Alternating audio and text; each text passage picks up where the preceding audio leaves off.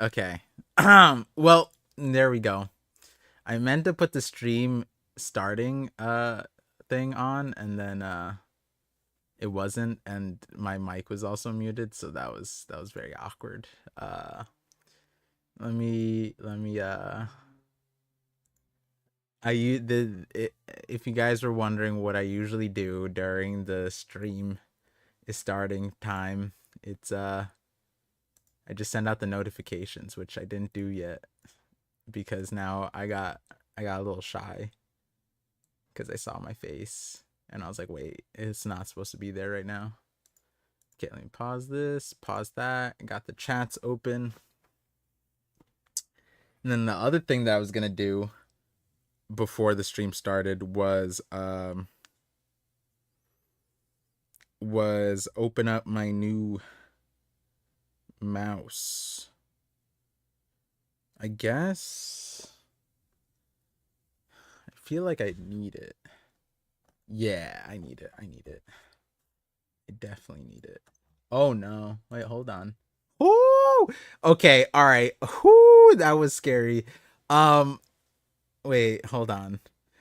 Can does anyone have the Kubari link?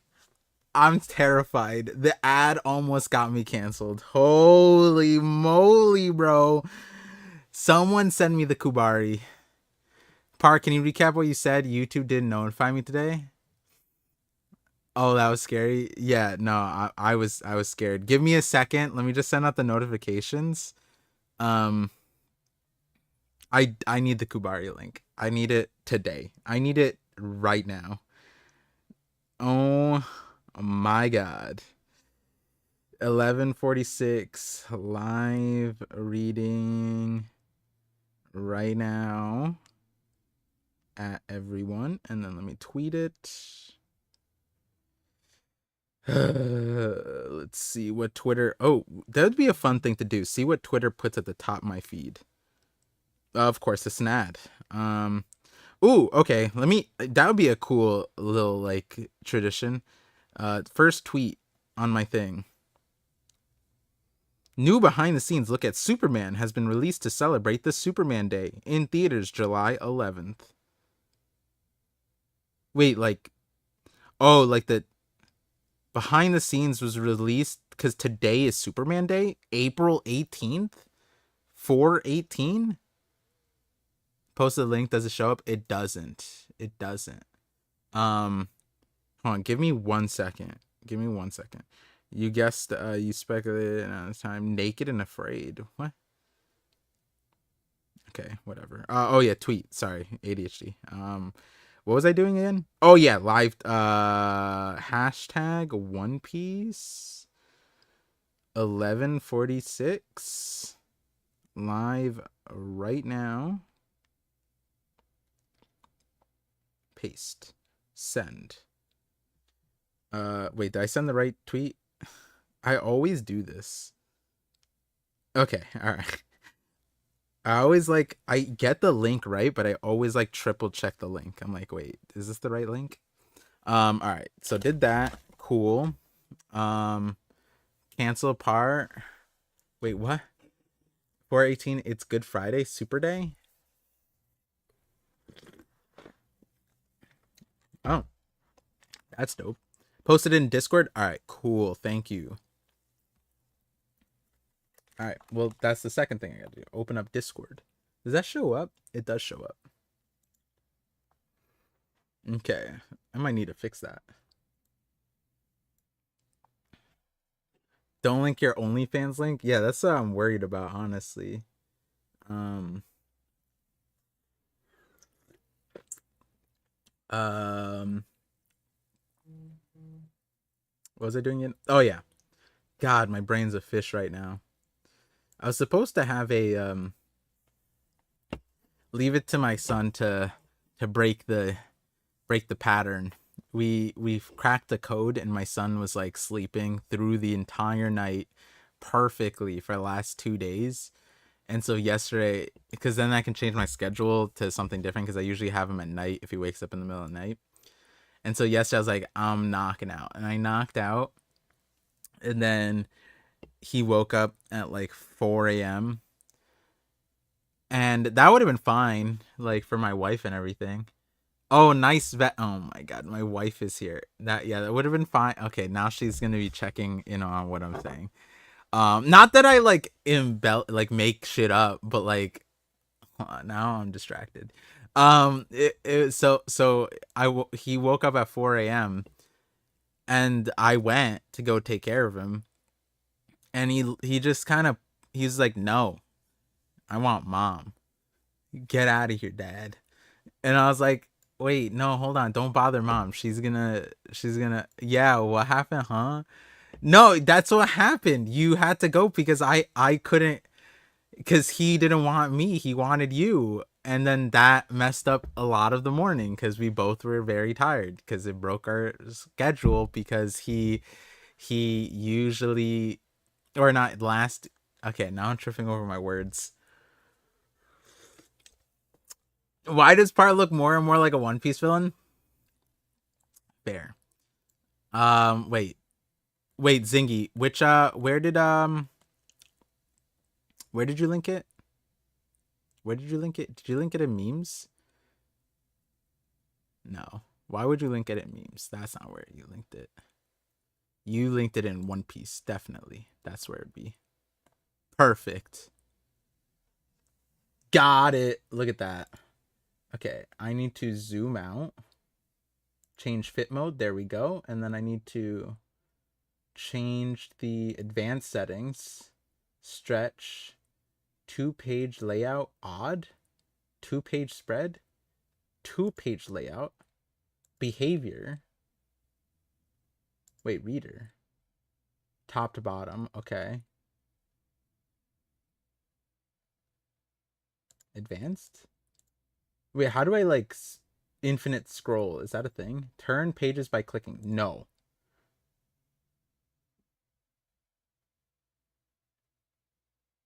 Okay. There we go. That's okay. We're back. We did it. Oh, dude. Dude, the Kubari, not Kubari, the TCB ads almost cooked me. Stop while your head. No, it's just my wife gets me nervous. That's all. If you guys see me at like Anime NYC or something, it's the same thing. Like I meet and then my wife gets my butterflies, you know? Got me all buttered up. She's not listening anymore. For sure she's not listening anymore because oh my god, she's still listening. So she came in to say ooh nice vest because I, as you guys can see, actually no, given my viewership, my demographic, most this is like when a girl is like, hey, do you notice anything, and then you freeze up and you're like, oh my god, if I don't choose the right thing, I'm cooked, it's over, right? And it's like they want you to notice that like instead of wearing red lipstick they wore like crimson lipstick or something like that, or like they cut like half a centimeter off their hair, like you don't notice the layers or whatever, right? My viewership probably doesn't realize that I'm wearing a different vest.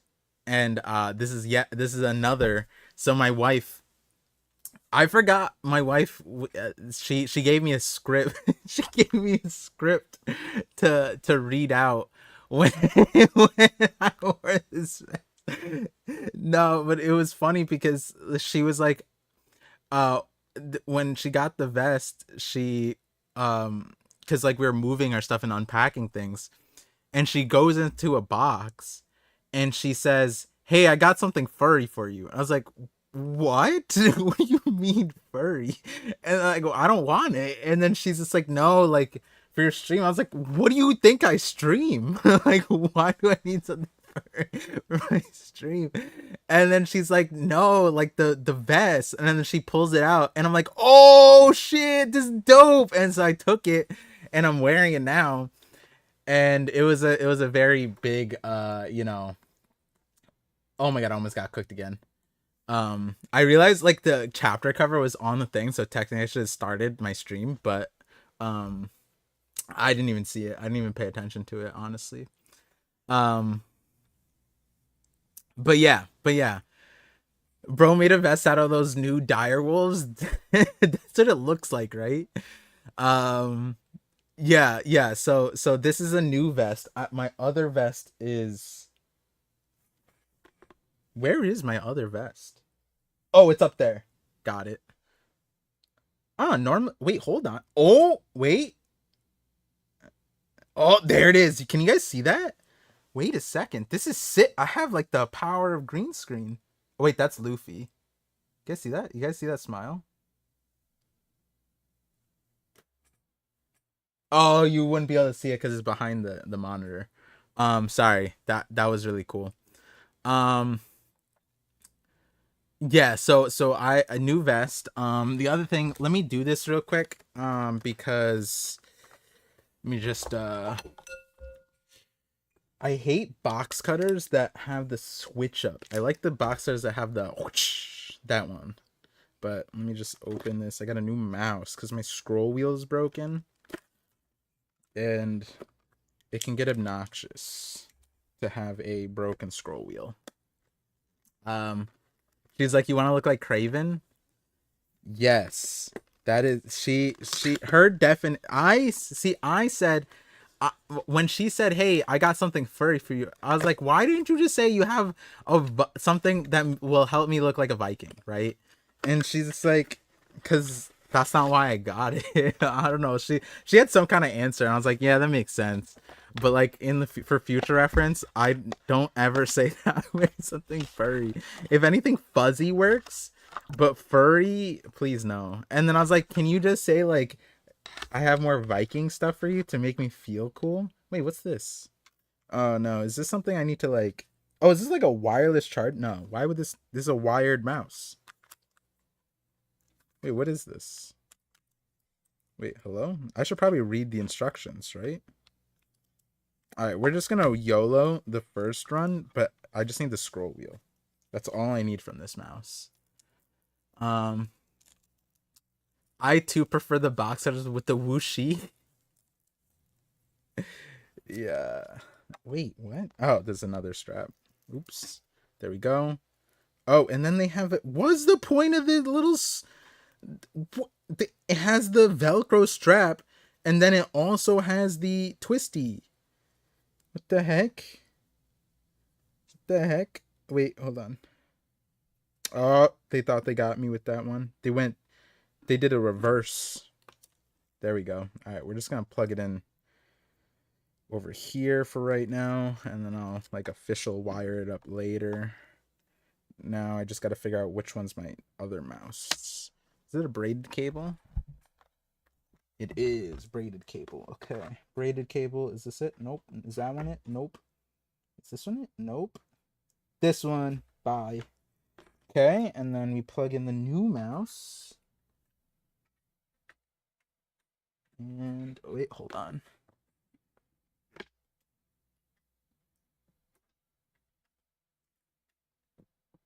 There we go. Okay, and new mouse should be online. Setting up the hero. Oh, this mouse feels nice. One of my best friends got this mouse or had me order this mouse for him. And then so I have it in my shopping cart, and so I got myself one too. He said it's the mouse he uses all the time. That he just reorders the same mouse. Par casually wearing a big chopper skin is crazy, but you're not wrong. That's actually true. Fake chopper skin. I feel like reindeer is expensive though.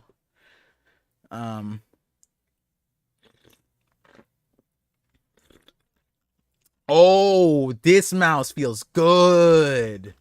Oh, wait a second, dude. This scroll wheel on this is tactile. Wait, hold on. I should like what? I don't even know. This is Logitech, right? What is this? See, this is how you know it's not sponsored. Yeah, it's Logitech. They need to sponsor me before I give the full the full ParVision. Is it It is ergonomic, dude. It fits so nicely in my hand, and then the scroll wheel is hella tactile. it feels like, dude. Oh, oh, oh, that's nice. Okay. Okay. All right. Well, that's enough. Okay. Oh yeah. Hold on. Okay. So wait, did I do all the updates? Furry jacket, new mouse, sent out notifications. Um. Oh. I was on Dax. Dax brought me on a group stream, a group recording with Kev Dog, Sai, Randy, Dax, and Laz. We talked about Elbaf last week. I don't know if I have any mods in here, but when mods come in, I'll have them link the channel or link the video. Um, this week should be a lot freer than last week, so hopefully we can make use of the free time. Though I have a lot of yard work to do because it's almost summer, and I think Saturday's gonna be like 80 degrees, and my wife's like, we got like, I couldn't take him, or he couldn't play in the yard like fully yet because when they're building the house, the carpenters like left mad nails all over the thing, so I had to run through with a giant magnet and pick up all the nails. It's like at least 40 in the front yard, but so that was good. um The other package you got with the mouse should be weights. You can stick to the bottom of the mouse to customize that. Oh, you're right. That's what this is. I think it said it in the description as like weights. I was like, damn, like I don't know. I don't know what I was thinking damn to, but yeah. There was something I'm thinking about, like lifting weights, or this could be like a gym mouse. I was confused, but now it makes sense. My other mouse had that too. I just completely forgot. My old mouse, not this one. Um, but yeah. Uh, so that was that. So hopefully I get enough free time. But playing outside with sun priority, definitely priority. Any other? Oh, and then I had a J stream. I was on JD Legend. On his stream on Monday. We weren't going to talk about that much One Piece, but then we talked about a lot of like he's taking a break from the manga for like a monthish or maybe more, probably around a month, but he's taking a break, and we are just talking about it, like where Elbaf is, how he feels about it. I had some roast, I had some funny, a lot of people are gonna be like, oh my god, Par hates the story, super negative, but like, nah, I like the story. It's just that, it's like the SpongeBob episode. If you can't laugh at yourself, you can't laugh at other people. I think that's how it goes. Is that what SpongeBob meant? Whatever. Point is we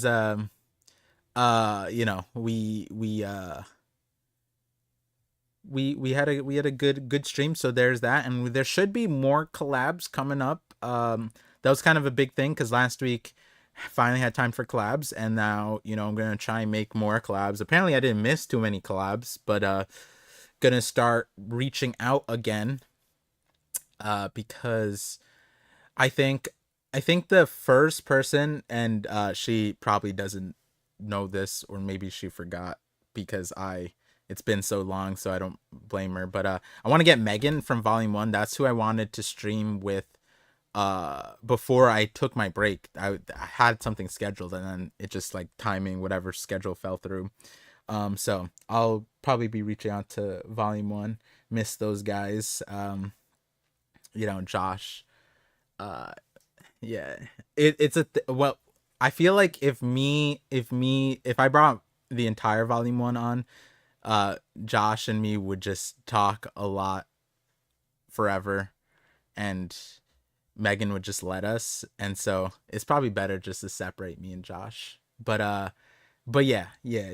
So Megan, probably gonna get Megan on stream hopefully when I start doing the collabs, because I don't know when I'll start doing the collabs, but I do want to start doing like the Buster calls and the Voice of All Things streams again. But yeah, All right, so I think that's good. We're here. Let me where's my timer? There we go. 21. Okay. Welcome to the knockup stream. Oh, wait a second. Good. This is why we do the checks. This is why we do the checks. Boom.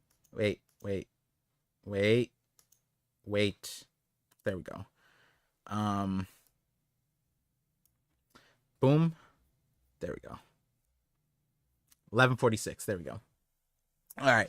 Welcome to the knockup stream where we do knockup streamy things. And today's knockupy streamy thing is One Piece chapter 1146. I got a new mouse. We are not reading. Well, we are reading TCB, but we're not reading on the website because they're gonna get nuked by ads, bro. It's not traversable at all. Like this is a family friendly stream and their ads are not family friendly, and I wouldn't be able to read this in front of my son, that's for sure. So we're gonna click on the Kubari link and had some updates before obviously 20 minutes of thing. My wife made a cameo, not cameo, but like showed up in chat and scared me, gave me the butterflies. But yeah, so 1146. Let me think. I guess we're on Gunko Watch. There's that. I do have a Gunko video that should be the whenever I post a video, the first video should be a Gunko video, unless like a new chapter like gives me someone new to focus on. But that thing is like midway through editing, like video editing, not even recording. Like it's past all that. But yeah, so we're here. Sai should be showing up later on. We're gonna because I guess is Easter Sunday this. Wait, Easter falls on 420? Dude, I'm celebrating Easter way up, bro.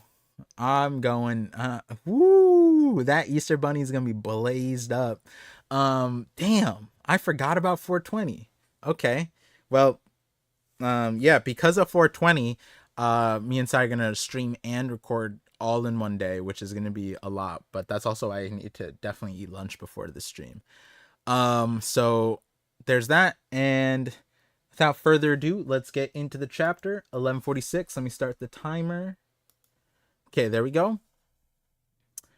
Oh, 1146, a stir in the silence. Damn. Stir in the silence? A star in the silence? Interesting. Here. Make sure the lighting. Oh, damn. The light falls right in my eyeball. That's awkward. Let me see. Oni Child, Yamato and the Holy Inari Shrine Pilgrimage Volume 31. We owe you our lives. Please let us serve you now? That's how it went down?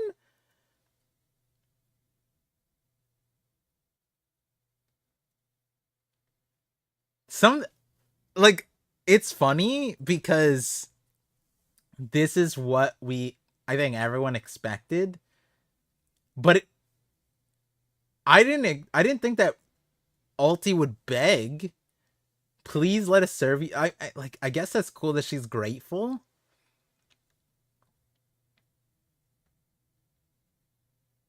I mean, I guess this is fine. It's just we owe you our lives, please. But also, it's so funny that the gap between Yamato, Alti, and Page 1 is Alti and Page 1 can't take Who's Who, to the point that they'd get tortured and beaten, and their lives were threatened.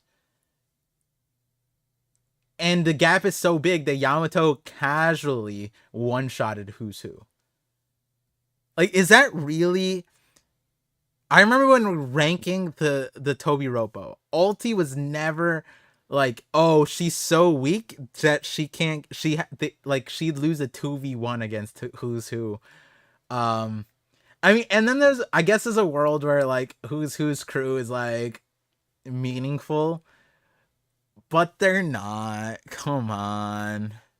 That'd be crazy. That'd be crazy if like I get like is that a thing? Like okay, Kizaru versus um like I'm trying to think. Like because like an admiral versus or a vice admiral. Let's do a vice admiral. A vice admiral versus somebody um is close or somewhat close. Like it's debatable, and then that vice admiral plus fodder is no longer close. You know what I mean? Is that a thing? Like does fodder do? I've never thought about doing power scaling and then like, oh, what about this character plus fodder? Like what about does Luffy versus no, there's no Luffy versus anymore. Damn. I'm trying to think of an example. I can't think of an example right now. Um no way who's who held a fair fight against Alti. I feel like I need to know now. I feel like I need to know. Also, nah, it's fine. Alti's transformation's crazy, isn't it? Both of theirs are. Were they in Seastone? Probably, right? It'd have to be Seastone, right? Um, but yeah, I guess I mean this is.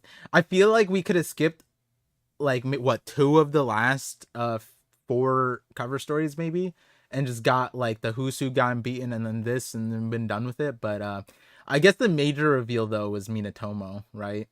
In between, like, oh, he's here too, which kind of was assumed, I feel like. But yeah, hopefully now we remove the filler stuff where it's like, yeah, kind of assumed.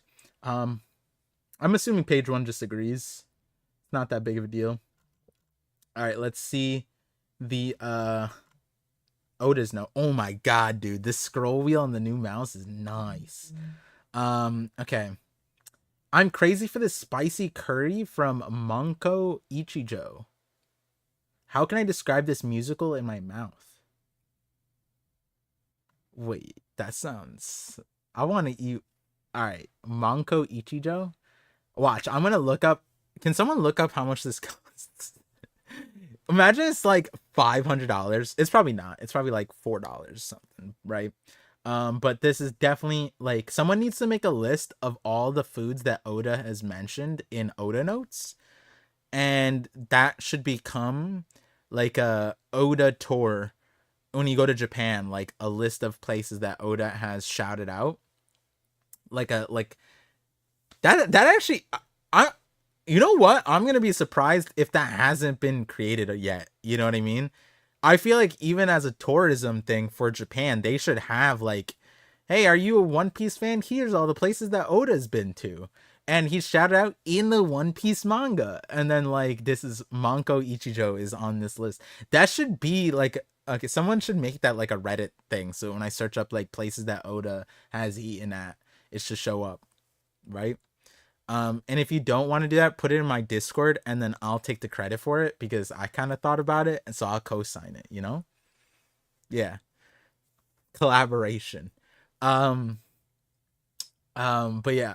I wonder how much this is. I wonder. It's probably 5. It's probably like $5, something like that. Anyways, let's see. Oda will get no private. I'm not saying to go to Oda's house or like look for Oda. This is just he's putting it in the manga. Surely people are gonna go eat there now. You know, it'd be even nicer if like because this is probably expensive advertising, right? And Oda did this for free. Oda's like marketing team and PR team's probably like and Shueisha, they're like, he's he's just throwing out free money. We could have. This is a sponsored ad. Like this is crazy. Musical in my mouth is crazy though. I wonder. I wonder what kind of musical it is. She is apparently a pretty famous chef in Japan. Damn it! It's probably 500 then. um. But yeah, yeah. All right. Let's get into the chapter. We are gods. What? Oh, Okay, so this is the Usopp Colin Pirates. Cool. Gods, you sound like a Nell or one of those celestial dragons. Damn. Why would a god go after the children of Elbaf? Wait, I like that they did the Enel thing. This is gonna send people through a tizzy, bro. That's crazy. Wait. This page is not the first one? Wrong order? No. Wait, hold on. Is that on my end? Wait, hold on. Let me do turn pages by clicking. Uh, is that my fault?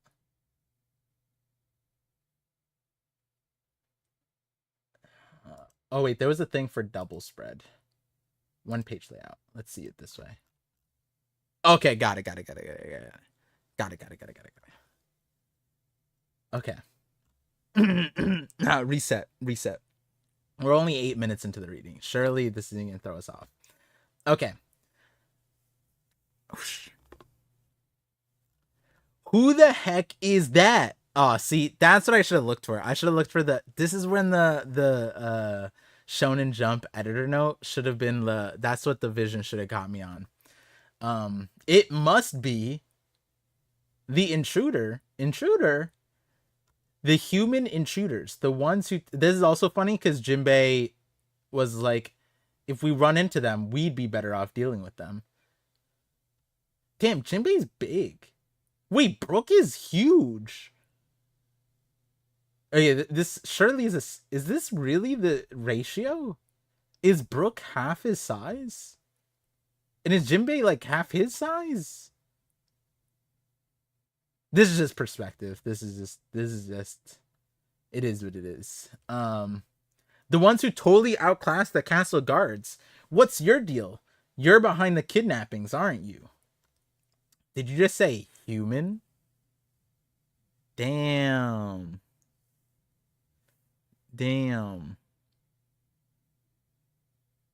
Let's see. We are gods. Gods. There we go. Okay, that makes sense. You sound like a Nell or one of those celestial dragons. This is gonna, as I was saying, this is gonna throw people through a tizzy because me and Dax and on that video, and well, Dax plus everyone else, we're discussing the possibility of a Nell showing up on Elbaf, which isn't like it's not like, oh, what, a Nell? Like, I feel like a Nell and Elbaf not have been synonymous, but like, it's not crazy to think that Enel would show up or be one of the people that be a part of this arc, given like the North, like he brought out Eltor, you know what I mean? Like it just kind of makes sense. So I wouldn't be surprised. It'll be exciting, but I think I said like I think, not to spoil the entire video, because we talked about a lot more people. We kind of said if Yaru shows up, it's more likely that Enel shows up, and if Enel shows up, it's more likely that Yaru shows up. And I was in the boat that like Yaruj like Oda could just like forget about Yaruj, and it could be fine. It could be someone he introduced earlier, and then he just is like, I don't want to use him anymore. I wouldn't be mad.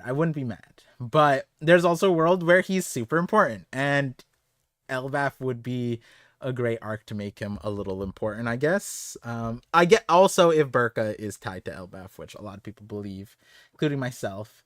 Though my reasons are probably different than a lot of the other reasons. Like, I think Dax and Laz brought up a reason, but my reason's a little bit different. Though I would include part of their reason. Anyways, why would a god go after the children of Elbaf? Yeah, they're my friends. Tap, tap. Oh, they're walking. Tap, tap. Where are you taking them? Let them go. This is still so funny to me. Because Saul could have saved them all. We know that he could have. He literally lassoed the last one and said, hey, this is working. And then the next chapter, he just forgot about it. A child like you should know when to hold their tongue. Even for us, A clean abduction isn't feasible given their sheer size of our query. The sheer size of our query?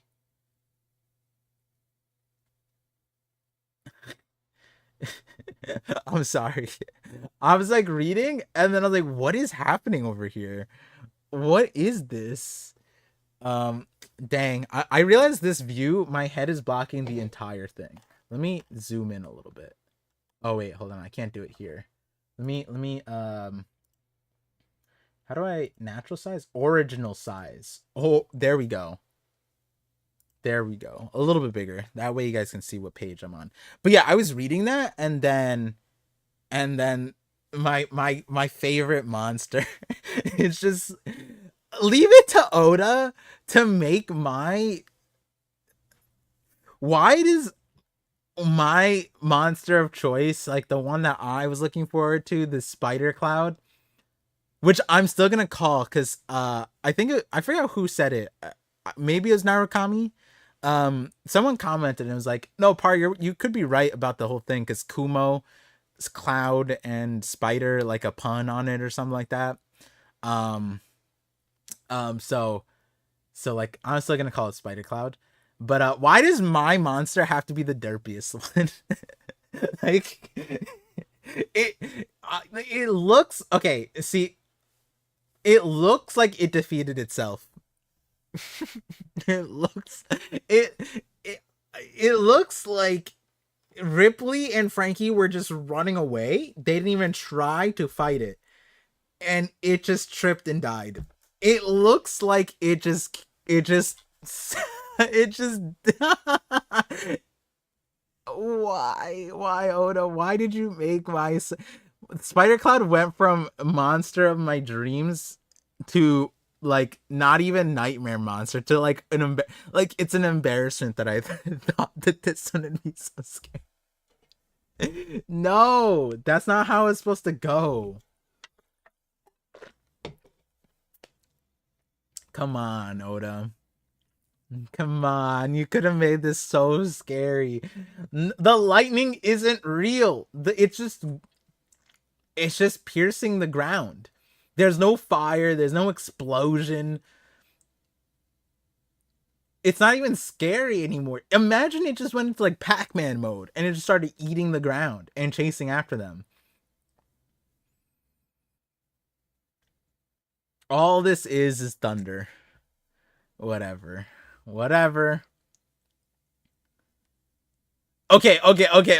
This makes it a little bit better. This makes it a little bit better. Frankie used a cannon and shot the cloud and it tripped and died. Awesome. At least my monster of choice got hit by a how does it whoever dreamed up this nightmare needs to be arrested. I'm sorry. This child needs to like you need better imagination. This kid needs help. Definitely needs help. Bro, this is criminal. A cloud lightning got shot by a cannon. That's great. Unless this is a fart. Didn't Frankie Kude he did have the air cannon. I feel like that would make more sense. Anyways. They're running well, Ripley's running and they're all on Ripley as they should.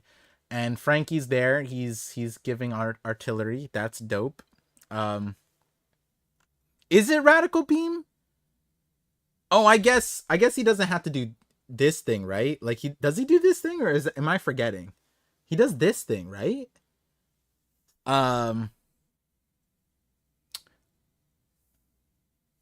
I'm forgetting if it comes from. I thought this was the cannon, but or like the air, but the air thingy. But I guess the beam comes from there. I'm forgetting now, honestly. Um. Well, if Radical Beam's coming back, that'll be a good thing, right? Um. Did he use Radical Beam against Kizaru? That would just buff him, right? Oh, I guess they also have the same thing. Have you ever seen those interact? Light always goes through thundercloud. That's what. No, actually, no. Wait, don't thunderclouds block the light? That's why it does. It's not sunny, right? At least it didn't get taken down by a nipple beam. Yeah, probably.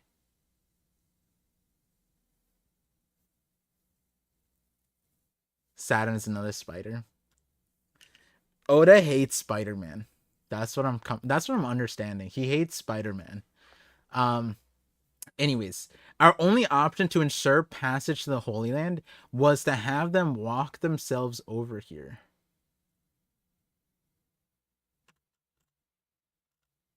The Holy Land? You mean Mare Joie? Okay. Okay. You're so You're celestial dragons. Why do I feel like it's a little late? It's because we cut to the spider cloud. That just the time. Is this page in order? Is this one correct? Because that's funny. It's like she gets to a whole thing and then we go back up here. Wait a second, you just said celestial dragons, but it's the continuation of the conversation. Got it. No way, they're the worst. She's nothing like the ones I was picturing, though. I'm afraid. Oh, okay, this is important. This is important. I'm afraid this one likely holds an even higher rank.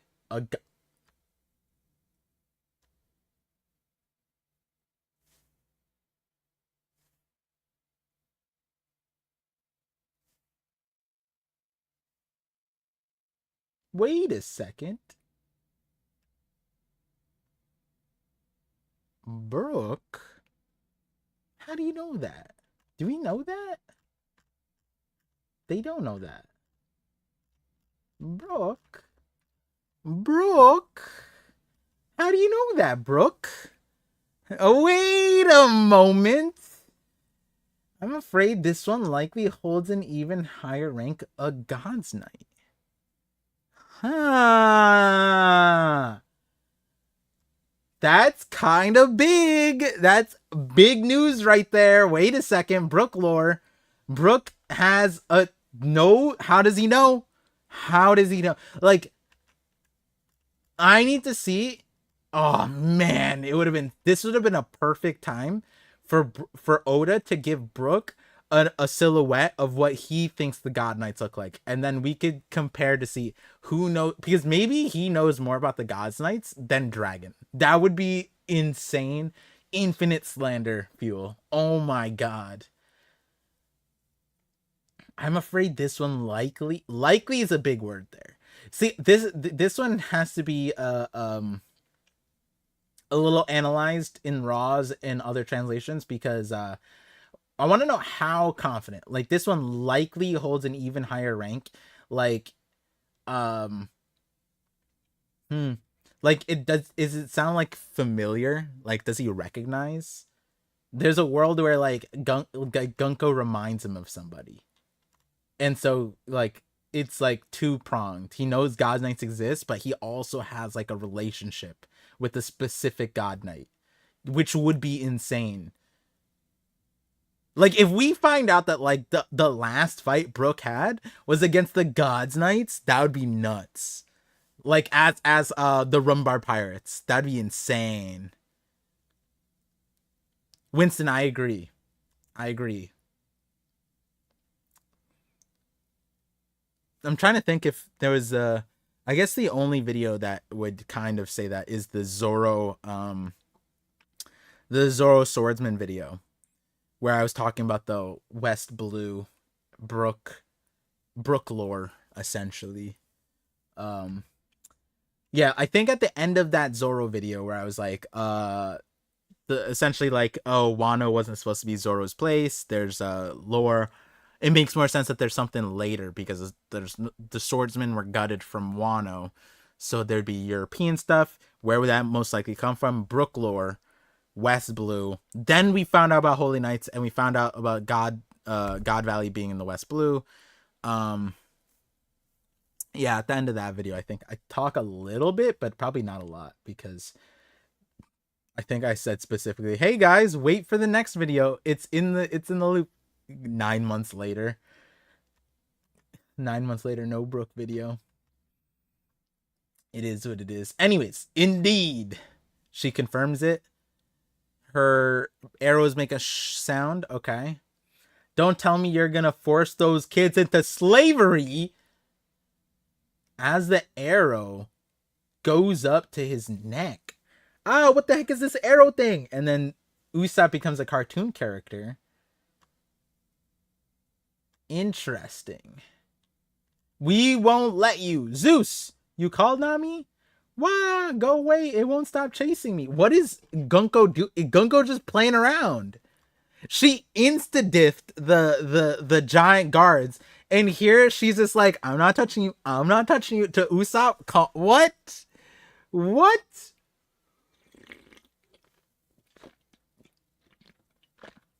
That's crazy. Thunder Shark. Whoa! Alright, see, Oda scuffed one of my favorite things. Lightning, clouds, whatever. Like, my soccer team when I was growing up, I'm pretty sure I named it, but we were called I wasn't gonna say where I'm from, but we were called City Thunders or Thunder, whatever. I forget why, but not forget why, but like the team logic. I think I said like lightning or I clapped, and then they're like, "Oh, this kid's onto something." But one of my favorite things, I think, growing up, I made a superhero called Dr. Darkspark because I liked Static Shock. But yeah, and then sharks are my favorite animals. Oda's just giving me my favorite, bro. He took away the lightning cloud spider, and he gave me Thunder Shark. I like it. We're here. This is dope. This should actually be the icon for the 50/50. Oh wow. Oh, this is exactly wait, this is hilarious. This is exactly what I said would happen. She would use her lightning thing. I didn't say a shark. And then Gunko would just have an arrow to just redirect it. That's literally the last two podcasts. Or last podcast? No, it was last two because I was like, the fight would be so silly. Like, Nami can't do anything to Gunko because she would just have arrows that would just redirect them. I literally said arrow, like, passive shield. She wouldn't... Oh, no, she is kind of directing it. It would be cool if she could just set these up. Like, just have, like, multiple arrows. But I guess it would be a cool limiter if she can't do... No, we know that she can do multiple arrows at the same time. We saw it in Loki and against the monsters. Or the animals. She can do multiple arrows. It would be sick, then, if she could just set up, like, 6 arrows all around her in a circle, all redirecting. That would be kind of cool. Like a magnetic field, almost. Honestly, she... Oh my god. I just said magnetic field and I realized she's doing what Kid wishes he could do. This is literally... Oh my god. On the rooftop, when Big Mom shocked everybody, Kid also got zapped. And he's a magnetic field guy. All he had to do is just... Oh, that's so sad. Gunko, in her debut, is doing what Kid should be able to do passively. I didn't even mean to... I didn't even think... But, like, when you think... Because, like, I was thinking back, like, physics class or whatever, and I'm thinking about magnetic fields and the way you draw them or with the arrows and stuff, and I was like, oh, yeah, you could set Gunko up like a magnetic field, and it would be sick. Like, she could even generate energy that way. And then I'm looking at this and the way it's looking, and I'm like, oh no, Kid. Oh no, this is what Kid. Gunko is literally Kid on crack. Because she does, it's not just she can do this with everything. Oh my goodness, dude. Kid literally has to go, assign! If this wasn't lightning, like, Kid would have to touch it first to then do this. This doesn't have to be lightning. This could be any projectile, and she could do this, which is hilarious. The world was meant to simply vanish one day. What? What did...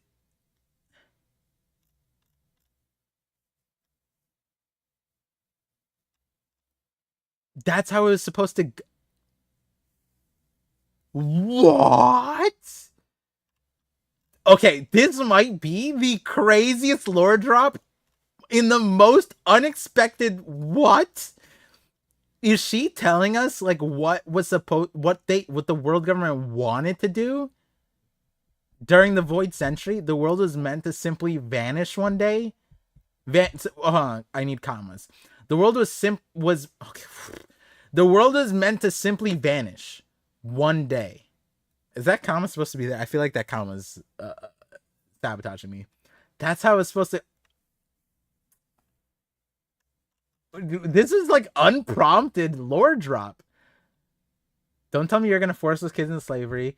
Talking about Arrow, we won't let you. You called Nami. And then she just goes, the world was meant to vanish one day? That's hilarious.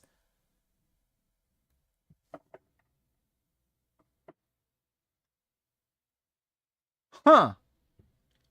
That's really also interesting because who knows this, right? Is it Holy Knights in Gorosei or all Celestial Dragons? And like, this was their original goal, to make the world vanish? That's such a weird goal. Okay. Anyways. Or maybe okay, let's let it rock for a second. Let's see if she gives us more unprompted lore. Run, Nami! Wait, is Zeus in the... Oh, that is Zeus. Oh. Damn, she's redirected a Greek god, bro. He looks so silly right now. Kia! I'm sorry. Nami! Wait, who is this? Is this Brooke or is this Usopp? That's definitely... I think I can tell that that's not Jinbei. Although, technically, that is how it's supposed to, like... Your skeleton, just because you're, like, you know, doesn't mean the skeleton is that big. But, okay, here we go. It was me! Oh, it was Brooke. It was you! Ah! Oh, God. That I'm glad I wasn't the only one. Okay, Brooke. Nami's like, yep, that wasn't me. Oh, thank you. However, some among the humans realized what lay in store.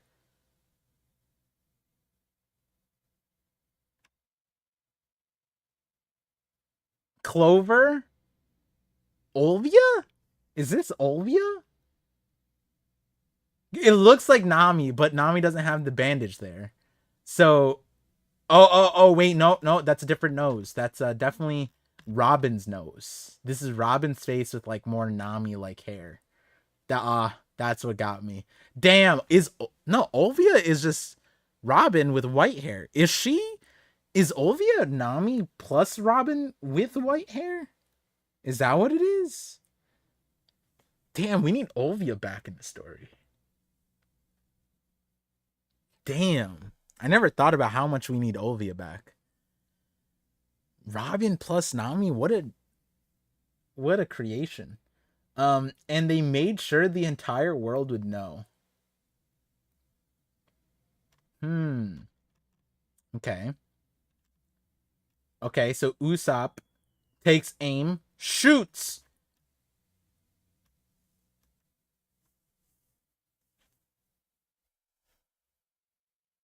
Okay, that either does nothing or she has a crush on Usopp. She has to... Nah, she's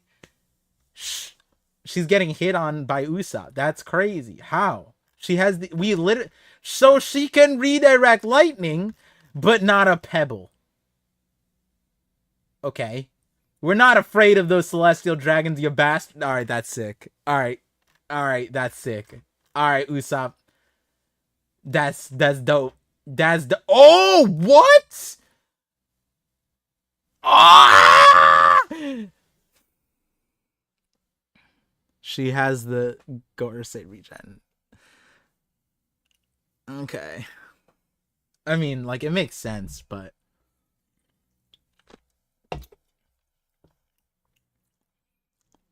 it completely blew away her top half. I'm so sorry. I like how they're, yeah, that was over. I like how, like, if this is any other crew, they would be like, yeah, good shit, Usopp, you killed her. and then the Straw Hats are like, you killed her? What? You know Oda's SBS, bro? Oh, oops, I accidentally unplugged my screen. Okay, it's back. I should probably move this my Elgato. There we go. Can you guys see? Oh no. Oh no, it unplugged for you guys. Wait 1 second.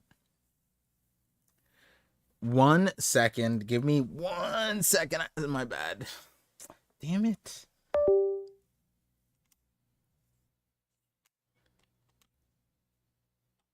Okay. Then this one.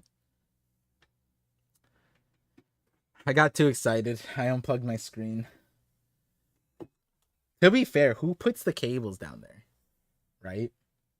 Who does that? Okay, can you guys see it now? No. Okay. And no.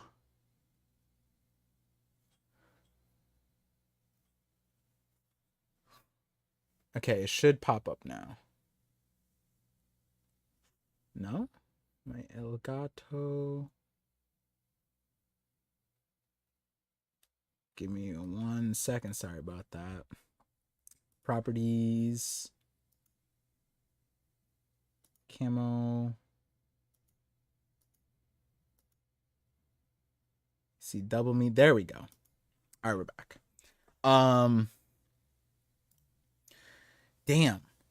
Damn. So she has regeneration. They all have the regeneration.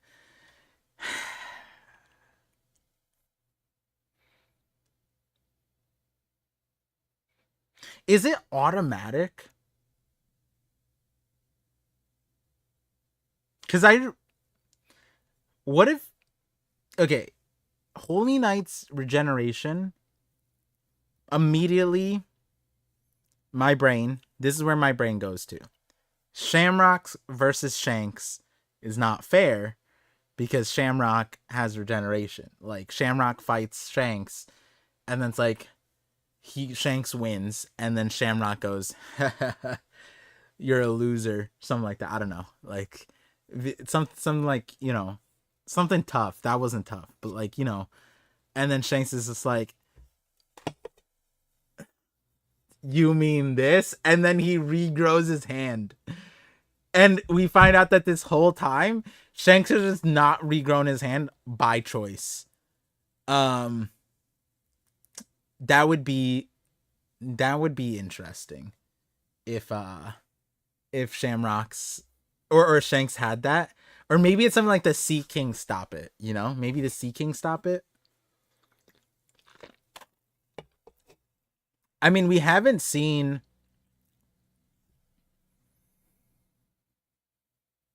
any other celestial dragon be like dismembered like this. The only thing I'm thinking of, and it's not like they're all impervious. That would make sense because, like, Oda did hide how Mosgard was executed.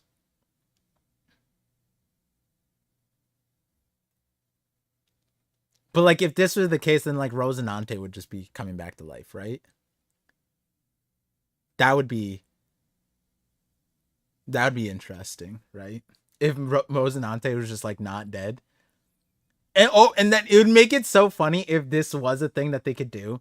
Because then Doflamingo, he's like, oh, I'm stitching my body back together. It's like, no, bitch, you just have Celestial Dragon regen. But yeah, obviously, I don't think this is Celestial Dragon. This is probably Holy Knight Plus. Maybe it is. It's likely this is. Is it Emu related? Probably, right? This is crazy though. This changes a lot. She's crackling. Crack? She's a cracker? That's crazy. Huh? What? She's regenerating. I felt bad for her, but this is creepy. Oh, they didn't see the Gorsei do this. I must say, it is rather unnerving to see the dead. That's my guy. That's my guy. This is not Usopp. This is Brooks. We're missing out on the Brook jokes. This is a good joke. It is unnerving. Once it starts, it cannot be undone.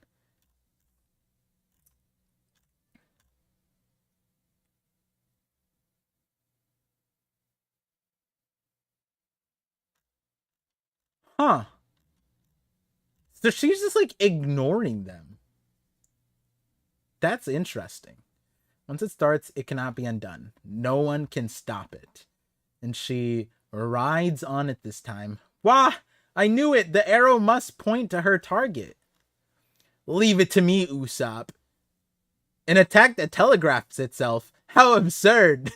Thank you, Usopp. I don't know why I keep saying. Oh, even Nami. Nami's trying to.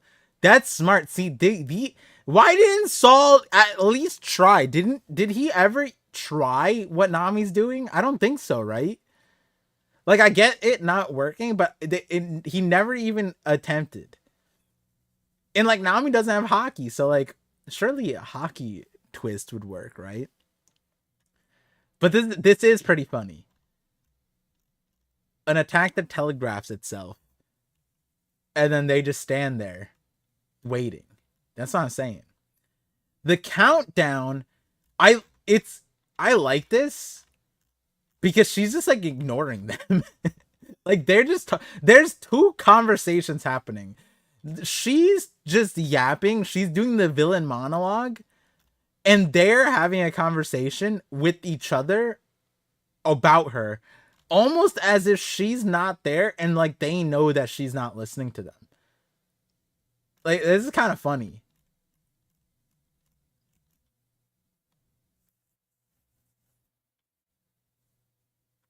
Okay, the countdown has started.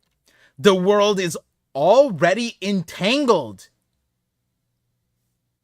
Quantum entangled? Or is it like Jada Smith entanglement? We're not really sure. It is romance. The dawn of the new world. It could be romance dawn. Okay. In the opening salvo of the coming Great War. Awesome. Interesting. Okay. They are destroying these monsters. Do they regenerate? Is the question. There's Brook. There's Kumachio. Oh no, this is the bird. This is the Family Guy bird. The mythical version. It said the gigantic. Wait, hold on. Am I zoomed in? There we go. It is said the giant's allegiance will greatly shape how the conflict unfolds this time. Oh, Loki is Nika. Look at his body, bro. He can eat meat. That's what I look for to my savior. Can they take meat, bro? This guy, he's a meat eater. That's for sure. A worldwide war? That's never going to happen. So this plot was to take the kids as hostages and put Elbaf under your thumb. That's beyond cowardly. Yo, Jinbei. See, the thing is, they were having like separate conversations that like collide. It doesn't even seem like they're talking to her still, but like Jinbei knows what to say. He's right, and she needs to react to that. I'm merely carrying. Did that get her? I'm merely carrying out the mission. Wait. Does she? That's crazy. It may well turn out to be a fruitless endeavor. I don't particularly understand the concept of hostages. The lives of a few children are as worthless as trash to me. Okay, that's a good take, actually. What's wrong with you? You fiend. Actually, no, this is actually no, this is awesome. This is actually really good dialogue. Because what I was saying is like that's beyond cowardly. Like if you were what would be the thing? Like a I don't even know what the right word would be, but like being arrogant and not having the behind it in terms of ego to like overcome this would tick you off, right? But like the level of delusion that Gunko has, this would be the take that like a god would have, right? Is like, oh yeah, like I mean to be honest, like this is just my orders. I don't even like hostages. That's really stupid to me. You know what I mean? Like that. This is really dope. This makes sense. Very interesting. Um, but this also kind of implies that like Gunko would not be good for like strategizing against humans because she wouldn't be able to empathize or sympathize or whatever the correct tactic plot would be. Whoever came up with this tactic of hostages, maybe they're a little more human. Emu question mark, right? Because what Gunko's saying here is like this tactic is a little. It's almost saying like this tactic's a little beneath me, honestly, because I don't understand it. Maybe she's saying this tactic is something that a human would create.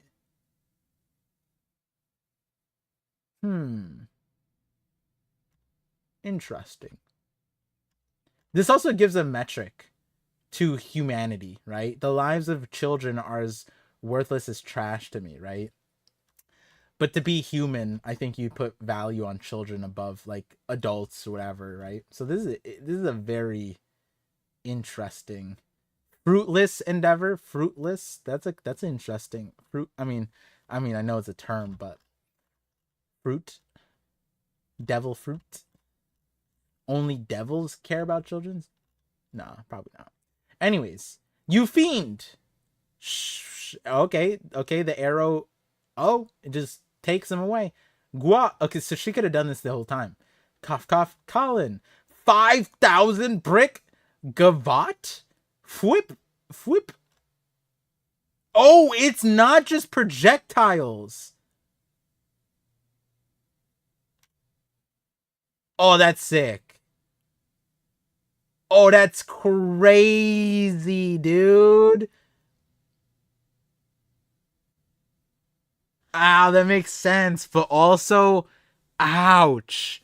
Brook just stabbed Jinbei and Jinbei hit him with 5,000 bricks.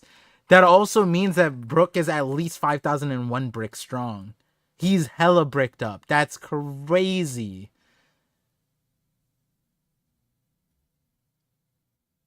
Oh, wow. Oh, wow. Oh, no. Not Nami.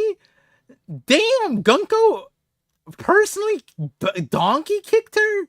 What the hell, Gunko? Was that necessary?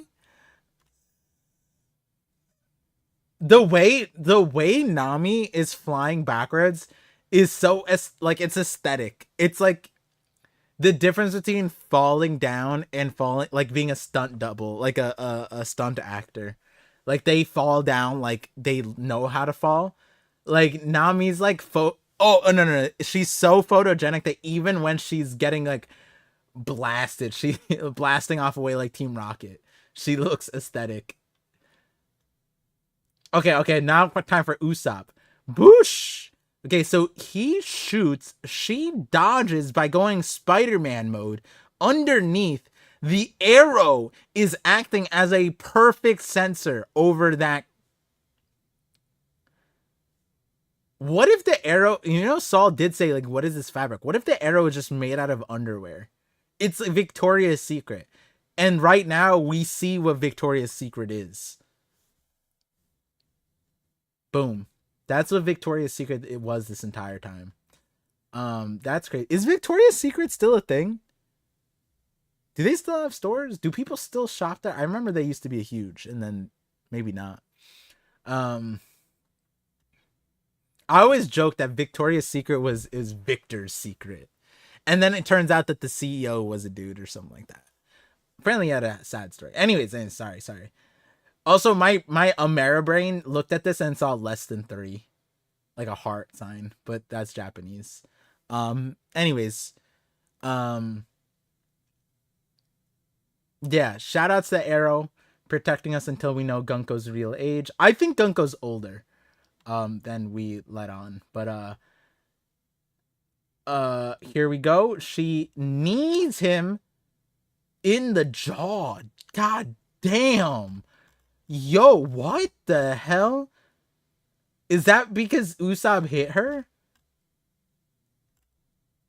Oh my god, I just realized Brooke's head came off.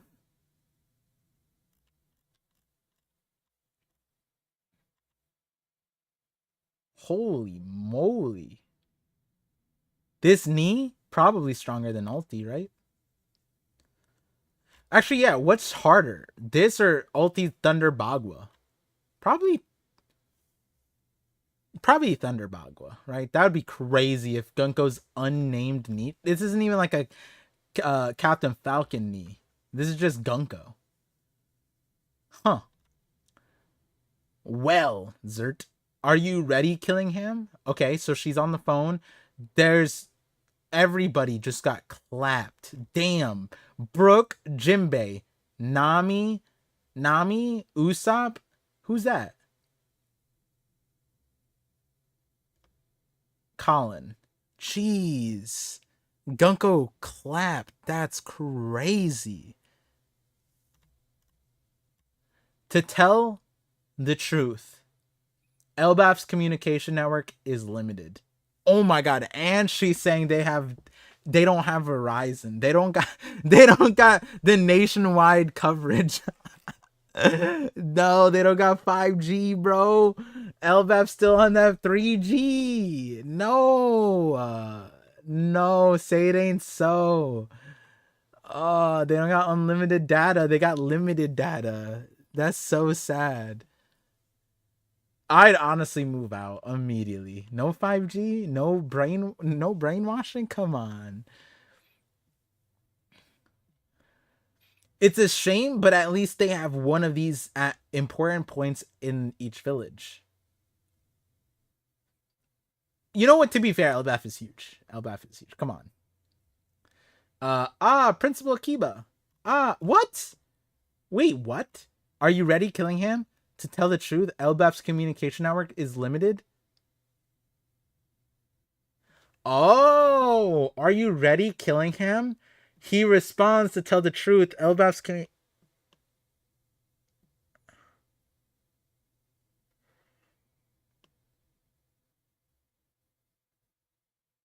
Is he using the Denden Mushis for his power? Is that how his power? He uses like the signal.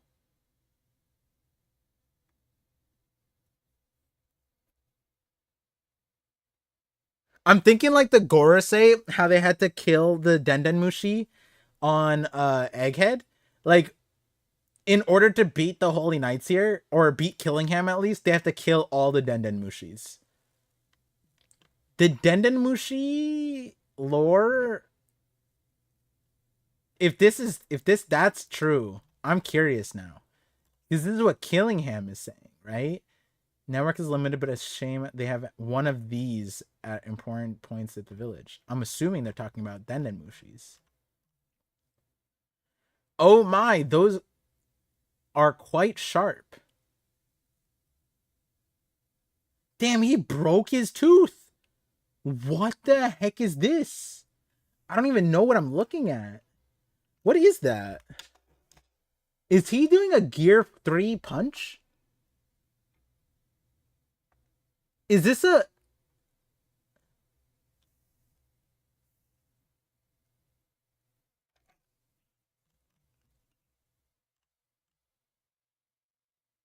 Principal, I can't move.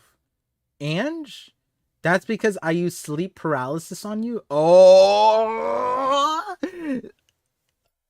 So this big old thing is a telediction snail. Never heard of it. Okay, that's awesome. This is what we're saying. This like is important for the translation because one translation said that it's only found on Elbaf versus only used on not only used on Elbaf. There was like some kind of thing, and I was saying like so this only exists on Elbaf, and he's confirming never heard of it. Summers, try talking through it. You should be able to transmit nationwide. Oh my god, nationwide coverage. Nationwide is no wait, that's not a thing. Is that a thing? Is that the no wait, hold on, that's not what it is. What's the Verizon jingle? Or the T-Mobile jingle? What is it? Dude. Trans nation. No, oh, that's insurance. Never mind. Wait, hold on. I need to wipe my glasses with an actual glass fabric. That's how you know I don't wear glasses. Because I'm not wiping with the proper material. Oh, that's so much better. Oh, that's always microfiber cloth instead of your shirt. Oh my god, it's like I see 5G now. Um, got it. Okay. That's because I use sleep paralysis on you. And getting, let's see, why is she getting preferential treatment, guys? Huh? We gotta figure out why Ange didn't get her ass beat. Why use the sleep paralysis on Ange and not Kiba? Sounds like preferential treatment. That's because I use sleep paralysis on you. Does that mean that like isn't sleep paralysis when like people always say like they see like some lady show up at the foot of the bed and crawl on top of them and then they're just like face to face? That's sleep paralysis, right? Like you can't move, but then there's just like a demon in front of you. I've never had that. I've never had that personal experience. And so I don't. Someone with sleep paralysis, let me know. Let me know. Uh, bro, but I thought this said bro, but I'm gonna need a second Killingham. This one should go down soon. He's a former vice admiral. Damn, huff huff. I thought you died on O'Hara.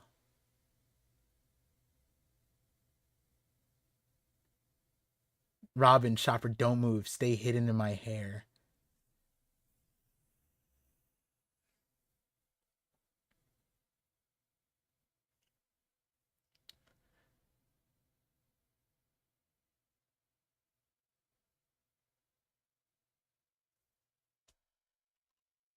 The children, I'm begging you, take care of them.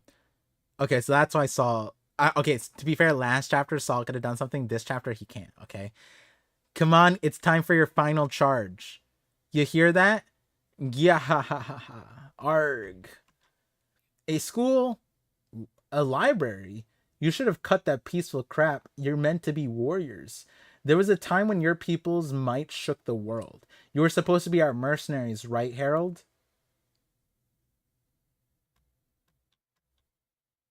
King Harold, that bastard, he really messed everything up. Oh, what could the noble king have done? That's okay. Oh, wait, hold on. 55 Steve. Oh, I missed. I missed by 13. Damn it. We got that 55, 55, 68.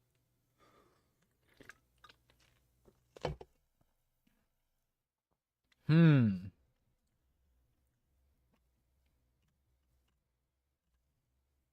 Hmm. Hmm. Probably forgot to read the other panel. Wait, what other panel?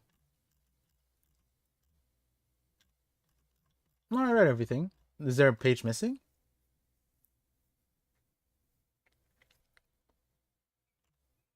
Um, 59 minutes is slow and old part. Nah, to be fair, I got distracted. Come on, come on, come on. Oh, wait, hold on. No, it wasn't 10 minutes. Damn. When my screen disconnected, it was like a minute. Is the hairline being broadcasted? I don't think so because it doesn't have the broadcast like this box. But there is a lot to unpack.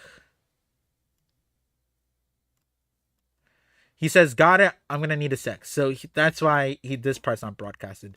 So he's fighting against a God Knight. He should know what a God Knight is. Okay. He's protecting Robin and Chopper, and I want to know how this fight started, because like if his prerogative was to save Robin and Chopper, and yet he went into it like a extended fight where maybe at the start he thought that he could win, that this could make sense. But look at this, look at the diff. Like he's no touch, he's not touched at all, and he's beaten and bruised up. He's trying to save Robin and Chopper.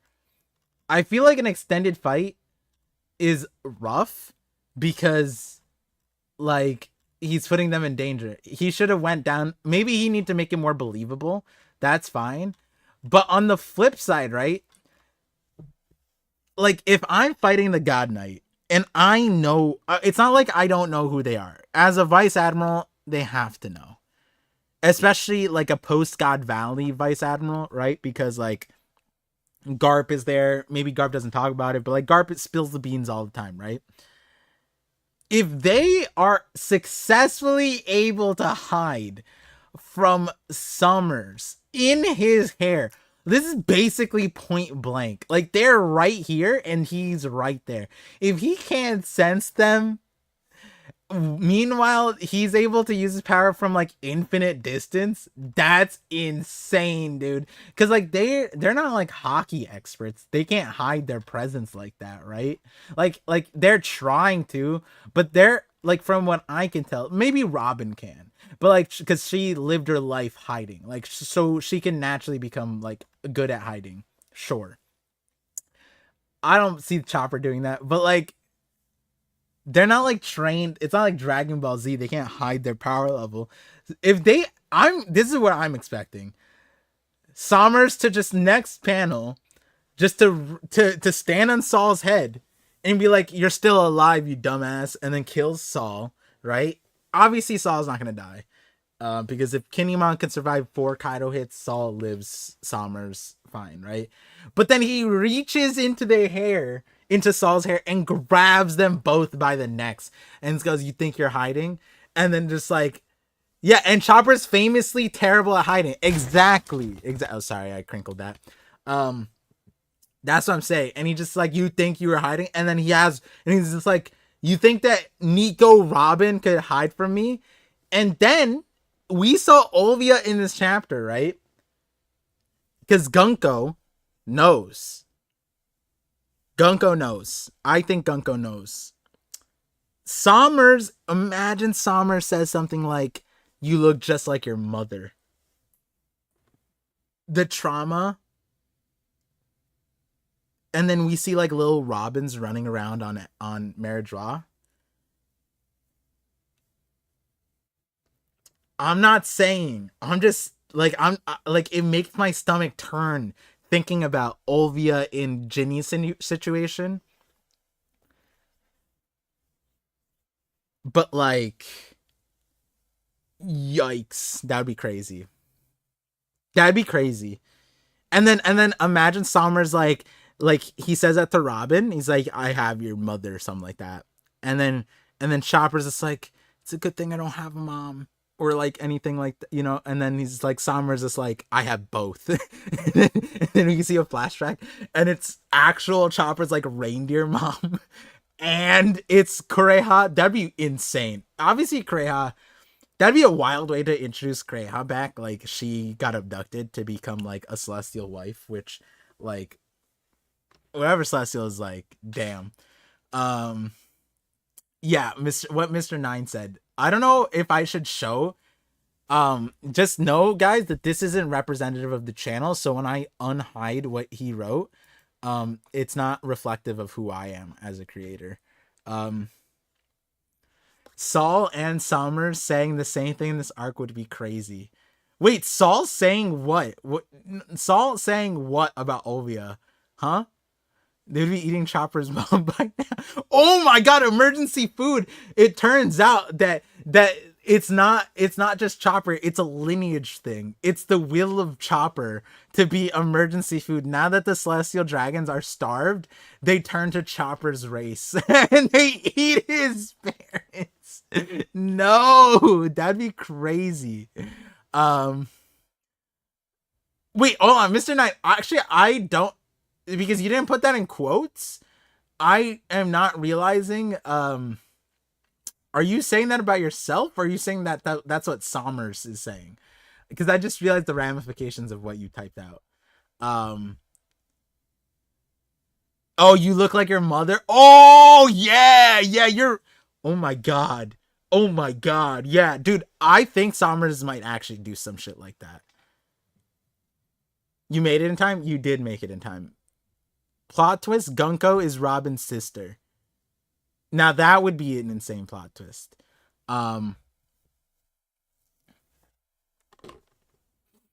Dude, Sommers picking up Robin and being like, "You look like your mother. You look just like your mother," would be trauma horror that like don't put Rob like the thing is I want Robin to get more story.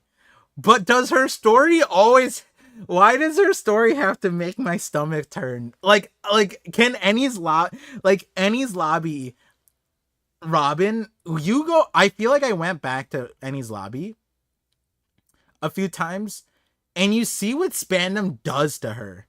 And you're just like, I not forgot, but I repressed. Like Robin got curb stomped onto the stone. Like it's insane. And like I think about like, oh, Oda says like, oh, the story's for kids and whatever, and like One Piece being more mild in that sense comparatively to its other animes that were like very horrific. And then it's like, damn, wait a second, like she bit the bridge with her teeth and like I had Spandam pull her off, and that's not even the most horrific parts. And then you remember that like it's like, oh yeah, like now that she's with the Strats, nothing horrible will happen with her ever again. Flash forward to the time skip, Otis sends her to be in a slave prison labor camp, and like the images that we get, you're just like, all right, Oda, Robin, I'm so sorry, Robin. And then Neko Mama, she's just like, hey Robin, you should be very careful. It's a scary world out there. Everyone wants you. Everybody wants you. And then like yeah, maybe she's protected by being with Luffy now, but like I feel like giving her more trauma is, I don't want that.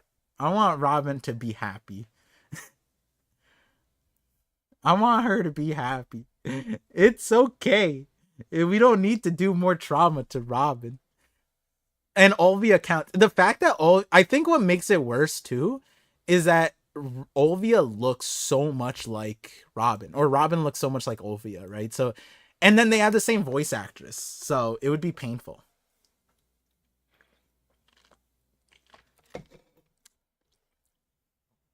And then Hachi fed her parts of his own body. What the fuck? we First, I like how that was like, you wanted to include that in my like, oh my god, it's so sad all the things that she's been through. And then I'm thinking like, that's not that big of a deal. It's not that, that's not that traumatic. It's his body. It's what it is. He's an octopus, right? Um, God Knights are only for the monster trio. I agree, but also like there's enough Holy Knights to go around. So maybe this arc, yeah. But oh shit. Sorry, I just noticed this. You guys see this on this right side right here? Sommers, his Kanabo looking thing, which I just realized shouldn't be a Kanabo. This is his sword that he likely transforms into a thing, is like an extendo stick. It grows. or at least it's huge. Like I guess here we don't see we can't see the tip, but here we could see the tip, and it's a big. He that. Oh, and then his sword is at his hip. Wait, so then it is this thing. This is his sword, and he puts it away right here. Huh? Because his sword's not there. His sword's not here, and then it's here. So this thing is his sword, and his sword extendo. Huh. And then after this, he puts his sword back, and it's there. And then his both hands are up. Like, hey, you hear that? And he's like, ha ha ha ha. He's like that, right? Oh no, then he has his thing back. Wait a second.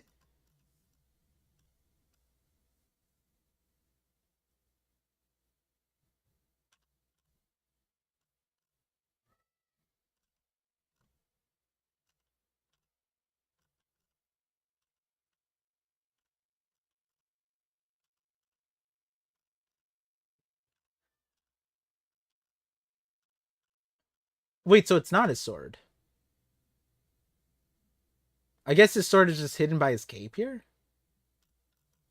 So then this thing is just some random vine thing that he Kanabo that he just like makes, I guess. Interesting.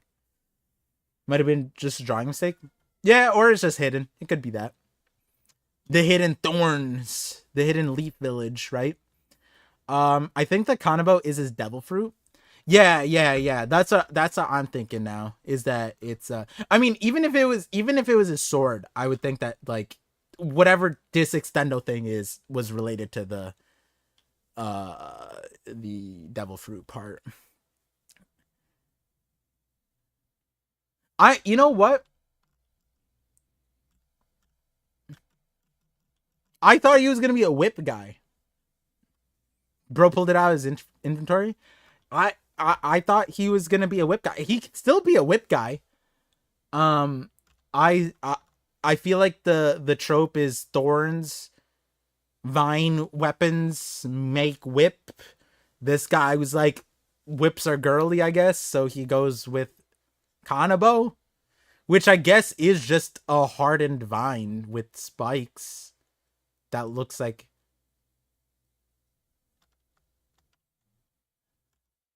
I guess.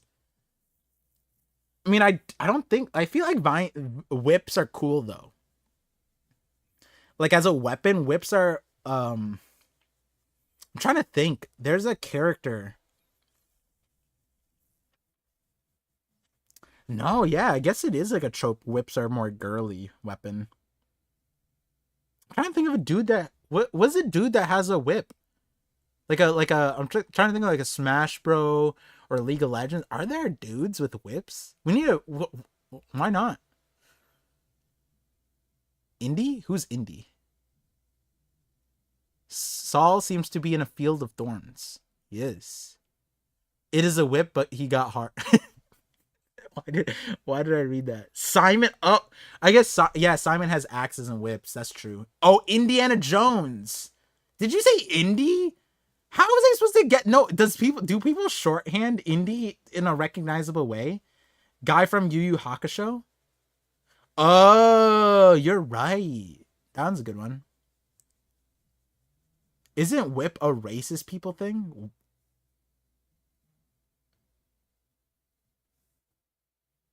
I think it like uh, there's an umbrella there where those racist people you're giving whips to, like they fit under like the controlling people who want control, I guess. But that was just funny for it's a racist people thing. So yeah, that's a good one. Big okay, no okay, see okay, Mr. Nine said big boob lady from Soul Calibur. I'm gonna show the comment. But that's not I'm saying dude, you just said big boob lady. I'm saying dudes with whips. Guy gives me the most not dude. Watch it be a cactus. Wait, that would be my favorite. I love cactuses. Wait, I no this used I used to not even I used to. I um I'm obnoxious.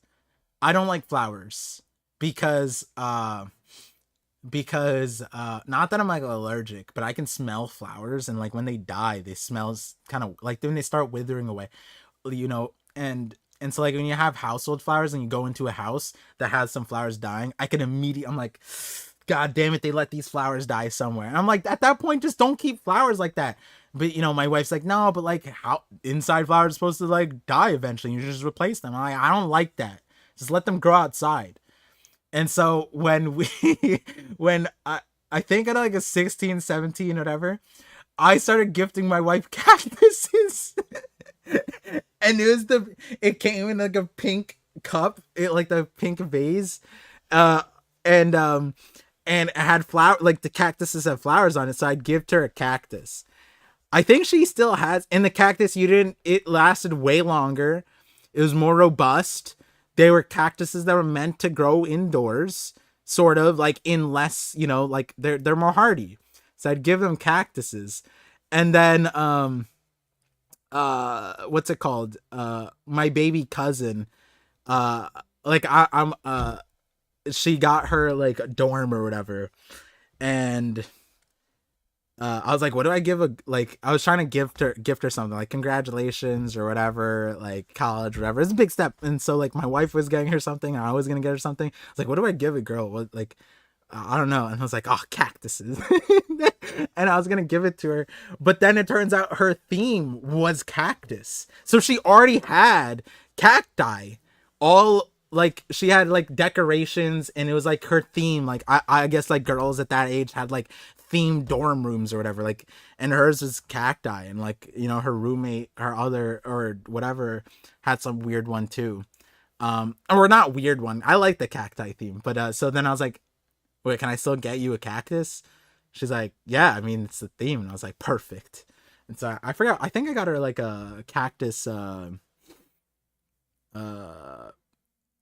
like a decoration, not like a thing. I don't even remember.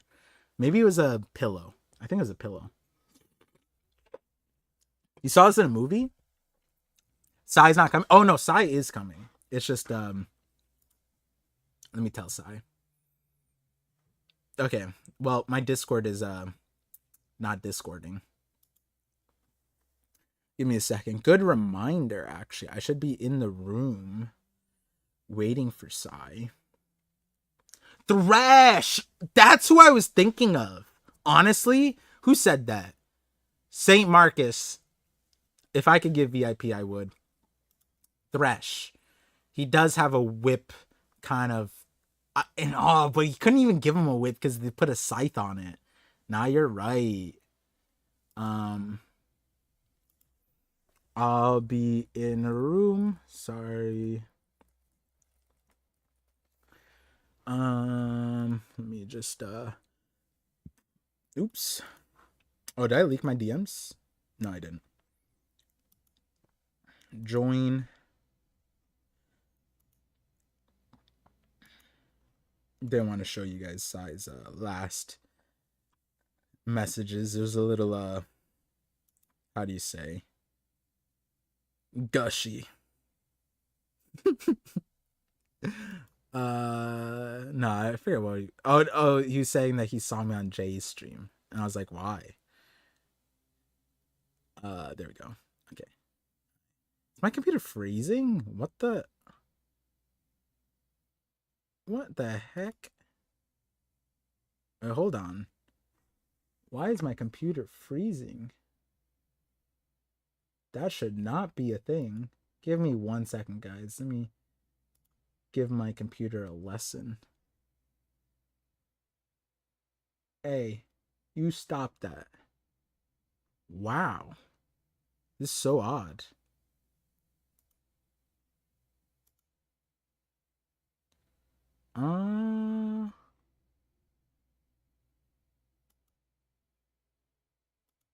Turn off camera. Turn back on.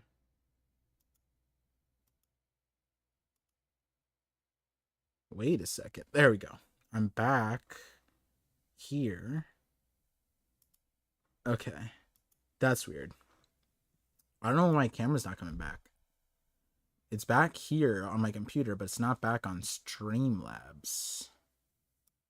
Oh, is it because I didn't update this program? That'd be so obnoxious if that was the case.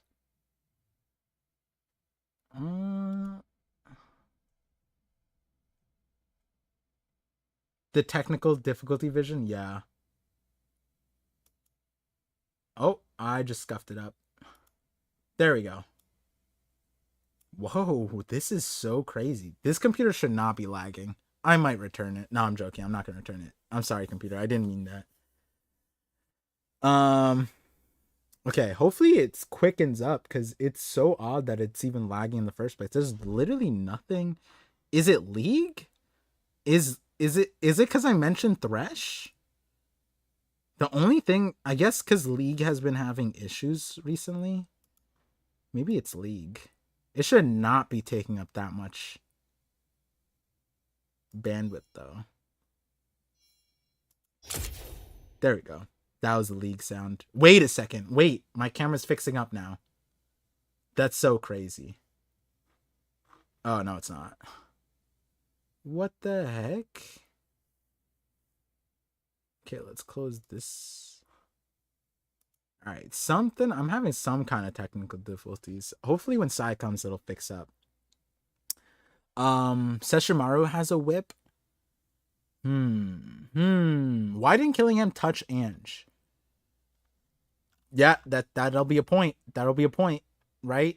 He should be beating her up. There's probably some reason, like technical, like needs one person as a hostage to like, hey, this is how LBAF works. You guys can hear me just fine, right? Is Par using 3G from LBAF? I guess so. When Sai gets here, I'll put his camera as the main camera, and then I'll fix my camera while he's here. I don't know why my camera's lagging so hard. It's either a phone problem or a computer problem, but I actually think it might be a phone problem. Now I'm looking at it. Yeah, it's not the stream is not lagging. It's my camera's lagging. So he's giving Ange an alibi. Yeah, he's doing something to Ange. He's doing something. I guess I kind of have a whip. It's kind of inside of a baseball bat, though. Huh? I'm so confused. Par, you gotta ask Sai why Ange eating McDonald's with the ops? Is that what she's doing?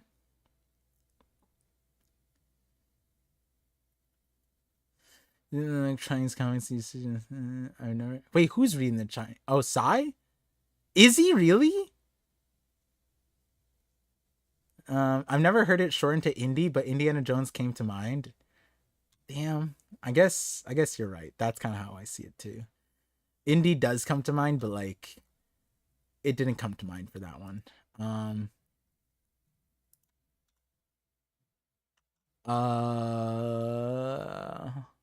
Hockey cactus. Yeah, cactus. There we go. Ange's with the ops. I knew she was evil.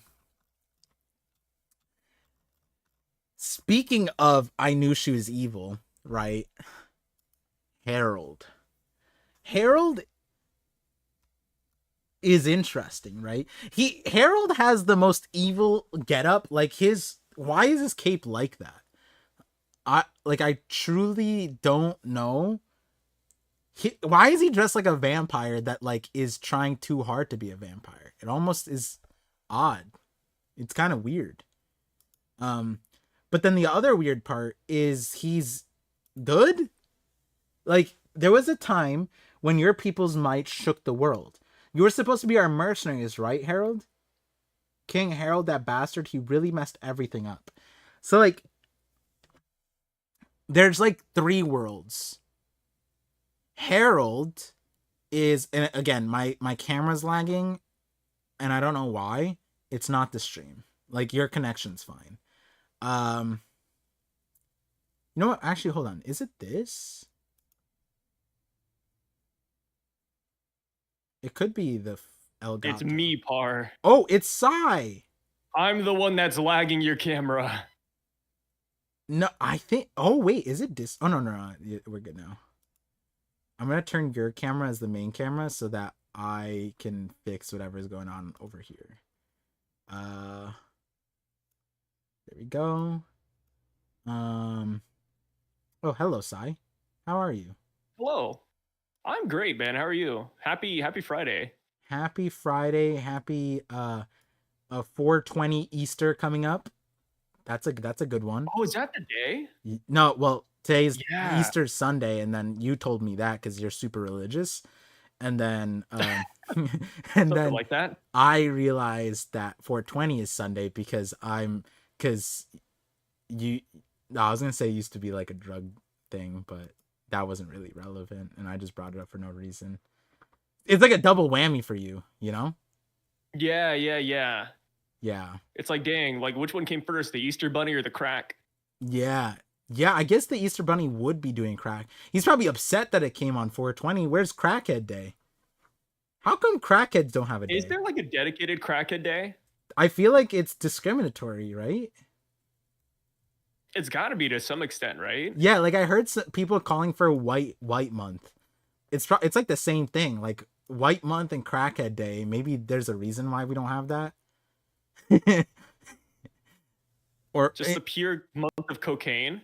What would Yeah, that look like? maybe it should be the same month, like crackhead. No, yeah, like white. Oh no, white month sounds terrible. White week, that sounds better.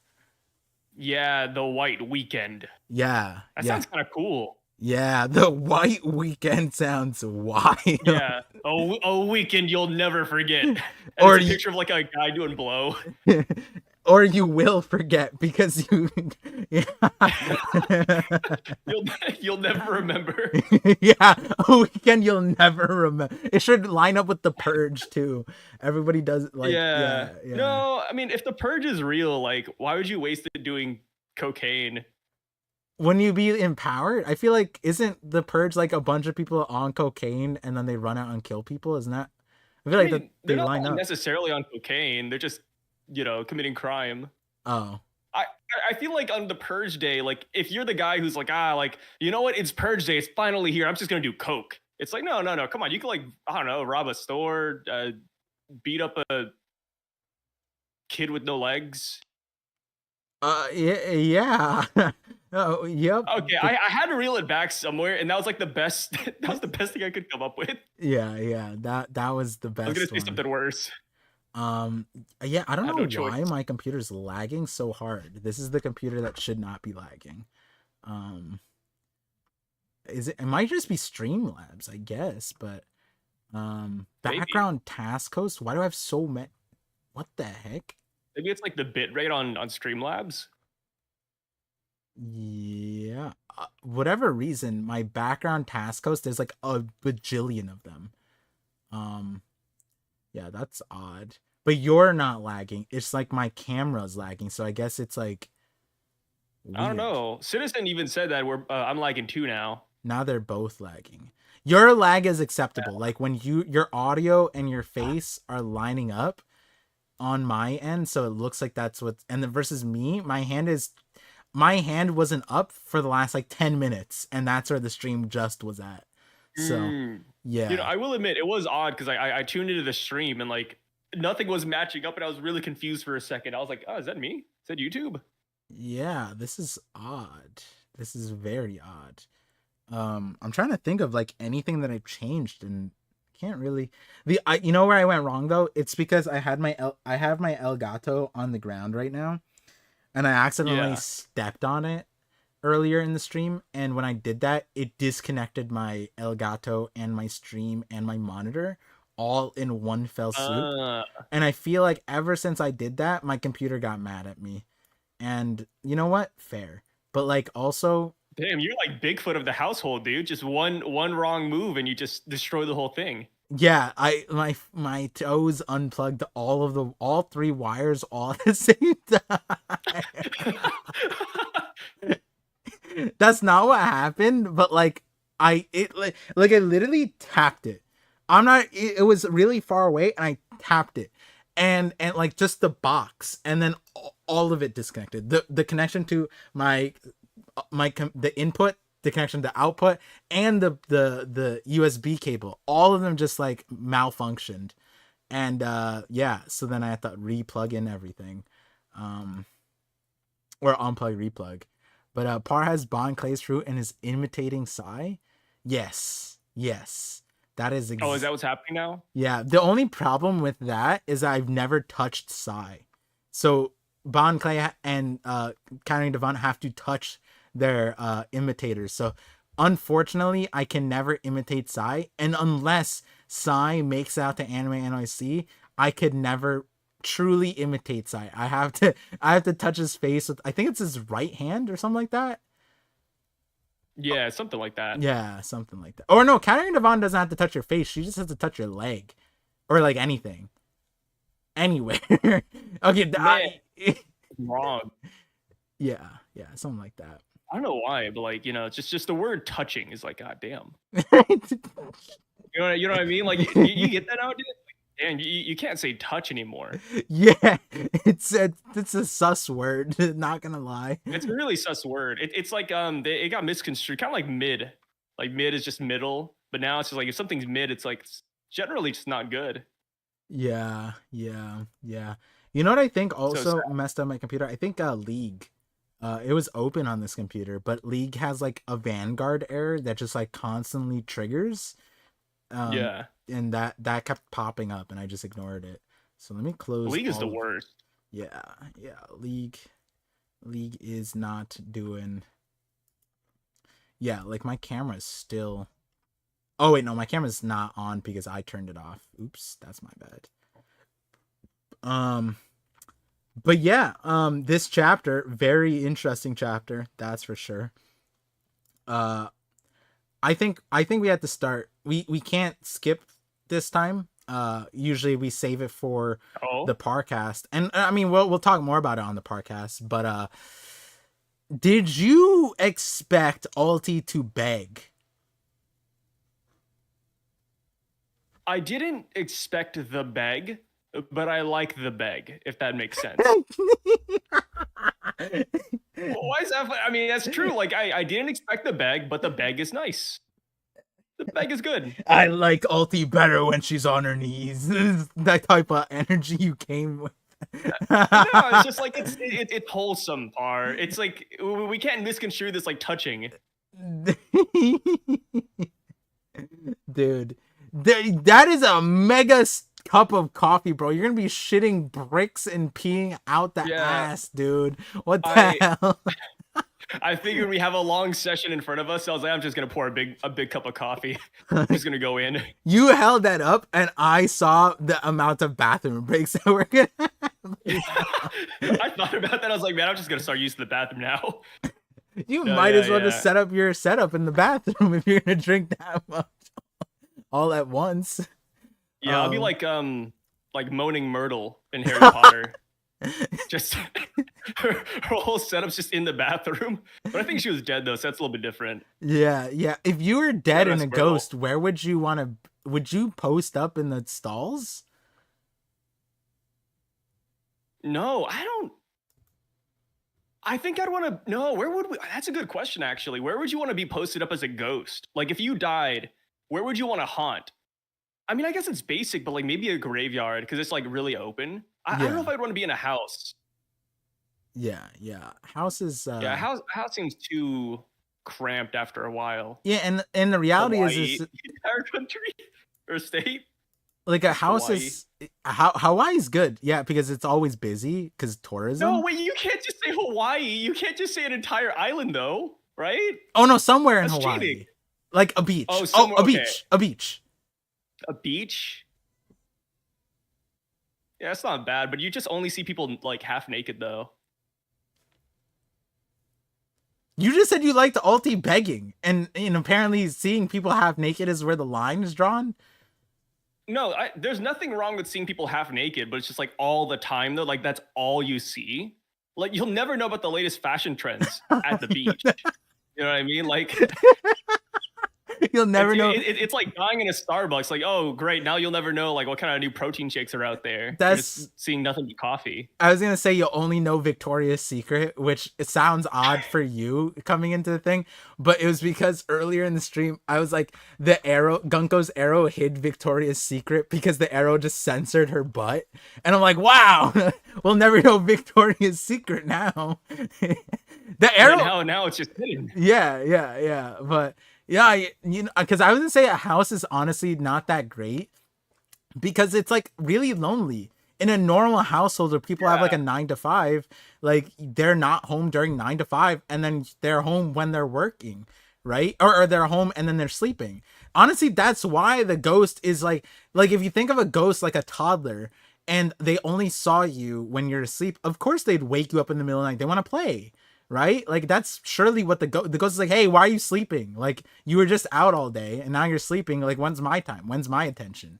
You know what I mean? If they just gave ghosts attention, they probably wouldn't be that bad. That's probably the solution to all the ghost movies. Is like just give them some attention. But ghosts also ask for it because they just around a house. You know what I mean? Like yeah, and it's like a baby because like a baby doesn't know how to speak, so there's like wah, and like all if you just give them the toy, then they stop crying and then they're fine, right? And for a ghost, it's like maybe like you know on the TV constantly just turns on in the middle of the night and you're like, ah damn, why is the TV turning on? And it's the ghost. They just wanted to watch TV. Just leave the TV on. They just wanted Coco Melon. Yeah, this imagine frying your ghost brain by making the only channel's Coco Melon. No, that's crazy. Dude, we would be the worst host for a ghost. That'd be like we would traumatize. Good show. Yeah, that would be. It would turn into like a haunted house movie if you ever watched that. No. Oh, like no, but aren't those like usually the people? Like I'm saying that we would horrify the ghosts. No, yeah. Like there's a movie called Haunted House. It's like a spoof movie. Oh. Where like like I think it's like a black family. They move into a house and there's a ghost, and I think they just fuck with the ghost the entire time. And it's supposed to be like a parody, like Scary Movie and Scream. It's like one of those things. It's so funny. Yeah. No, that's not. Yeah, 100%. We would horrify the ghost. With the amount of horror games that you've played, you'd be an expert. And I feel like I'm just annoying. Like, yeah. That's man, yeah. But you know, back to begging. Alti begging. I mean, we'll talk more about it on the podcast. But this is like you said. Like we knew that this was coming, that she would join. We didn't know how it'd come about. Begging wasn't really an option that we thought of, but it's not a terrible option. I was just kind of thinking about it, and I forget if I like rethought about it later, but like, oh yeah. So. I'll ask this here. It was that like, I never thought that the gap between Alti and Yamato was that like, who's who was enough to like, you know, 2v1 Alti and Page 1. And then I thought about it. I was just like, is it like maybe like he can if it's him plus his crew? And I was like, is that fair? Is it like who's who doesn't beat Alti Page 1, but with fodder he does? And then, like, I've never thought about power scaling like that. Is that, or do you think that he just played dirty? I think he played dirty. Like, there's got to be some trick, like maybe who's who was like, hey, you know, like I'll give you shelter and food, Ulti and Page 1, and then he just trapped him. He just like, I just can't imagine who's who winning. Yeah. There's got to be something nasty at play here. I also like think about it too because like if you were held hostage like that, right? And like Luffy or whatever, if Kaido didn't knock his ass out and Kaido did some like nefarious shit and tricked him, like put meat in a prison cell, honestly, he could. There's two ways to capture Luffy: is beat him with Thunder Bagua, or just put meat, all the food in Wano, in a treasure box and just lock it up afterwards, and Luffy would cap. There's two ways of doing it, right? Like a sea-stone door. Yeah. And if Luffy got caught that way, or Ulti got caught like nefariously, they'd be like, man up, fight me man to man, right? Like that would be the way that like Alti would be like trying to coax a thing. But it looked like she honestly just got beaten. But you know, it could have been like she got tricked and beaten up too, both at the same one, which is why she's like so grateful to Yamato. Because I'm thinking about it like could if Alti wasn't chained up, could she just get up and beat the shit out of Who's Who? I don't know. Now I'm confused. But also, regardless, Yamato still one-shotted Who's Who. So, like, the gap is still there no matter where you put Alti. Like, technically, Onigashima aside, Yamato does, I guess, one-shot Alti, too, if she, like, went up to it. Or her defense is stronger, right? It's probably that. It's probably her defense is stronger. If she's got strong defense like Kizaru. Yeah. Just able to block everything. Yeah. They weren't sea stones? Oh yeah, wouldn't the chains if the chains weren't sea stone, doesn't Alti just turn into dinosaur mode and then just break out? Like just partially transform, get a tail and break the board that she's on? That's what that I would should be it, right? Yeah, that should be it. Yeah, page 1 too. Page 1, like who's on page 1's neck? Page 1 transform into T-Rex. What does Who's Who do? What does he do? Like he can't just cut through Shirley, right? Like that easily. But Who's Who has the power of science behind him. He is you can't forget. But Who's Who is a saber-toothed tiger at the end of the day. It's a scary guy. You're okay. Why do you laugh at that? Okay. You're not saying like he got brought back to life like through genetic alteration like the dire wolves. Is that what you're gonna say? Or no, I'm saying that like maybe scientists would herald Who's Who as like their master. It's like, damn, like this guy's it. Like we need to study Who's Who. I see. You're a huge saber-tooth tiger fan. I apologize for Hey, you're the one who likes Ice Age. You know what's funny? The doctor's office had Ice Age on, and I just started busting out laughing, like unprompted. And my was like, "What is so funny?" I was just like, "Sai hates the show," and she's just like, or hates this movie, and she's like, "Huh? How does anyone hate this movie?" I was like, "It was, it's just a Sai thing. I don't know if he's joking, but he's weird, so like he probably does." I was a very hateful kid, all right. Like I remember, somebody was like, "Oh, how does Sai hate the Iron Giant?" It's like it's not a good movie. What do you mean? What do you want me to say? The guy sucks. Nah, it was funny because when we were watching it, I always do this, and my wife hates it. There's one series that she refuses to listen to me where I do this. Is that like it's in that series is Harry Potter, where I just like I'm like this shit don't make sense. I'm sure the books are better, but the movie was clearly made for kids because like as soon as you get past the age of 12, you're like that shit didn't make sense. Well, why did he do this instead of that? Later on we find out that he can do this and then he just doesn't do it earlier. That's stupid. It's not like the spells like it's not like there's like a cooldown on this spell. Like is an entire he can only use the spell at the end of the movie and he can't do it at the beginning like after multiple weeks. Like what's happening? What an idiot. But it's just so whatever. Point is that in Ice Age I was laughing because like the saber-tooth tigers at the very beginning of the movie, not to spoil you guys on a 30-year-old movie, but the saber-tooth tigers, there's like 8 of them, right? And they raid a village of humans, and these humans fight back against a group of saber-tooth tigers, and the saber-tooth tigers have to plan, and their plan was to kidnap the child. And the thing is like the entire movie, like not only do the saber-tooth tigers almost fail at the plan, but they can't 1v1 a human. The mom outruns Diego, the main saber-tooth tiger, while holding a child in his arms. That's so embarrassing. Through a river. And then I looked at my wife, and my wife was just like, say what you want. Because I was like, and she's just like, what? And I was like, And I was just like, Diego can't outrun the pregnant late post. She just gave birth to this little child and just hauled ass down the thing, jumped off a waterfall and dies. And how did she not survive that? How did she outrun the saber-tooth tiger? Her whole village is 1v1ing saber-tooth tigers.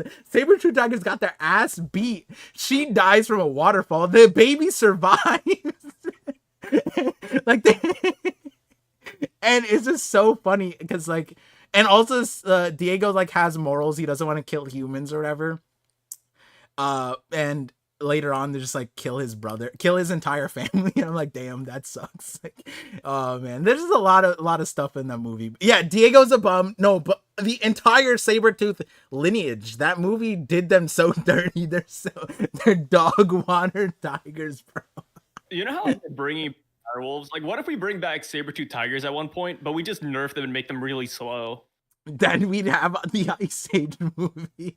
Yeah, exactly. Like, maybe that's like a commentary on like 2025. Like, oh, like actually, Diego's not a real saber-tooth tiger. He was brought to life by DNA. Yeah. Honestly, you know, it's funny because like I honestly think if we brought back the saber-tooth tiger from the Ice Age movie and the squirrel from the Ice Age movie, the squirrel destroys our not destroy like destroys the ecosystem. Yeah, the single squirrel. You know how they bring back like a 10,000-year-old bacteria and then like it comes alive. Like, have you seen those things where like the worms, like they brought back like 10,000 worms from like eons ago and then they started moving? Yeah.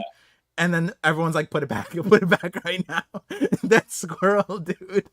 That squirrel is insane. That squirrel's like he's like Goku too. Like he dies, comes back, like, and then kills everybody again. Oh god. I think they just opened every movie with the squirrel. The squirrel is so iconic that I think AMC used it for a while to like intro every movie. Yeah. The squirrel. There's like a phone playing, like, please silence your phone, or else the squirrel will die or something. The squirrel is so powerful that at the end of the first, because I don't think they thought about doing Ice Age 2 and 3, the squirrel gets blasted into modern, like 2005 or something like that, whatever the future was back then.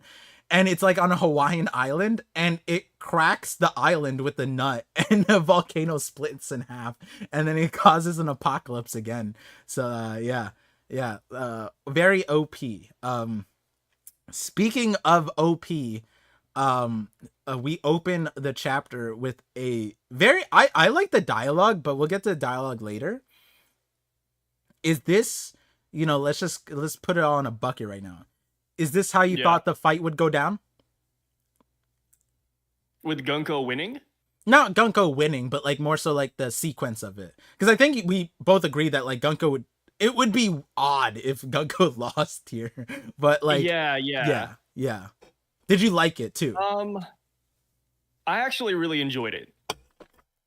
She gave us a lot of dialogue while also still fighting in the chapter. I mean, I made the comparison too, but it reminds me of Who's fight against Jinbei, where Who's would just not stop talking and like giving his backstory. Like I was like, oh, like Gunko's kind of the same way, except Gunko's winning. You know, like Gunko's looking good.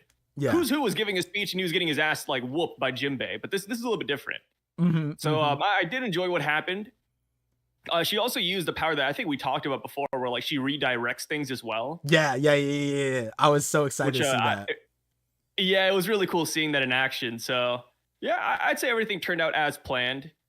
At least like exactly what I wanted. I think the only thing that like was missing was, I guess, the Brooke interaction.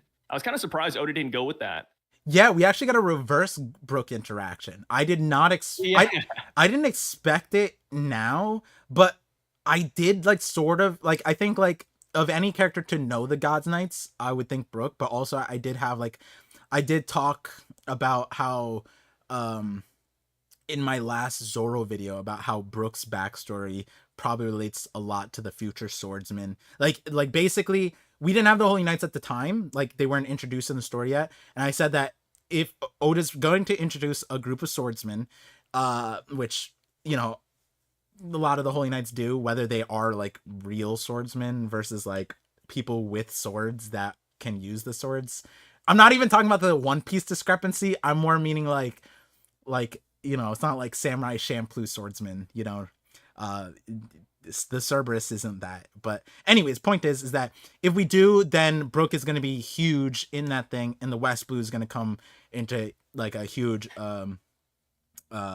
forefront, which God Valley being West Blue, Brook West Blue, God Knights, being there would be, that obviously there's going to be a focal point there. But the other part of it is that it is interesting of like, it all like, I want another translation, or to look at the raws, but it could be that he's also like familiar with Gunko too. It's like this one is likely to be God's Knight, and there's two ways. Like you could also like he knows what a God Knight is, which the Straw Hats don't know yet what God Knights are, or not the Straw Hats. Luffy knows. Luffy and his group knows already because they found out last chapter, I believe, what a God Knight is. All right, Luffy was like, "Wait, there's God Knights? That's interesting." So like Luffy's heard about it, but not Brook's group. They just like the mysterious individuals. But then another front is that the way to know God's Knights is there's obviously he's heard about them or he's interacted with them. And that would be a very interesting thing if his pirate crew had interactions with it, or maybe he'd heard about them from his island when he was, because apparently he was military on his island, and that's where his techniques come from when he was like in the militia or something like that. So it could be from there. It could be his pirate crew. If it was his pirate crew, that's also doubly interesting because of what Loki said, because Loki was like, if I had met them, I would be king of the thing, which kind of implies not meeting the God Knights as a pirate is like a metric of like how far you gotten. Success. Yeah, metric success. So if Brook had met them as a pirate prior, that would be really interesting, which again is really interesting because Gunko has an affinity for music, and Brook's pirate crew originally was a band that had a boat, and they were labeled pirates because they would just go to island and have a concert. That was literally what they did, and they were deemed criminals, and they were also strong enough to get a bounty at that time too. So all very interesting that happened. But and yes, I love the dialogue. Like you said, I laughed because it's like there was two conversations and they were both like just reacting to the other side without actually talking to each other. And I almost got confused because there was the part where like Gunko goes, the world was supposed to vanish, and it was just unprompted. There was like no reason to just say any of that. And if she was talking to them, we would never get that. And I'm interested in that. The world is meant to simply vanish one day. That's how it's supposed to go. One, why did she say that? Two, where did she hear that from? Is that something Celestial Dragons know, or just the God Knights and Gorosei up? But also that's new information, because that's kind of like, oh, like as far as goals go, right? Like the world's government ruling and stuff like that. Now it seemed, well, with this phrase, it's like the world government wasn't supposed to rule. The world was just supposed to vanish, and we ended up ruling because it didn't vanish. And like so where did she hear that from and all of that? I'm curious what you think about that line, and if there was a different translation than what I got also. No, I got the same line. Just the world is supposed to vanish one day. I don't think she meant the Celestial Dragons. I think she just meant like the lower world, maybe. Ooh. Because it'd be weird if like she was supposed to like vanish too. So yeah. I definitely think it's just like the entire world of One Piece minus the Celestial Dragons, especially given how like they're already erasing the world too. Mm-hmm. Just like, rising the waters. So I think they would be like the only people who are safe. Gotcha. Unless they're planning on going to space. That would be kind of interesting. Yeah. Like, yeah, the world ends and then we just go to space and leave. We just get out of here. Yeah. The world vanishing it's like it could fit into what we know, and it could also extend to, like you said, it could extend to space stuff. It could extend to like a top musica type of thing, where technically Uta like would have vanished the world in a different sense. Like there's a lot of like it could mean what Thanos is what's doing in Marvel. Like there's a lot of connotations to that. So regardless, Yeah. Gunko saying that unprompted, very interesting. And I liked it. Um I think another line that stood out to me, and I'm curious what you think, um, is and we'll go back to the sequence itself, the fight in a second. But she says, um,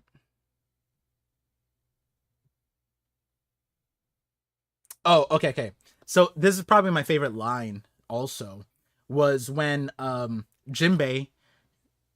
I think like when I was thinking about like they're separately having conversations, and Jinbei kind of broke the ice because Gunko reacted to them when she got insulted. So like when Usopp goes like humans, she's like, "How dare you? I'm a god," right? So like that was like her line to them, and then everything else is like her villain monologue to us and I guess like fiction, right? And then the Straw Hats are like reacting to her powers and what she is and what she's saying to each other almost, and she just keeps on going. And then Jinbei goes, "So this plot was to take the kids as hostages and put Elbaf under your thumb? That's beyond cowardly." And I'm like, "Ooh, that's a good line. Let's see her reaction." It's the And then beyond cowardly line. yeah, because it's like like that's something that like taking hostages, like who that's a loser plan. Why don't you just beat them outright? Why don't you just take control with pure strength and pure might, right? And then Gunko hits with a really good line, I think, which is she's kind of detached. She's kind of like she's like, this is like the arrogance that a god would have, which is like, I'm merely carrying out a mission. It may well turn out to be a fruitless endeavor. I don't particularly understand the concept of hostages. The lives of a few children are as worthless as trash to me, which that's like so like, I don't know. I just really like that line for a few reasons, but like, how'd you feel about that line? You like it? It was Celestial Dragon Code. I liked it. Yeah. Do you I feel? love that the God Knights don't have the same sense of morality as Jinbei or like anybody else, really. I Mhm. love that, like, at the end of the day, you could still tell they are celestial dragons. It's like the upper echelon of them. So that was Jinbei's interesting. line didn't move me, but I liked her line though. Yeah. I like the like, it's just great. I think the dialogue over here was great throughout the entire beginning chapter. I mean, end too, but um when she says, "I don't particularly understand the concept of hostages," right? And Yeah. she's saying she's just carrying out a mission. It kind of implies, and this is kind of also what's interesting, because Jinbei is the one who's saying this, right? And earlier he said, if we have human-sized opponents here, we would be better suited against them, right? Which is kind of interesting because it's like, giants, like, surely they're not weak to humans, so it's like, why would they be better equipped? Aren't giants like just all powerful? Which, again, interesting. But there's a different angle to it, right? Like, humans would be better equipped to deal with humans because they understand humans, they know how to fight humans. You could look at it that way. But then there's also the psychological thing, because she doesn't consider herself human. And then you think about it, in order to create this plan, you almost have to think like a human, because she's saying that, like, I don't understand the concept of hostages. So like, it's funny they're taking giants as the hostages, so they're not even like the stereotypical human. But alongside that, it almost is off this thing that it's like, whoever gave this plan has like, is not thinking the same way as Gunko. Like, like you said earlier, like the celestial dragon mentality, I like that for Gunko. But it almost kind of sounds like, is it possible that Emu is the one who thought about this plan? Because we don't know who the higher up is, and we were thinking like, wait, why hide? Why are we still using the higher up thing with the holy knights when there's only two more? And it's like, do they understand humans, or are like, is it possible that Emu was human, is human? Is that why they can tap into like why humans would care about being hostages, because the way that Gunko says it, it's almost like she couldn't even come up with the plan. And I'm like, that makes sense, but also like, huh, is that why Oda shielded who the person who came up with the plan is? And I wonder if you thought like about that in that way, because I really like that psyche of this is human mentality and this is God mentality. And God mentality, why would we care about a few children, right? Like it's very interesting. Yeah. And adding on to that, Loki was we felt that Loki had this mentality too, to a certain extent, right? He doesn't care about his friends. We would thought that he would sacrifice the hostages too. So it is very interesting that Oda kind of like this is the mentality of humanity. What do you think about this? Yeah, I didn't really think about it like that. I just thought about it like, yeah, like obviously they're gods, they're celestial dragons, so they don't view Mm-hmm. human lives the same way. But Yeah. I didn't necessarily think about like who came up with this plan, because it Mm-hmm. could just be a Gonko thing, right? Like maybe Shamrock understands the idea of hostages, or like just because Gonko doesn't understand the concept of hostages, there's a chance that Shamrock does or Garling does, Mm-hmm. or maybe even Sommers are killing him, and that could just be based off experience, right? Yeah. Like Yeah. they've just seen how people react and how people do things and what they throw their lives away for. And Yeah. that's why they believe in hostages, but Gunko doesn't. Like she Right. can't grasp it. So and then that's where it's interesting, because the way we defined it was like there's a human mentality, right? And Yeah. like a god mentality. And it seems like if Gunko's that she's like more pure in that sense, like pure god, right? Like in that regard. And Shamrocks was saying like Shanks is filthy because like he's in the lower realm, all that stuff. And like if you divide it up like human mentality, god mentality, and whoever can think like this, I think like not Shamrock, Sommers, right? I think Sommers could come up with this plan. Does that make him less Oh yeah. celestial dragon or not, right? But he understands like the love and all that stuff, and he's applying it to these people and manipulating and abusing them. Like he's literally like, oh, like I can get this reaction out of them because he's understanding love, right? And is it and we kind of saw this too a little bit with Saturn, right? Saturn was like, why would I waste my time thinking about the feelings of insects, right? Or think that insects even like feel this way or think this way. And it's very interesting how we get like so many different angles of this thing. And right now, Gunko kind of feels like the most undisturbed out of all of them. And yet she's not a saint. And I'm like, huh, that's like so interesting, because it's like she's cultivated. Like something about Gunko seems like she's like the purest. Like she's not tainted by the emotion that Sommers has. Though we did see a reaction. We do like she has the music, right? She has the music, but Brooke didn't phase her. Like we all thought that like our logic, our human logic was like, oh, she's a fangirl. She's gonna get down on her knees seeing Brooke and like, ah, oh, can I get your autograph? No, she didn't fold. Not even. She flexed harder. She not even Didn't even say his name. she blew his head off, literally. Now she didn't do it personally. She did it in a way more badass than I even could, because I was thinking projectiles are useless against her. Turns out fists are projectiles too, and she redirected their own limbs towards each other, which is like, very awesome.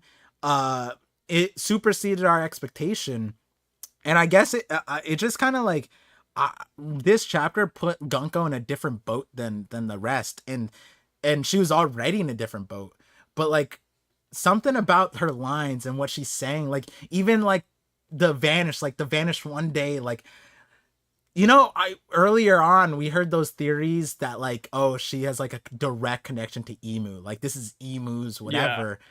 I'm not saying I believe that, but like if I were to watch one of those theories, this chapter, it makes me more favorable to like, I can understand it now, because beforehand I didn't really like see it. I didn't see the vision for it, but now I'm like, there's something about her, like maybe this is what Emu, like this is Emu's like perfect vessel or something, like maybe it's something like that, right? I don't know. um Yeah, like people believing how Gunko has like a different personality in her. yeah, two eyes. eye colors, something like that. Like I could see the vessel. I could see something interesting going on there. Um, Now another thing that we need to discuss around Gunko and something she showed is, do we think, or do you think that she's alone or similar to the Gorosei and the other Holy Knights cannot regenerate like she can? Or do you think that all the Holy Knights can regenerate like she can? I think all the Holy Knights can. But not all Celestial Dragons. No, no, no. I think only like the upper echelon, like God Knights and Gorosei. I think they can, but like Saint Charlos, no, no, no. We have Mozart never, definitely not because he's cooked, but well, Mosgard, we didn't see how he got executed, but we technically haven't seen how. We have never seen a Celestial Dragon dismembered. And that is Mosgard, true. We've never seen their arms cut off. Mosgard did not Mosgard. Mosgard, then Charlos did recover from some insane hits. Charlos got double dragon. I mean, I don't believe that. Like, oh, he should have died during that, but I see why people say it. Like, Charlos should have been dead 5 times over because of that hit. Like, it's like, fair. So, but in my Gunko video, which I've said to like Dax and you a little bit, or I know I told you, but in that I do analyze all of the Celestial Dragons, any member that's shown up, even the fringe ones, meaning like in fringe ones I mean like Rosinante and things that happen to them. Obviously the Don Quixote family is very important for that, but like when I was because like there's a certain thing that kind of changes why they would, because should I say this now? No, well, okay. Point is that there's a separation. Obviously, they don't consider themselves Celestial Dragons anymore. They're not allowed back in. But there's a weird bridge between like where Doflamingo's at and where Shanks is at. It was kind of said like Shanks could have been accepted back in, but he was too filthy. Like he wanted to choose the other way. They were like willing. They almost sounded like Shamrock was like, yeah, like could have had him back, but like he was gross, right? But versus Doflamingo, they would never let him back. And I get, actually we do know, I forgot about this. Doflamingo cut his dad's head off. But at that time they weren't considered Celestial Dragons, so like I was joking on stream today, it'd be so funny if Doflamingo, he's like, I stitched my organs back together, and it wasn't that, it was just like the Celestial Dragon blood in him was just regenerating him.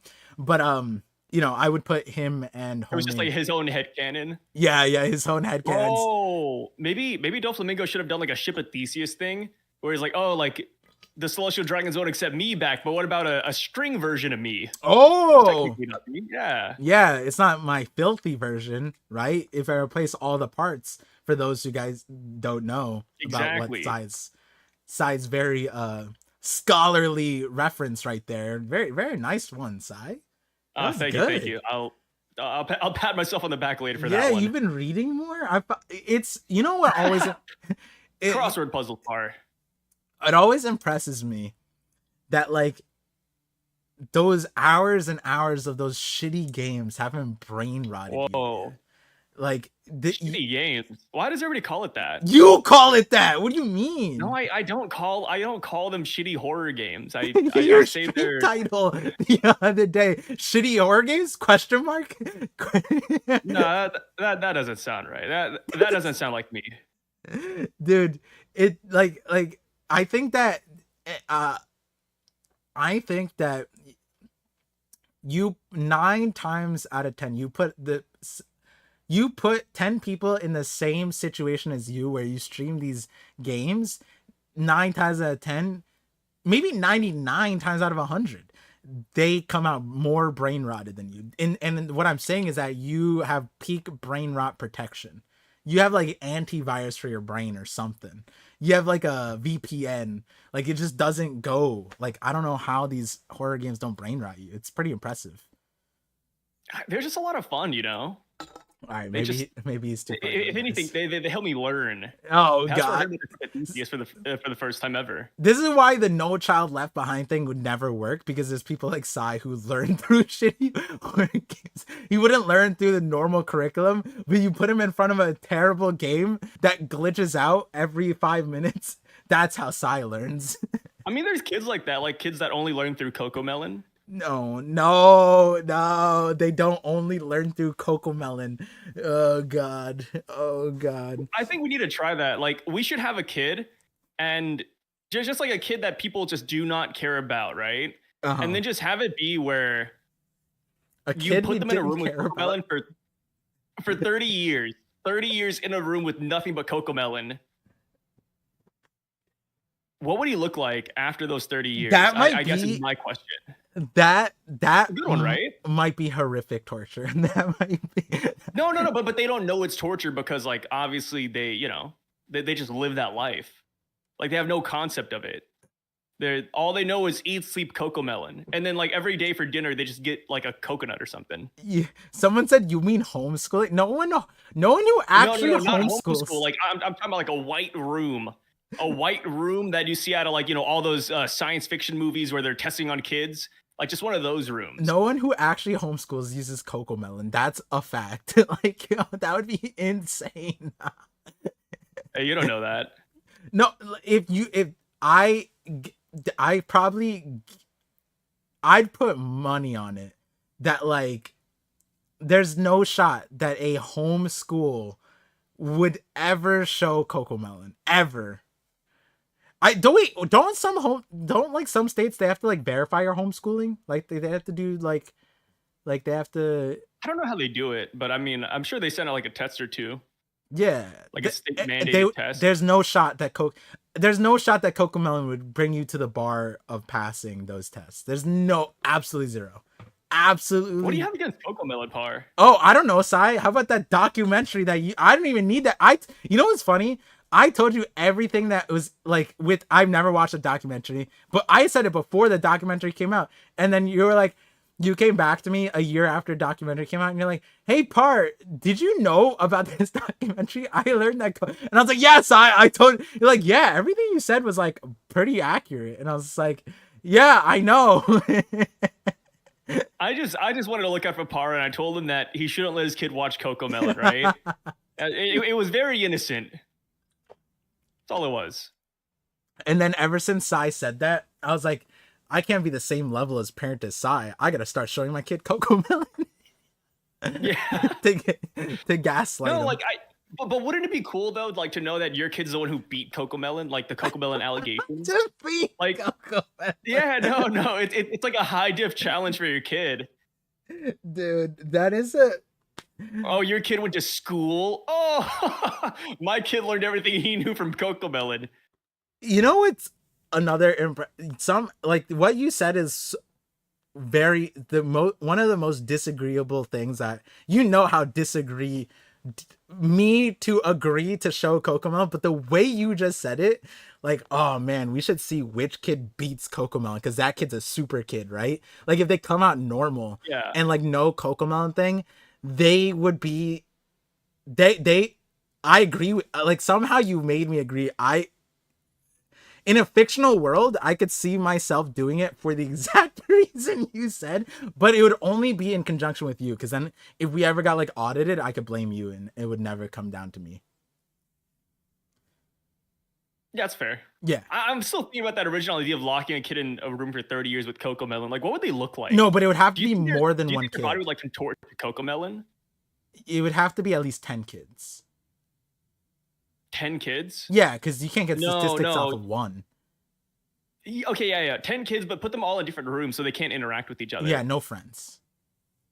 This kid. Yeah, it's like the movie. Can the kid survive loneliness and Coco Melon? There's a movie whose name I don't want to spoil because it's like the main plot twist, but like you come to find out there's this creature that lived in the basement its entire life, and it looks like this crazy abomination. And it's like, I don't know, like a mid-aged woman at that point. And they're just walking around like, mama. And they just like attack the main group. Why is this a spoiler? Well, why did you say spoilers? No, because that's the main plot twist. Because you don't know that's happening. You just assume that the house is haunted or something's Oh, going like it's a on. newer movie? Yeah, yeah, and then when you Oh. see like the giant lady monster come out of the basement, it's like what the, like it's surprising. Good Interesting, movie though. interesting. Blender Comp Yeah. OP on Twitch asked, "You think Gunko is stronger than Sanji?" Which, hold on, we'll get to super chats also in a second, right after this. But that is the next part that I want to talk about. You know, jumping off the regeneration that Gunko showed. Um, Based off of what we saw here, right? Like Jinbei and Brook kind of they got hurt by not knowing what the power was, right? Which I want to just Yeah. point out that like they got further than Saul, than like because they at least tried. Nami tried to grab the thing and redirect it, and Saul didn't even attempt that. Which we'll get to Saul later because I get Saul. I forgive you a little bit. There's some silliness later on that we laughed at, and I want to share with Sai. But with Brook and Jinbei and the redirected punch and the situation is, do you think that like Gunko is beyond Jinbei and stronger than Sanji based off of this display? Do I think Gunko is beyond Jinbei and Sanji? Yeah. In terms of what? Like, Like would they attack win? power? Like, Would Gunko would they win? 1v1 against either? I don't know at this point. I mean, I want to say yes. Okay. I would love it if she was. Okay, but parameters. I need to see more. Parameters I need to see more. is like meaning by win. I don't mean kill, and I don't mean even. Okay. I just mean like is Gunko regenerates 5 times in a row.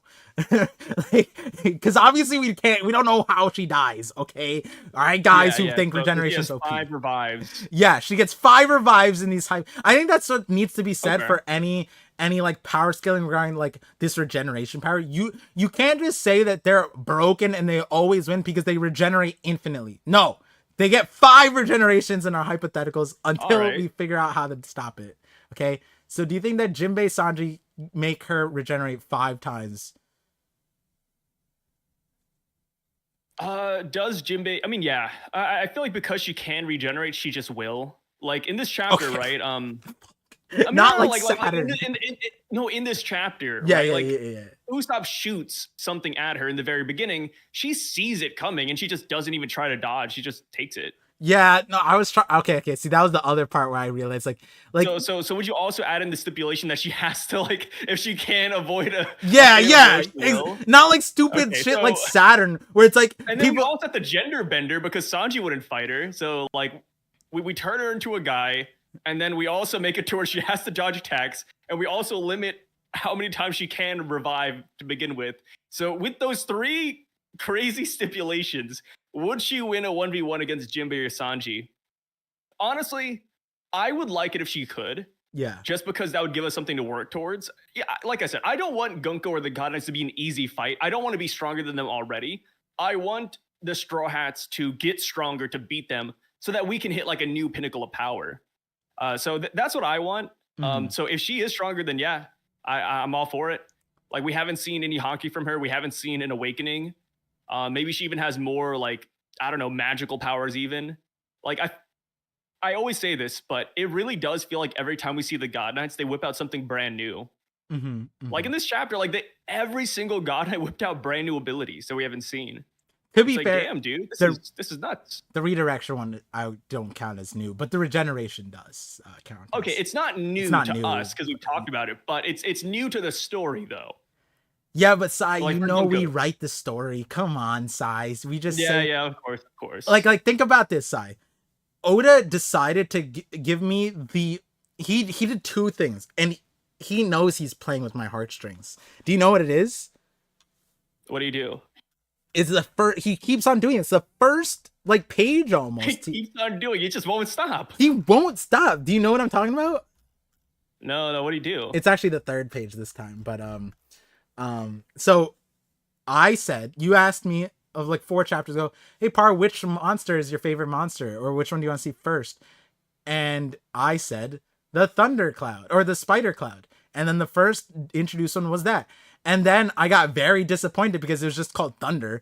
And then I was like, it does not even fire. And then it's like, then we saw how weak these things were. And then we find out that this thing didn't, like, at least the way it looks. Okay, afterwards, I had a full reaction because I didn't see Frankie shot it. But the fact that he got shot and like got and tripped and died is like is so annoying, because this is the one I was looking forward to the most, and the panel I get is it looks like it just tripped and died because it's just anatomically terrible. Frankie shot it with the beam.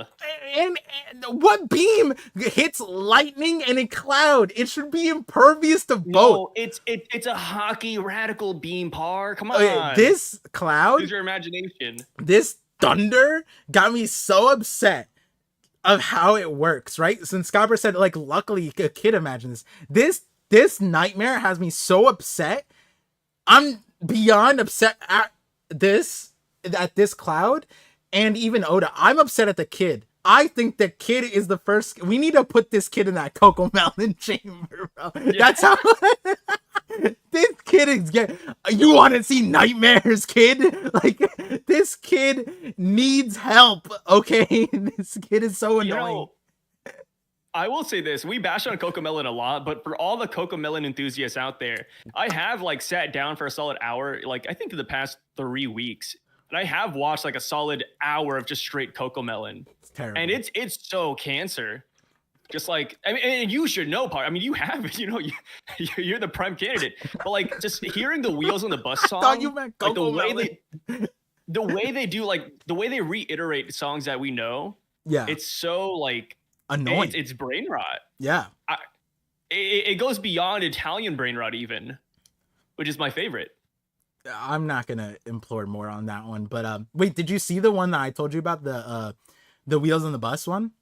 Not the Wheels on the Bus. Yeah, I saw that one. Oh no, it is Wheels on the Bus. The one with the the one with like the bouncing bus, and they like pan to like every single like creature on the bus. Yeah. And the story, they flipped the story where the kid, not the kid, the turtle and the rabbit, the race, where like, slow and steady wins the race and the turtle wins it. Instead, their version of it is the turtle is a bus driver and he picks up all the animals except for the rabbit, and you can see like spite on his face. He closes the door and refuses to pick up the rabbit. The rabbit's like, hey, and everyone on the bus hears the rabbit, hey, like, and he's trying to stop the bus driver. The turtle ignores everybody on the bus. So it got to a point where the animals started opening the windows. Like Rosa Parks. Yeah, the no, it's worse than that, because okay, that this is about to be crazy. Rosa at least was on the bus. Like this. The rabbit suffered more than Rosa Parks. this is Coco Melon lore, bro. No. It got so bad that the animals open up the windows so the bunny, because they're like, oh, it's a bunny. He's running fast, and the turtle's so upset he starts flooring the bus to get away. They open up the windows, and so the bunny jumps in. And the turtle sees it, and so he swerves, so the bunny goes through the bus out the other window. And so it's like the driver. Yeah, the bunny, yeah, great driver. The whole point is like the turtle is like bullying the rabbit alone and reckless driving, and they're all going to the picnic, and it made the bunny run all the way to the picnic, and then they sit down, and like the turtle's just like, I don't even know. I feel like the turtle scoffs at the bunny, like it ignores it by the end of the video. And that's what was the point of that? Why was that lore written in a Wheels of the Bus song? Like, it makes no sense. And it's like the subliminal messaging is crazy. But yeah, I think the creator of Coco Melon might be a serious. I think it's a group of people, which makes it worse. Like this shit gets approved. It's wild. It's actually it's kind of cool though. Yeah, maybe for adults. Like you should change one of your streams to a Coco Melon watch party stream. That would be unironically scarier than anything you've ever streamed on your horror Twitch channel. It's Coco Melon. Would Coco Melon copyright us though? They better not. What the I feel like they would. I feel like Coco Melon's the type of company that would actually, like, I would sue back. Copyright strike you. Yeah, I would sue. You guys stole Wheels on the. You guys stole every goddamn song in the book, bro. The tunes, But the they jingles. changed it. Nah, they didn't. They wrote a shitty ass. They wrote a shitty ass story, and it's like, oh, see, it's different than Wheels on the Bus. Ours includes bullying. Like, nah, could you imagine them saying that in the court? Like, Your Honor, Yeah, it's this different. includes racism. Yeah, this one's worse than Rosa Parks. Oh my god. Oh god. That's so good. But yeah, so Oda, going back to what Oda's pulling on my heartstrings, he messes up the thundercloud, but then right afterwards he gives me my favorite thing, which is lightning and a shark. And shark, I was like, yo, this should be the 50-50 logo at this point. Like, cat burglar Nami and thunder shark, and you're Nami and I'm the shark. Huh? Because our 50. Oh, yeah. I will admit, yeah, I did think about you too when I Yeah. saw the shark. I was gonna love this. Yeah, this is my favorite thing. And this is like, it's like, because my soccer team was called like Thunder Lightning, because like I named it, and I always loved thunder and lightning and stuff like that. So that's why I like the cloud until Oda ruined it, and Oda's like, okay, Par, I ruined the thing, but how's the shark though? And then he gave it to me, and then he redirected it with the Gunko thing, which is another W, because I was like, that's what I said would happen. And it looks sick because it's like it's a thunder shark, lightning shark thing. So It's a good callback too, because we've seen this before. Where have we seen this before? I think it was a Whole Cake Island where Nami was fighting Big Mom, and then she shot like a lightning cloud, and it actually hit Brooke, and it looked like it hit Nami, but it ended up hitting Brooke instead. So it was like almost the exact same gag, but just like redone here. Someone said PewDiePie got copy striked by Cocomelon. By Coco. I could see that. That's crazy. I don't know if I'd want to fight Cocomelon. Like, do we even know who owns Cocomelon? Like, are they like a public figure? We need to cancel. How are they not canceled? That's crazy.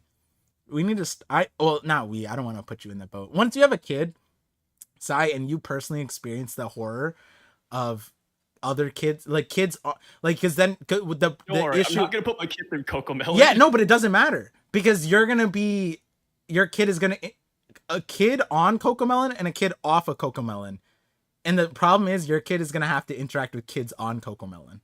And it's like putting your kid in a group of crackheads.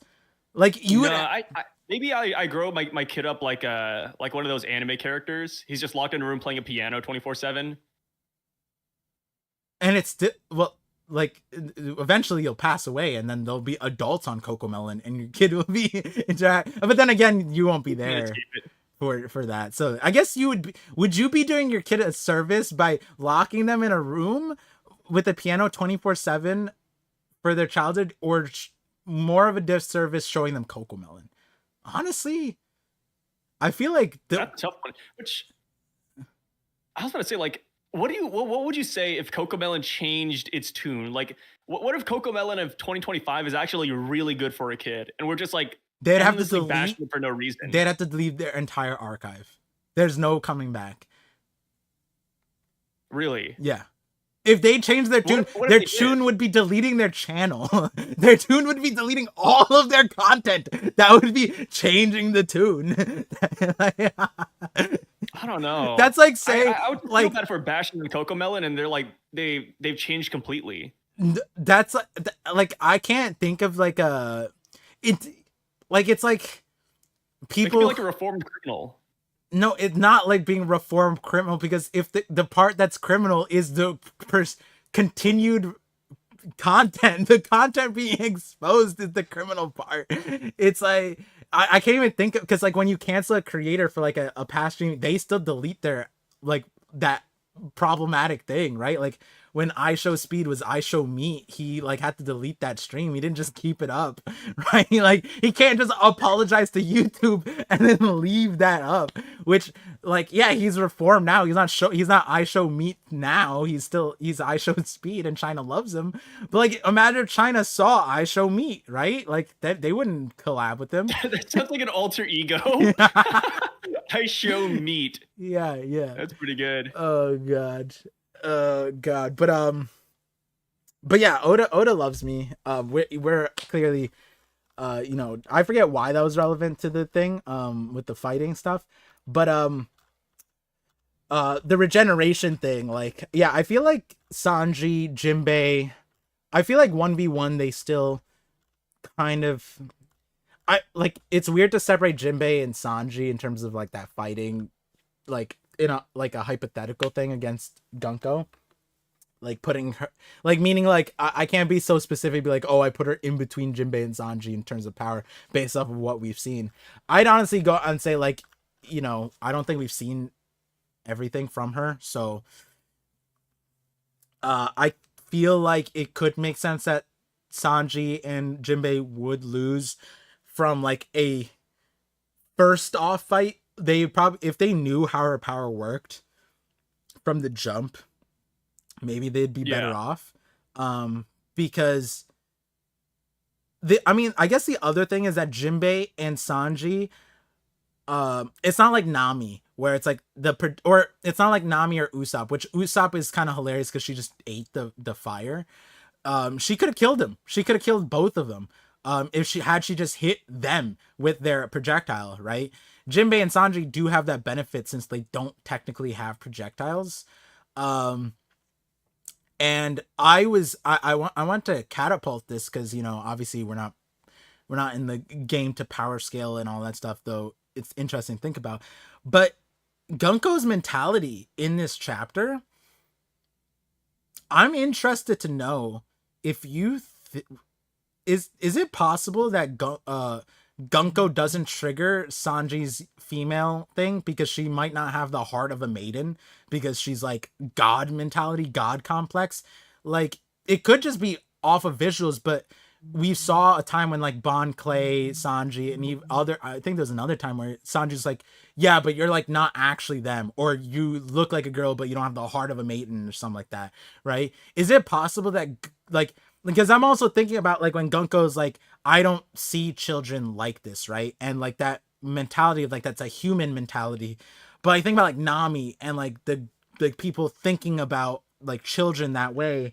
Oda could be writing like Oda said that like moms like don't care about their kids, so they wouldn't let them go on adventure. Oda does have that like stereotype in there. So I almost wonder if Gunko, like, obviously he could see her as a girl and he like nosebleeds whatever, but in terms of a fight, maybe he doesn't register her because she's like mentally she's not like a human, right?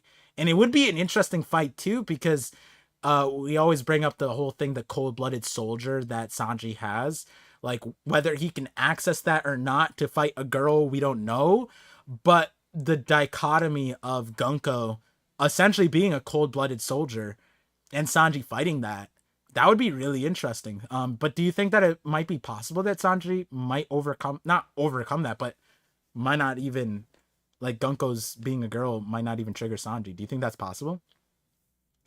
Um, nah. I mean, I like the idea. I like the mindset, but I think Sanji still wouldn't hurt Gunko Mm. because at the end of the day, I think she still has the heart of a maiden. Just not. It's just not open to like most people, right? I feel like if you're a celestial dragon, it would be. Like I she had the heart of a maiden for what Summer. She was like blushing a little bit. Come on, Par. I'm a woman and I don't care about kids. Yeah, but you're not a woman written by Oda. That's the difference, okay? Yeah, like you have a kid and you'd let them go on adventure. Oda doesn't think that. That's that's Oda's SBS. Um but Yeah, the I don't think Sanji would be able to hurt her. yeah, I think you're right, but I also see something where it might be that like Sanji could fight her until she does the blushing. Like until like when we don't know technically what triggered that, but when they appeared, she blushed. So it's maybe she has a thing about like shirtlessness, like because Summers technically was shirtless then. I doubt it's legs because like that would be crazy because then Frankie would just no diff her. But maybe it's like she sees shirtlessness and then she blushes and then she becomes like girly and then Sanji can't fight it, right? Um maybe it would be interesting if that there was something like that because I do like that mentality thing that Oda, like Heart of a Maiden is one of them, but going to a more serious thing, the human mentality and the God. I don't see these. I don't even like it's not even. I don't even see these people as hostages. I don't understand the concept of caring for about children and them elevating to a hostage, right? Like that just it's just like that disconnect is such a hard thing, I think, for like a reader to like tap into, because most of us aren't psychopaths that can like it's supposed to be that disconnected that we can't even like empathize with that, right? Like that's what like Dragon was saying, right? Dragon was saying that a parent's worst weakness is their children. He's basically saying that all parents, and this is something Sommers is also saying, all parents understand how it doesn't matter how crazy you are as a human being. If you're a parent, Dragon saying your child's a weakness, right? And that is an interesting thing, because we'll probably see Celestial Dragons break that. We'll see Holy Knights break that. We'll see not God Knights, Gorosei break that, right? A universal truth, because at the end of the day, as far as we know, they are humans. They're just like not registering themselves. They're like faking to believe it, right? So it'll be interesting to see how they cross the mental paths of what makes a god, what makes a parent, what makes a hostage. Everyone has a hostage, right? To Odin was forced to dance for 5 years because of random Wano citizens, right? And like if you were to really measure it out, Odin put generations of Wanonese people at under slavery because he wouldn't sacrifice like 100 people, right? And it's like he was measuring the 100 people in front of him, but he wasn't measuring the thousands, if not hundreds of thousands, that came after him in 20 years. So it is interesting thing to measure what a hostage's worth is to a character, because apparently it's not all equal, which makes sense. Not all hostages are equal. Yeah, I agree with that. yeah. um yeah, so Gunko's I think one of my favorite panels also is the outcome, where we see the boat from a perspective, and we see all the Straw Hats just And you booted see off. everybody flying off. Yeah, because it gives you a sense of time. It like in the anime, this is all instant almost. Everything that Gunko did was like boom, done. Like blink and it's over. That's like we see it in the panels. There's conversations, there's this and that. Nope, the fight was done. That's it. You guys tried, and then the deflections all, she let them happen. She got hit, whatever, and then afterward, boom, done. And they're all midair at the same time, which is insane, which is dope, which is exciting. Yeah, I like that part. Let me see. I like that she immediately called up Killingham right after too. Like no hesitation, just they're done. Okay, hey Killingham, what's up? Right. And that was very efficient. Saw a super chat. Let me just read that, and then actually, yeah, we can touch the rest with the super chats too. Let me get to some of these. But the last one. Oh yeah, I did say touch. That's the word of the day, I guess. Not like Coco Melon touch my kids. Yeah. Scuba 7 with the $5 super chat. I saw this earlier since we're talking about Killingham. Kirin is the name of a popular Japanese over-the-counter sleep medication. This is most likely where Oda took inspiration from for Killingham's sleep devil fruit. That's very interesting. I like that. Yeah. It's also a popular beer as well, so I guess it could knock you out. Wait, it is? Like a Japanese beer? Yeah, or Ichiban. Japanese beer, yeah. I mean, but Kirin is also just horse, so I mean, you see Kirin like everywhere in Japan. Yeah, but why? Okay. Maybe I need to be touched by your brain. What does horse have to do with Japanese? What just does hop on a train, brother? Horse have to do with sleeping and drinking? Because you said that like it makes sense because Kirin means horse, so duh, it's gonna be everywhere. I'm like, okay, so what I mean is like it's just like branded as such, like yeah, but like is there like an American equivalent? We don't have horse medication or horse beer. Like, no, it's not like horse medication. It's just like a logo, It's like the Coca-Cola polar bear back in the day. Like, oh, like you drink Coke. Here's a commercial of a polar bear opening up your Yeah, Coke but for like you. that also could that made sense because it's like cold polar bear. It's a cold and they're gonna use penguins as the losers, right? Okay, Like, but Japanese has better advertising than us too. So Japan doesn't I even. wish America, like, you know, like I wish we could go to McDonald's and we didn't see that stupid clown, and instead it was like, I don't know, like a sexy bear. Yeah, but we invented clowns, didn't we? Did America invent clowns? No, like Yeah, isn't clowns. Clown You know, Day the was long, sanctioned by like the death wish. American Coalition of Clowns or whatever? Clown Week, Clown Month, and Really? I'm pretty sure it's an American thing.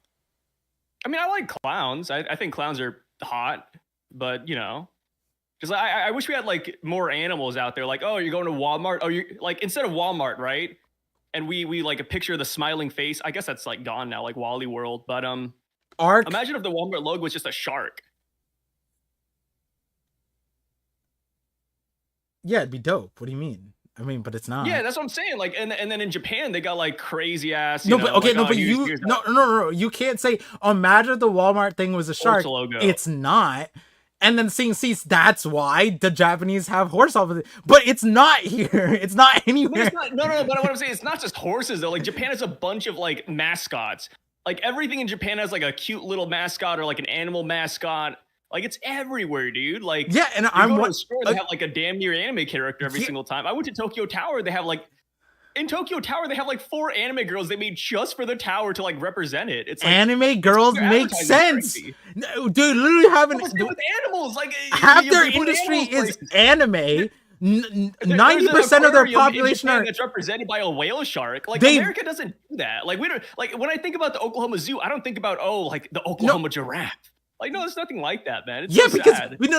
because no, you said anime girls. It's because like 90% of gooning culture VR too. It's like Japanese people just go into a concert for anime girl, whatever. So let's make Yeah, our but that doesn't mascot explain the horse though. anime girl. So I don't know how the how does that extend to the horses? What I'm saying is that it's just a mascot. By your Like horse logic, medication. But it's not even like horse medication. I mean, you know, there's also like like the horse. It's just like a logo. It's just a mascot. That's all it is. That's all I'm saying. that's All I'm fine. saying. The reason I brought up anime girls is because No, Japan loves that's fine. mascots. I get the point of mascots, but you said it like, yeah, like there's horse beer, horse thing. It makes sense that all these things are like, no, I get the mascot, but like, why are they all horses? Like, what's the They're not fascination with all horses? though. That's why I brought up that's why I brought up the anime girls. There's also sharks. There's manta rays.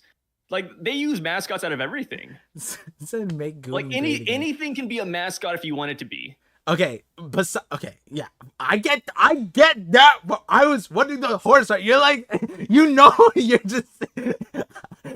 But I like what our Crusader said, and I like it if that's what Oda's doing. But I doubt it. I really doubt it, unless the Japanese like kanji also has the same thing. I guess no. Like, would I put it past Oda?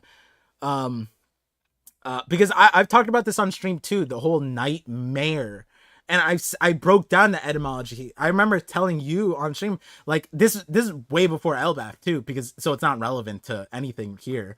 But I was saying like, did you know the etymology is like nightmare? It actually just means like or like something like horses that chase you in the night or something like that. Like it's like some weird etymology. That's where it came from. Ugh. Yeah, let me look up the etymology or the theorized etymology. Nightmare etymology. Yeah, let's see. I don't know who would have a nightmare about a horse chasing them in the dark. That's kind of strange. Okay. An evil female spirit. I remember that. I remember pulling this up on stream before. An evil female spirit afflicting men or horses in their sleep with a feeling of suffocation. Oh, The so sleep it all paralysis. stems back to women, huh? A goblin that causes nightmares, an incubus. So Okay. I'm guessing That makes more sense. in the Anglo-Saxon superstition, the echo was supposed to be a spirit which dwelt in the wilds and mocked people who passed out there, as the nightmare tormented people in bed. I'm assuming people like saw horses like couldn't sleep at night, and that's where it's like, oh, it affects horses and men, something like that. But There was another term too, that referred horses and men in the same stroke. Um, don't ask me how I You know. said stroke. If a horse kicks you in the head, you'll be asleep forever. Very interesting. Very interesting. I feel like I've. Oh no, they were kicked in the chest. You're right. You're probably right. Um, it's always the woman's fault. That was I didn't say that, guys. That was Alejandro Salas. I didn't say that. My wife was in the stream earlier in the chat, and I was like saying a story from this morning, and she's like, "Huh, what happened?" And then immediately I start tripping over my words, and I was like, get out of here. let me speak my piece here." But You yeah, didn't hear that right. yeah. Um, but yeah, I'd like that if the pun nightmare, like the horse connection, making him the Kirin, like all loosely associating all that stuff, which I think let's get this out of the way first. Okay, no, side, where this is going. Okay, Killingham, why? Answer. I don't even need to say anything. What you're being Oh, asked. why is Killingham collaborating with that slimy bitch? Oh my And god! Why is she sliding in the beach? What the heck? I mean, you were setting me up. I mean, everybody knows. Everybody knows what I was gonna say. I didn't. No, I set you up. I didn't know you were gonna say that. Everybody knows. Come on, Bar.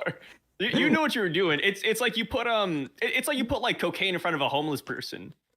You know what's happening, dude. That's messed up, side. Not all homeless people are drug addicts, okay? But maybe a lot of drug addicts are homeless people. It's not the same thing. If my keyboard was right here in front of me, I'd look up the stats right now. I'm pretty sure I'm right. Not all homeless people are drug addicts, but a majority of drug addicts end up homeless. No, I agree. Yeah. I just want to see the numbers, dude. Like, but then again, can we get like an accurate survey of it though? Yeah, but okay. This is my point. When you first said it, you didn't have the energy of "I agree with you." That's why I'm gonna look up the stats. You're like, "I'm gonna look up the stats to prove you right." That was the energy, and then the next one's like, "Oh no, I agree with you." Right. I'm sorry. Yeah. That's what you meant. I got you. Yeah. So, I mean, the thing is someone looked this up already. Oh, hell yeah. Wait, who? Yeah, Ronald Jackson. Yeah. Oh, yeah. Hit us with It's the a numbers. crazy argument. What were you arguing again?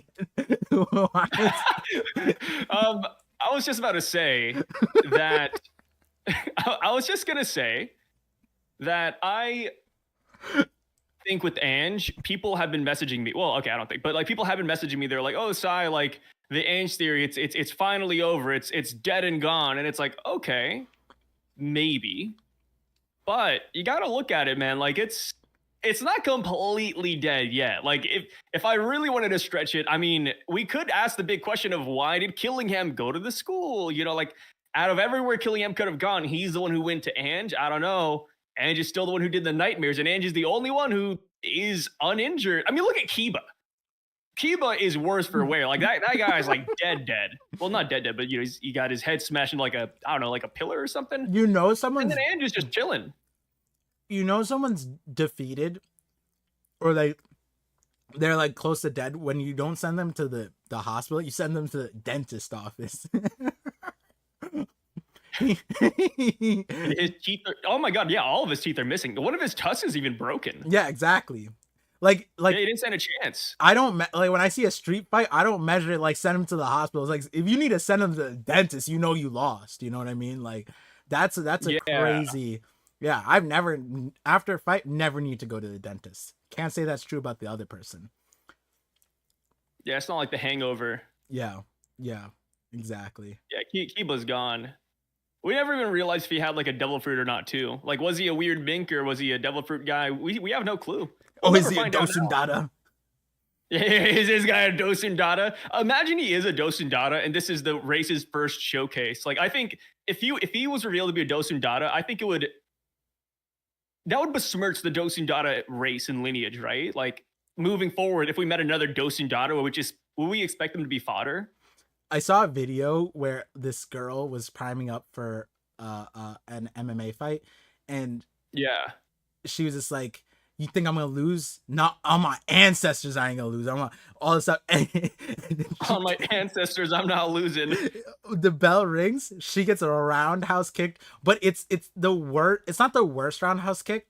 It was the least effort I've ever seen put into it, because when in order to do a roundhouse kick, you have to put some. You need to put some effort into bringing your foot up, around, backwards. Right? It was so Yeah. effortless. She got knocked out from it. It didn't even look like it hit her that hard. She got knocked out Are you completely talking out about cold. Ronda Rousey? No, it was a black lady who's like, I'm channeling her ancestors. All the comments are like, her ancestors like, nope, not today. Wait. Here's a good question, Par. Do you care about your ancestors? Like, not like your grandparents, but like, like 5, 10 generations back. Do you actually care about them? um, Or do you think about them regularly or anything? Or like, do they show up in your dreams? my grandparents do. My great grandparents. Sometimes I feel like uh this is actually really hilarious. So it's I think my great grandparents showed up in my dreams one time when I was like super little, and Wait, how do you know it's them though? I'll tell you. So I was like, Okay.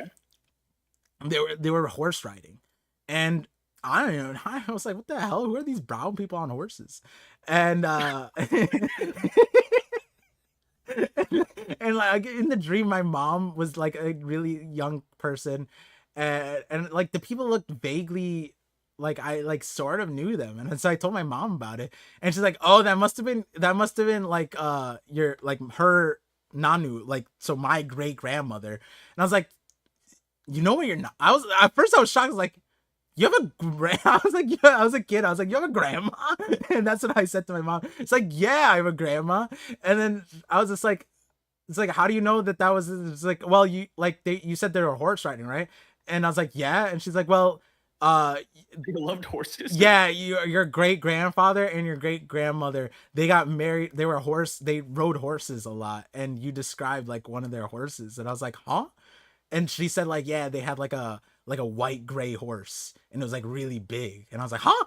I was like, what happened to you? Where happened the horse signs? Like, yeah, we stopped having horses back then. I was like, what? I just got so confused.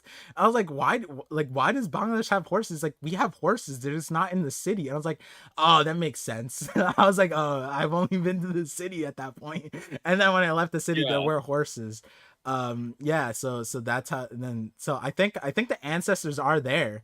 Um, but yeah, I forget That'd be the cool. scope of that dream because a lot happened in it. There was a wedding or something like that. Yeah, so I think the ancestors are there. I don't know about like the Wakanda level of ancestors. I don't know if like they're sitting on a treetop type of thing watching me. You know, but yeah. What about you? Do the I don't know. Like Ronald said it right here. He said, well, what was it? Like, that's like saying you don't care about history. But for me, it's like, I care about history, but I just never really cared too much for my personal history, like my ancestors. It's like, oh, they were there, but that's pretty much it. Like, I never dream about like my grandparents, my great grandparents. I don't try to like look for like, oh, like where did I originate from? It's like, all that yeah matters is the here and now. yeah So it's yeah like, I don't know. Like, it would be cool if you could okay, here's the thing. If you could actually channel your ancestry, like, oh, like my great grandfather, like here comes his uppercut, like, or something like that. Or yeah like, oh, like I'm going into a race and all of a sudden I'm activating like, 500 years of history. Then that'd be a little bit different. I could Then do I have that. like a different outlook on it. But Oh yeah, yeah you could, yeah, I yeah could no, do that. I no like I that. could straight up do that. It's easy. Yeah, Um but like, or like if they came back as like a spirit, like the avatar state, then that'd also be a little bit different for me. But no, yeah. like right now they're just Oh it's no, just whatever. it's happened to me before for sure. So that's why I believe in the ancestors. But a good PSA would be what Itachi Dill said. Which this is also why I've never used any of the ancestry things, 23andMe included. When that shit came out, I was like, no. And I went to my brother and I was like, you're never doing this shit. and the assumption is, yeah, you would always be giving them the rights to process your DNA, which is funny because they're not like a medical service. There are medical services that you can use for like actual, because they don't like, even for, it's like a I mean, a lot of genetics is kind of, you need like a pool of it to reflect. Like if they didn't have a base library of genetics, they couldn't tell you your ancestry, right? So inherently it's built off of like the library of it rather than like, you know, there's another version of the way they could use it, but they're clearly uh, they can sell your stuff now, so they're proving that they're not in the game for the utility of it. They're in the game for the financial aspect, which is sad, but they're also not that good at processing the DNA. They don't I'm pretty sure I looked at, actually they might have changed now, but there was way better equipment that was released like probably for a decade, and they didn't adopt them or something like that, or they weren't using them. I'm like, what the hell? You're telling me that the genetics company isn't using the prime of the line thing to look into your genetics? That's crazy. um so yeah, I don't even think they use good shit. So yeah, don't use 23andMe. Don't sponsor me. I actually wouldn't, because I don't like that stuff. um Oh, you don't like it? Wait, because of the data sailing or yeah, some other? the data side. Uh, Yeah, I'd still take it. 23andMe. Par doesn't speak for both of us. I would totally take your. I would take your sponsorship. Don't listen to him.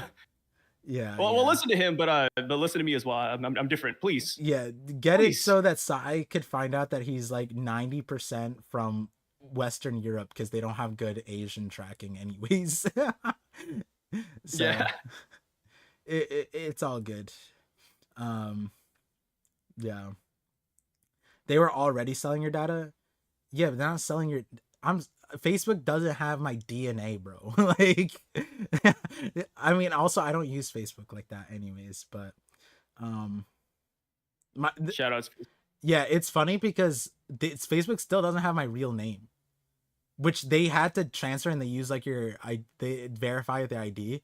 Um, but they still don't have my real name, so that's funny. I could still use it too, which they never checked me on it. So, I always thought that was crazy, but um,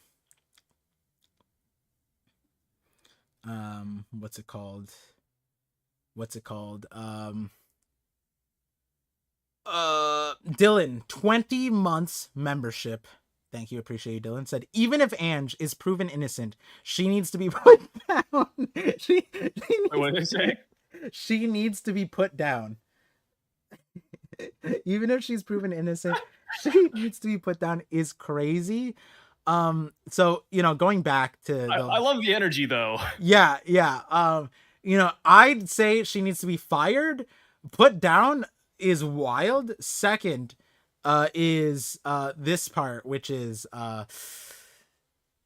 do you think, like, okay, killing, Oda's reason to keep Angela in this state is 100% to goad your the fandom that you created, where it's the Salem witch hunt trials, but for Ange. Apparently, actually no, you called her a slimy bitch. These are your words, not mine. Quoted here on ParVision 2025. The Knockup Stream 2025, sorry. And so we know why Oda's doing it now, killing him. The reason why Oda's making killing him do it. Do you think that he's keeping Ange like this because he is chivalrous, because he's a knight at the end of the day, and he doesn't like beating up on women? But No, she's an insect. or is it because he is going the Cosby route, which is roofing up your female counterparts? Now, or is it the third option, that he wants her for information? And she's already been so helpful to him, and she knows that, because every time when he went in to pull out the nightmares that the kids had, he saw Ange in them. They're like, oh my god, Ange is in all these kids' nightmares because she asked them. And so she's just like, what do you know about these kids' dreams? Like, do you think it's something like that? Like he knows that Ange has info or can be helpful or something like that? Which Yeah, option no, is now it? that you mention it, I like all of these. You know, now that you mention all the options here, I like all of them.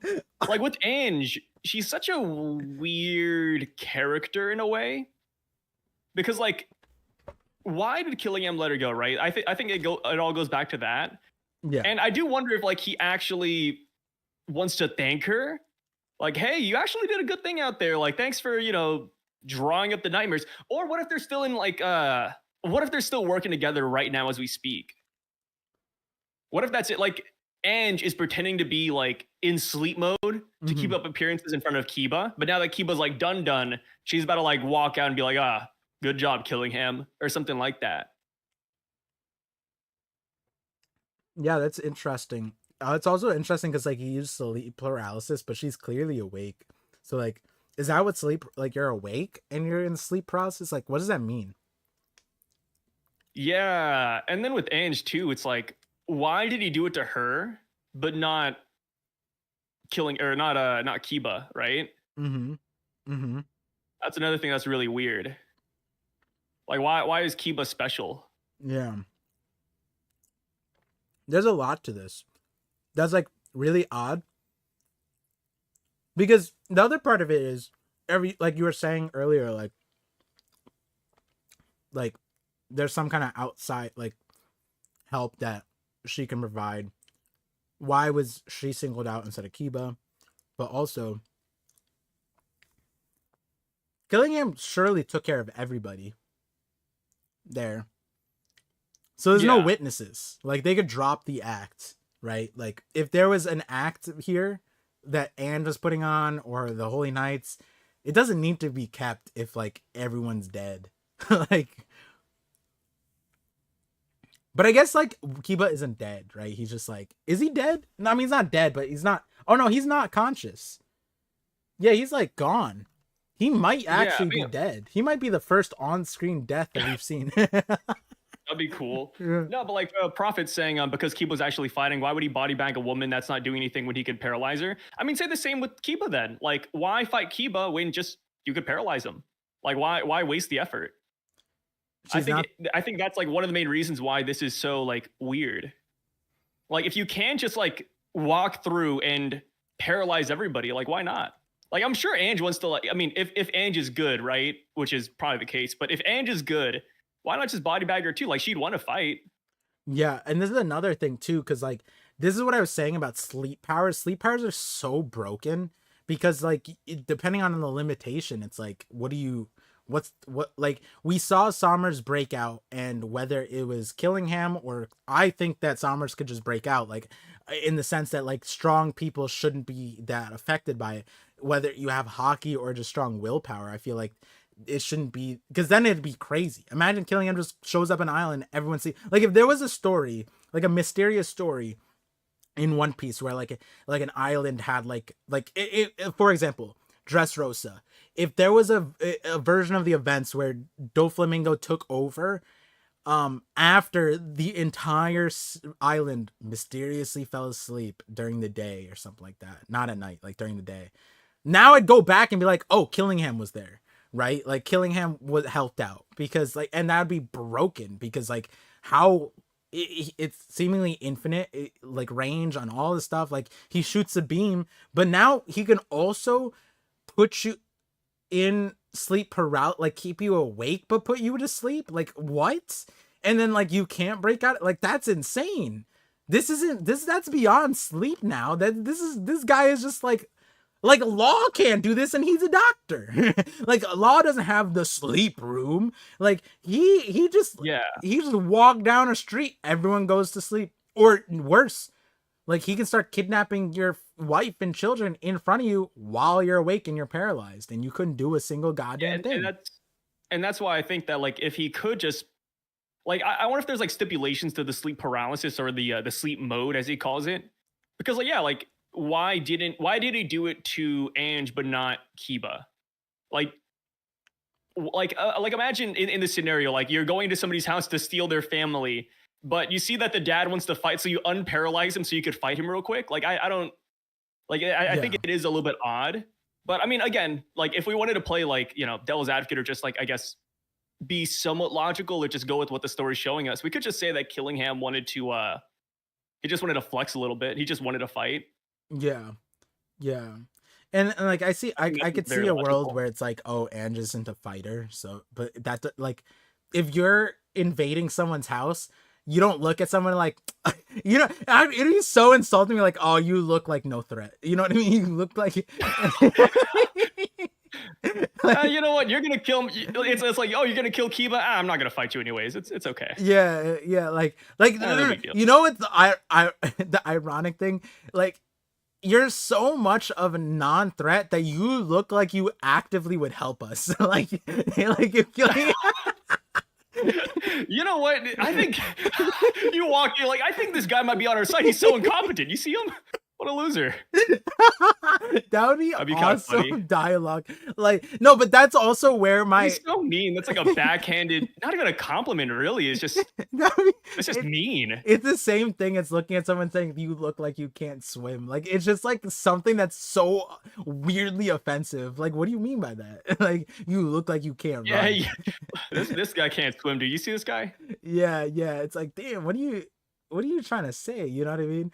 Um, yeah, I've said that not meanly, but I said that to someone who looks like that they could run, and just like you look like you can't run, and they got so offended. Yeah, this is a good time, but um, but but I there's a world where Killingham, like it might be that like you know how there was that one kid who's like, "What's your biggest nightmare?" and it's their mom, right? Like if you're in this Yeah. class and and kids are silly. Some kids fear their teachers. If you were in the class and your worst nightmare asks you to draw your worst nightmare, would you draw your worst nightmare?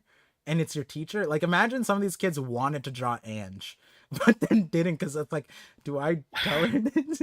And so ironically, the what shows up like when Killingham goes in, it's not the monsters that they drew, it's Ange.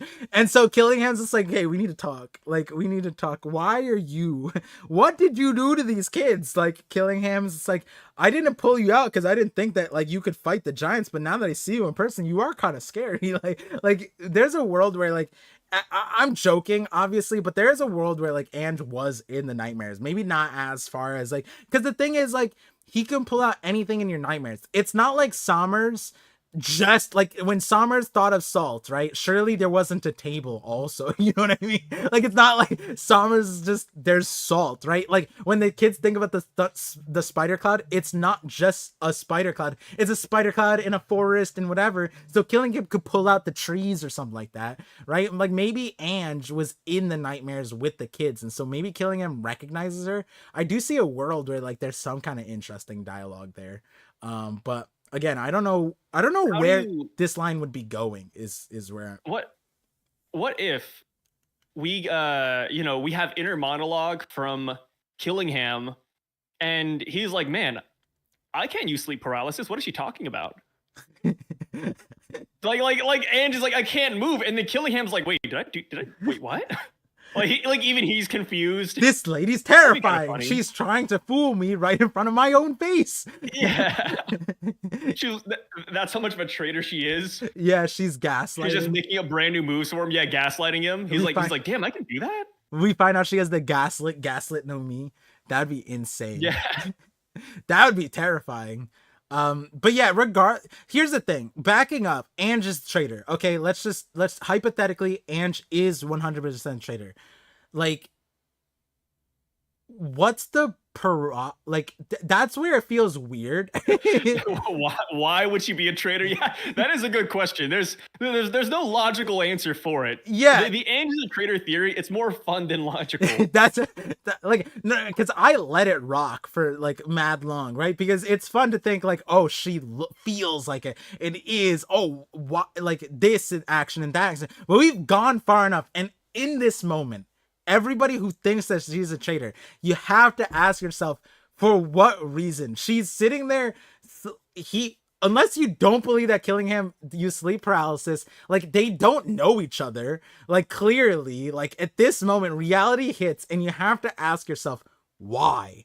Why would she be a traitor? Because at this point, it feels like it'd be independent. Like she was a traitor, independent to the Killingham and all his antics. Because like unless like it could be a world, right? Like she had so much information, she knew what god knights would come here, and like she knew, oh, I hope this nightmare guy's coming because I'm setting him up, right? Like maybe she had like an audible for every single version, like which holy knight comes in, and she had a version of events. Like earlier in the day, she had the kids gardening with thorns and whatever, so she planted a seed, and that's how Ooh. Sommers had all the thorns around. Oh, or like, what about this? If Shamrock was on the island, Angie would have had an assignment that puts peanut butter on all the kids so that the Cerberus would find them faster. Because dogs like peanut butter. Do they? Wait, so then why was the peanut butter and Cerberus thing connected? I mean, no. Like, I mean, the way you said it, I was like, is that even true? Well, you wait, do you have the gaslit Nomi? You said peanut butter and kids, Cerberus find them. I ask it, you said, huh? I didn't really know that. Yeah. Dogs love peanut butter. I looked it up. You're right. You're right.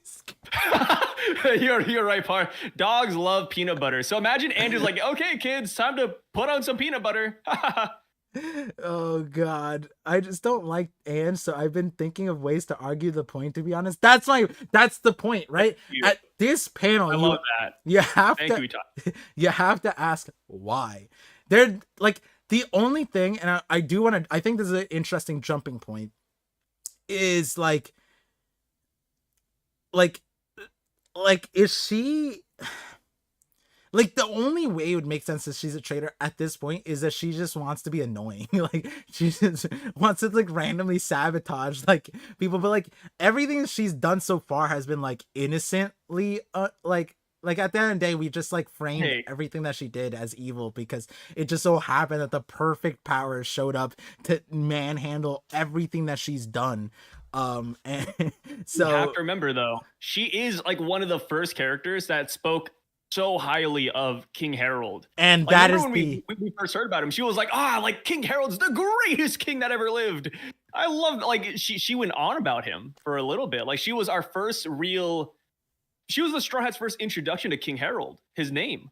And that is the exact jumping point because lo and behold, the next page or double spread, we get Harold spoken about from the guy who brought him up last time in an interesting way.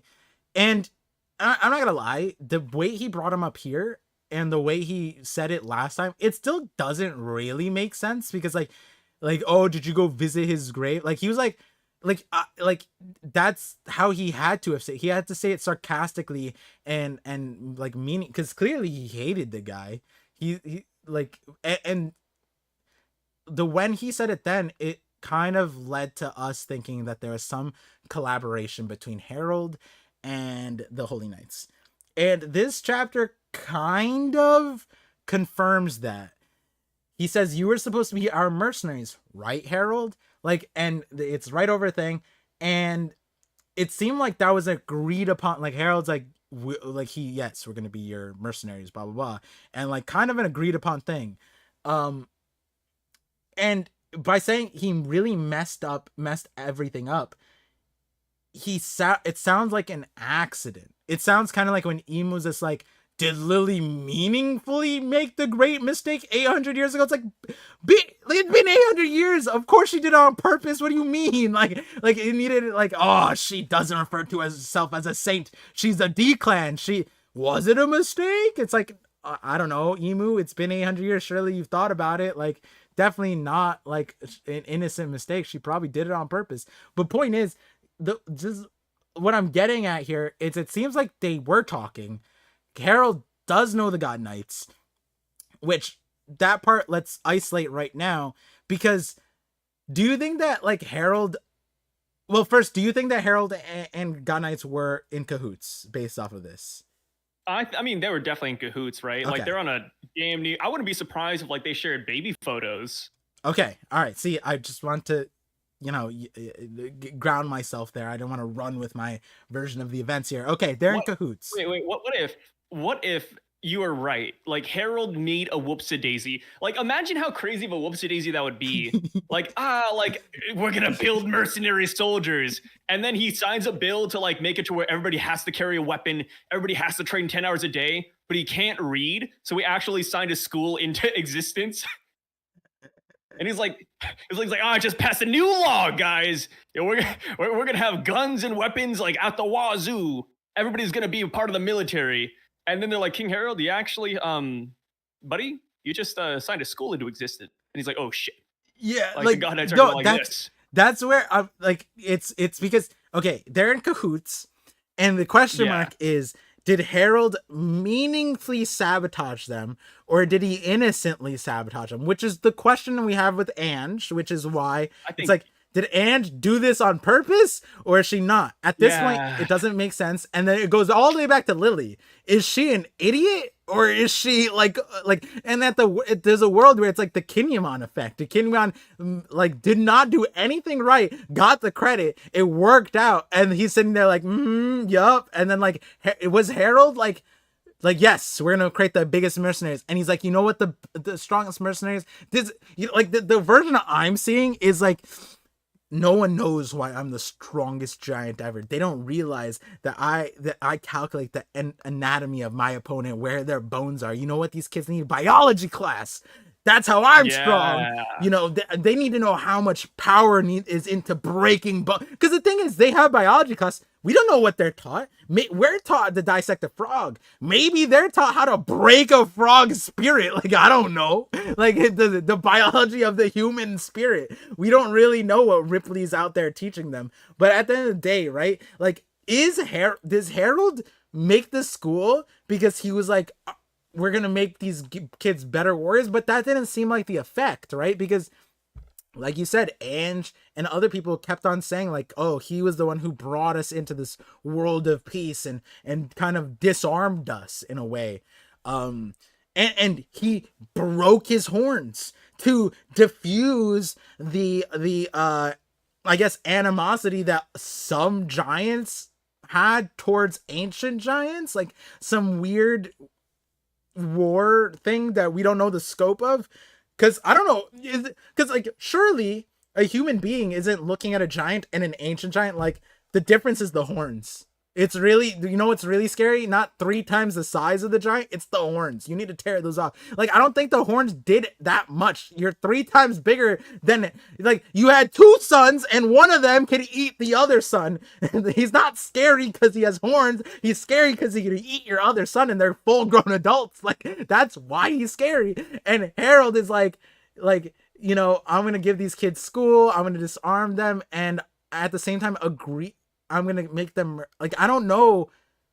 Did Oda write The Biggest Idiot? Is this what we're happening? It was like, I don't know where we're at. I would love that.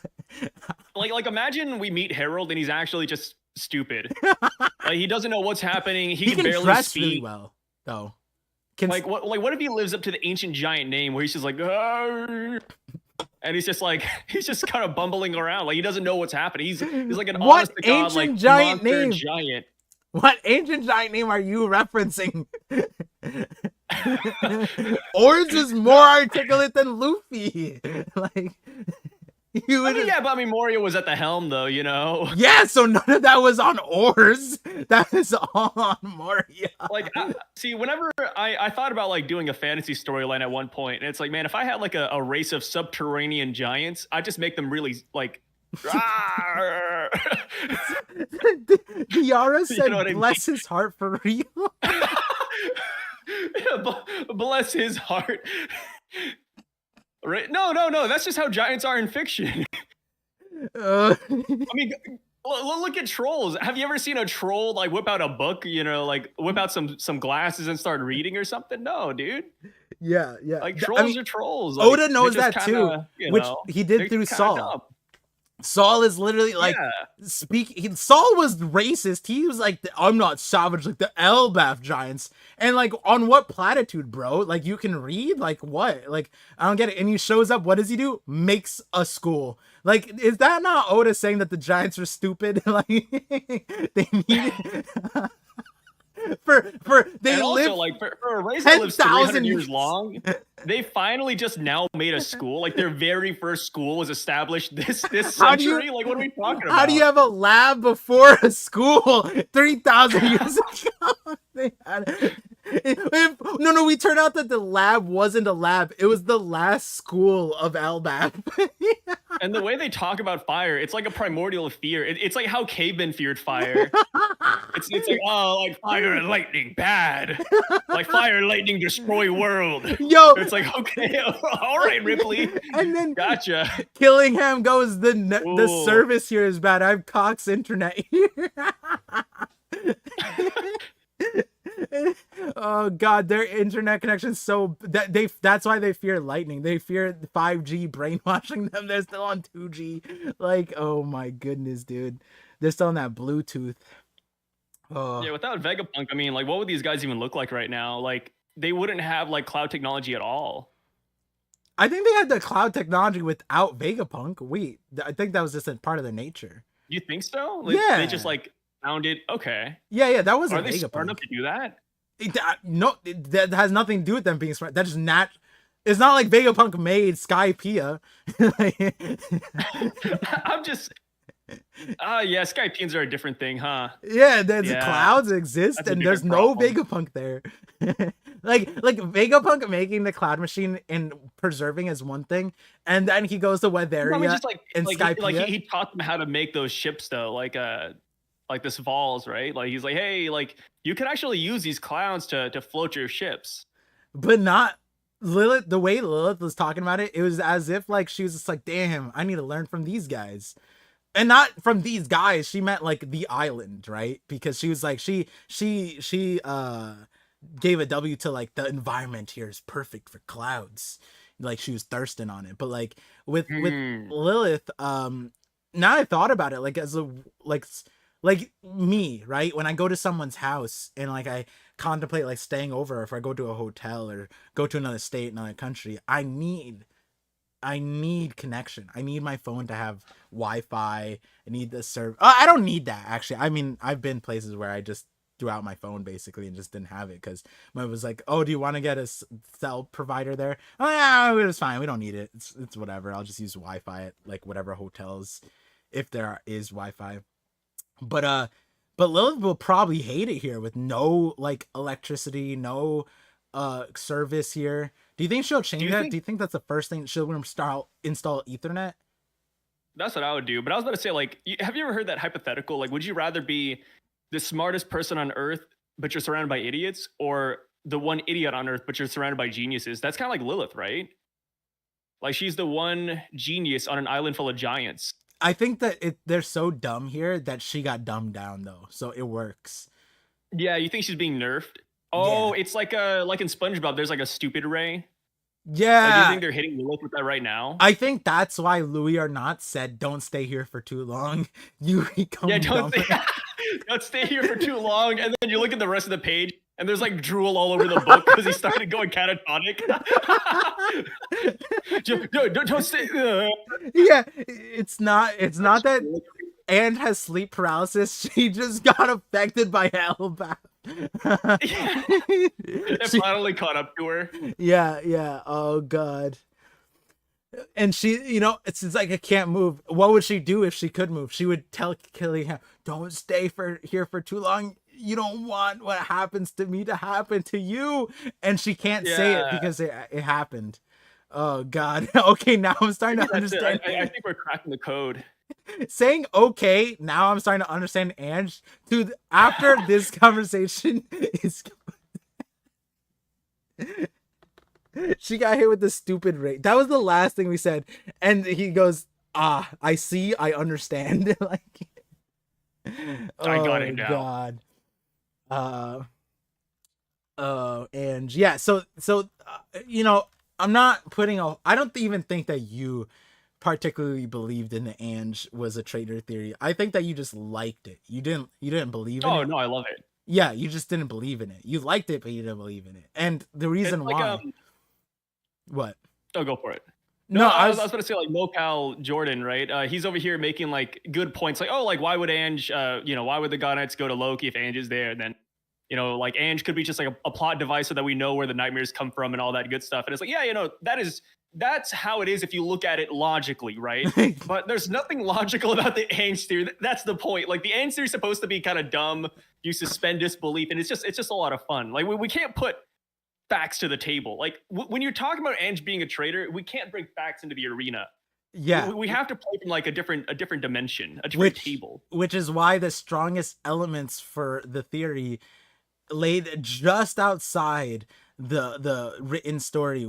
For example, what if her and Mosa were in cahoots? And at that time, it's like we had so little on either that's like obviously like size like what if that theory was essentially like built on what ifs, and that's why it's a theory that Sai likes rather than believes in, because like the other one, the more famous one, the one he actually gives me credit for, which is what if Ange is a half sibling with Loki, and No, that's my theory. That's my Par stealing my theory. Ange is the daughter of King Harold. Par is stealing my theory so hard. I cannot believe it. You know how like this must be how Par felt when who was it? Grand Line Review. He made the mushroom theory. That has to be that same feeling. No, you literally be. side. It was in the script. Come on, you're supposed to say the Mihawk is a sword theory, because when you look up Mihawk as a sword, my video doesn't even show up on like the first pages. Vanderdeck and mushroom theory. You also don't show up. It's just Grand Line. Wait, is that? Oh, well, that. Wait, really? Oh, well, that makes sense because none of my videos show up right now because my videos aren't gonna pop up. When are you gonna make a new video? I feel like last time we met, you were like, I'm almost done with my video, but I haven't seen anything yet. Yeah, I was busy with like taxes and stuff like that for a bunch of dude, different... shout outs tax season. I love paying taxes. Yeah. So I had that, and then doing my duty. I forgot last week was weirdly busy besides taxes. Or no, there's a bunch of like yard work that need to be done, like scheduled stuff, and I was outside a lot of this week, so I'll be outside tomorrow and Saturday, but for other reasons. So just got my grass laid out, so that's good. But yeah. I'm not gonna lie, when you said grass, I thought you were about to say garam masala. What is that? I don't even know. I knew you didn't know. I knew it. The words just you're so well read. We use it for a cocktail, and that's it. That's all I know for sure. I don't know too much about it. Oh, that's an interesting use case. Yeah. It's a hot beverage we turned it into. We have shout out to Garam Masala, my guy.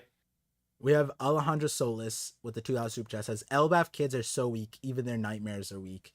I'm assuming this was said at the time when I was laughing about the Thundercloud, but also like the nightmares are kind of like meh now. Am I wrong to put they're getting weaker and weaker. Yeah, they're like in the same. It's like the Buster Call almost. Like the Buster Call was scarier in name. And then the more Egghead went on, the weaker the Buster Call got. To the point that even the Vice Admirals are like, damn, we're kind of really ineffective. The only damage we're doing is to our own property. Also, like they were like, at this point, we just wasted all this money. We lost our ships and it's not doing anything. We can't even hit the island up there. And then, and then the Gorsei ate half of our soldiers also. It's like one. the thread of the Pacifista, right? Like at the beginning, like in Saboti, Pacifistas were crazy. And then we come back and we're just one-shotting them. It's like, yeah. Okay, but that's different. That's different. The Buster Call was like, I see, because we scaled up. So that's why the Buster Call isn't. But like. Scaled up against cannonballs. Yeah, no, because like, okay, go back to Eni's lobby, remove CP9 and Lucci, The Buster Call's not like the Straw Hats are beating the Buster Call. I don't know. Like the scary part is them sinking, but they didn't have their ship there. So that's also scary. It's like, yeah, if my captain's a devil fruit user and they blew up the bridge and the land, that's scary because we don't have our ship. Sure, the Buster Call itself is, if you are on an island that doesn't like remove its foundation from cannonballs, and there's not an angry jaguar after you, then you're not scared of the Buster Call. Like this, dude, more Marines died to the Buster Call than Straw Hats ever got hit. Like, not a single cannonball even hit the Straw Hats. Isn't that insane? Dude, I'm thinking about even the first one. The scary part of the first Buster Call wasn't the Buster Call. It was the random vice admirals with devil fruits. It was the random captains that showed up. What the they all have devil fruits. Bro, people still talk about Shu to this very day as if he's gonna be like Zoro's final opponent. Yeah. He shows up on. Like, we see the sword fall. Yeah. Elbaf sword falls, and it's Shu. And it's freaking Shu. He's like, I'm back.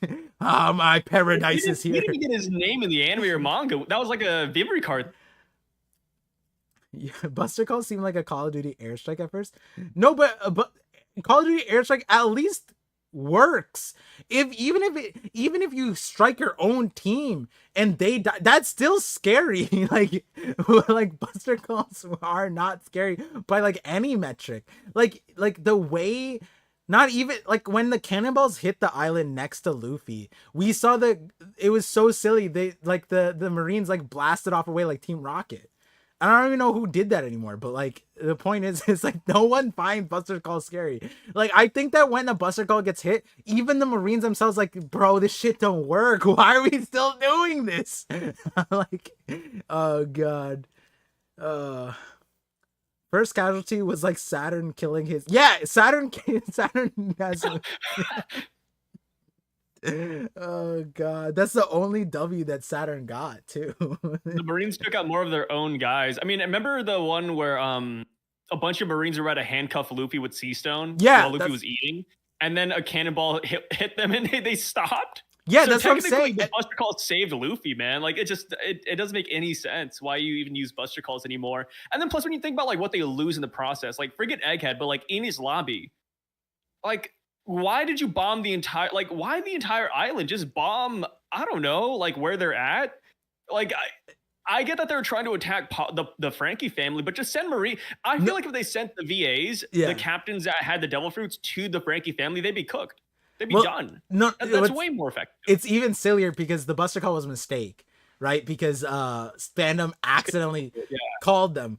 And but the silly part is like there's no like, oh, I'm sorry, I butt dialed. Like there's no reversing. Like at no point when the Marines are on there do they go like, our target is our own island? Are we okay with this? Surely there's like a Gorosei or a kind fleet admiral like, hey, it's okay, guys. You don't have to actually blow up Eni's lobby.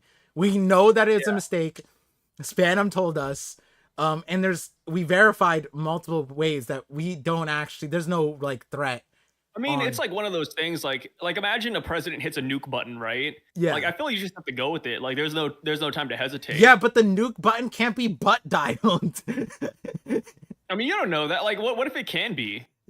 Okay, that would require like 5 of our top generals to independently butt dial to like 6 keys into thing with like separate hands and then talk to each other.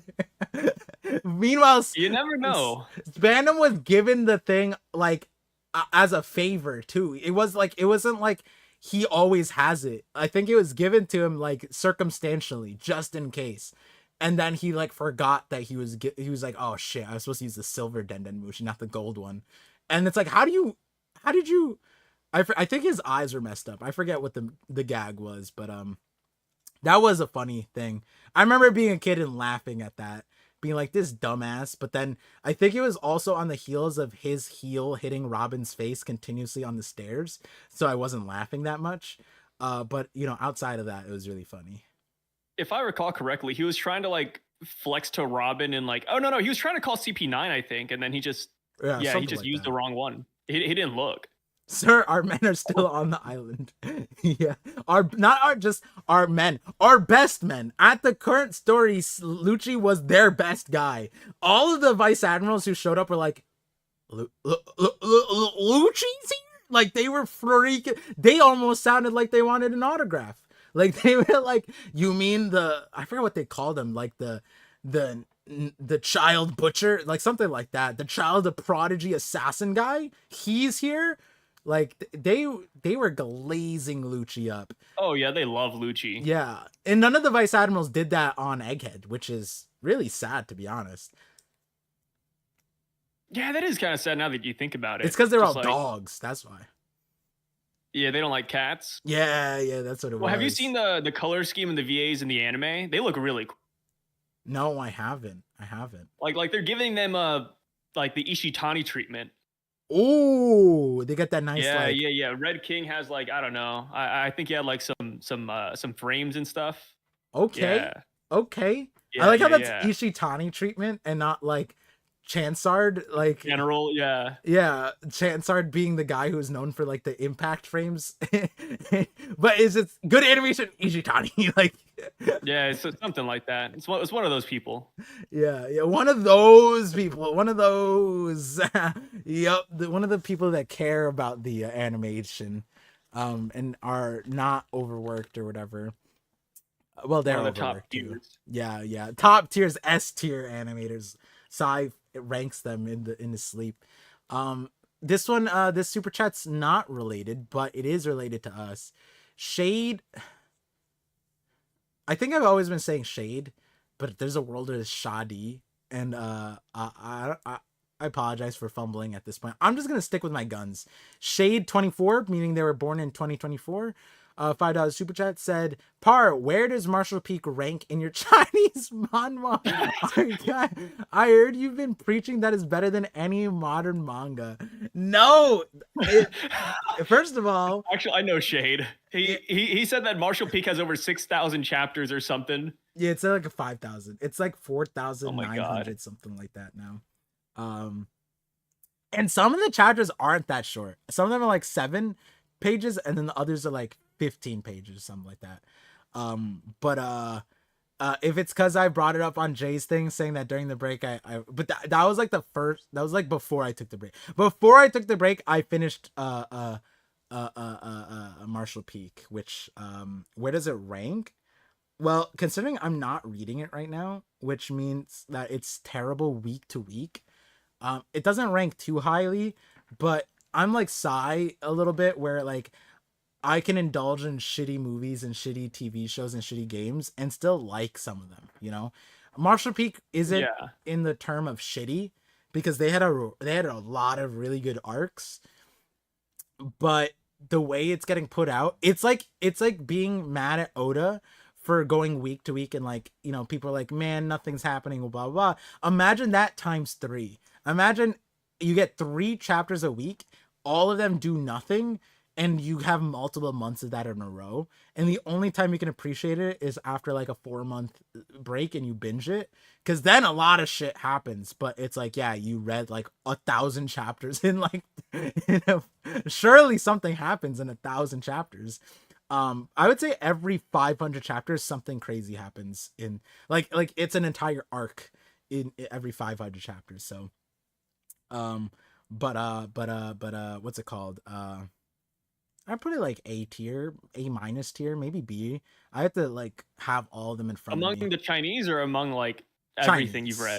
Okay. No, because it's not even the same. Like if I were allowed to just take one arc out of it and rank that amongst everything, like the first, I think like 3, maybe even the first saga. If I could do that, the first saga, then I would say maybe it's competitive with a bunch of things, because the first saga had really good pacing, from memory, really good storyline, really good development, and yeah, I could rank that one, I think, competitively amongst everything. Oh yeah, that one was good. It's just that when it gets extended, then you start tossing out the like a lot of the early stuff, and yeah, it just got to a crazy point. But yeah, Chinese manhwa, shout outs. Shout outs Chinese. Yeah, yeah. It's always cool seeing Chinese people in media. Yeah. I I love like that, I like, Show whenever you Speed. see an Asian person in yeah, I show speed stream. I was gonna say, like, I've been watching a lot of like cop shows, and Uh-huh. it's cool that we were portrayed as like a bunch of like Assassins, triad gangsters. I like that. spies. It's Not an either I don't like if the assassin route. if it's a girl, it's a spy. If it's a guy, it's a gangster. Like Yeah, or we own like a Chinese restaurant. Like I love, believe it laundering or not, money. I really like the Chinese Asian stereotypes. I think it's kind of fun. Yeah. The only Chinese or the Asian thing I don't like Aquafina. I'll stick by that one. I'm not a I big don't think Aquafina she's a fan. Chinese stereotype. I think she's supposed to break the Chinese stereotype. Yeah, and I hate that. She's yeah, no, I think Aquafina set back like race relations for Asians by like 30 years or something. I have a version of that, but I don't want to get canceled, so it's fine. Um, ZMD Al with the 16 months Ultimate Visionaries. It's thank you again. Also, Ultimate Visionaries. That's wild. 60. I feel like every stream. Do I stream once a month? Like, what's happening? How's it? I feel like every stream you you increase your cultivation of visionary by a It's a month. cultivation series. Yeah, yeah. Um, what's it called? But yeah, thank you. It says it seems Elbaf is going to be for the final war arc what Water 7 was for Annie's Lobby. What do you think? Wait, it seems Elbaf. Oh yeah, no, I said that Yes, in this yeah. in the stream with Dax, Sai, Kev, Laz, Randy, that at the moment the setup I mean we have to see basically the way I see it is if they successfully steal the kids, then yes, it's like a Water 7 Annie's Lobby thing. Like that would be a huge template for it. But that's not to say other things aren't mixed. But like, yeah, positionally, that would be it. Like, how would you get the kids back? And also thematically, right? Like the Straw Hats cared about Robin, getting Robin back against all the odds, right? Like Robin was actively betraying them. She like gave them every reason to believe, verbally and by her actions, and like through every different character that she was betraying them, and they just like refused to believe it, and then they dug deep and whatever, right? You'd be missing that element, but Oda's like supplanting this whole like focus on children with like, you know, we go to Punk Hazard, Nami cares about the children, they literally like went above and beyond to save the kids. A lot of times they'll go do that. You know, there's always been a huge focus on kids where it's like if you could eliminate all the citizens and just keep that one kid that was important, where they're Isa or like Tama, like it would matter, it would literally not make a single ounce of difference to most of the Straw Hats, or it's like random citizen, this child, right? Like there's always a huge emphasis on you know, like the children, like they're innocent or whatever, all that stuff. And we get a line like here where it's like kidnapping kids is cowardly, and then the dichotomy of Gunko's positioning there where it's like someone at a godly level can't even fathom why children would be valuable, right? And you can get an understanding how you can group humanity together. How do all the people around the world work together? Well, if it's to save the children, that would be a good way to motivate a lot of people from different walks of life. Surely they all care about kids, or like reasonably a lot of them do. A lot of the normal humans at least. So it could be that like that's the Water 7. You steal the kids, and we go to Eni's Lobby. Where's the Eni's Lobbies? It'd be Meridjois. Meridjois being the Holy Land. Back then, the Gates of Justice, Eni Lobby, was like the Holy Land to us, right? So that's kind of how I see it. Yeah. Yeah. Yeah. And yeah, I mean, in this chapter too, what is it? Gunko even tells Nami where they're going. Like, hey, we're so it does feel like it reminds me of the setup for Eni's Lobby where we're in Water 7 and like, yeah, we're gonna take Robin to Eni, we're gonna judge her there. Like that's very much what it felt like to me. Yeah. And even the pathway. So that's so I had brought it up on Dax stream. For those of you guys who haven't seen it yet, should link it. I think we have mods or someone, if someone wants to link it. If not, I'll link it later. I mean, I'll share it eventually. I haven't use my YouTube for sharing things yet, or for a while. But I'll share like all the collabs that I've been in since during my break eventually.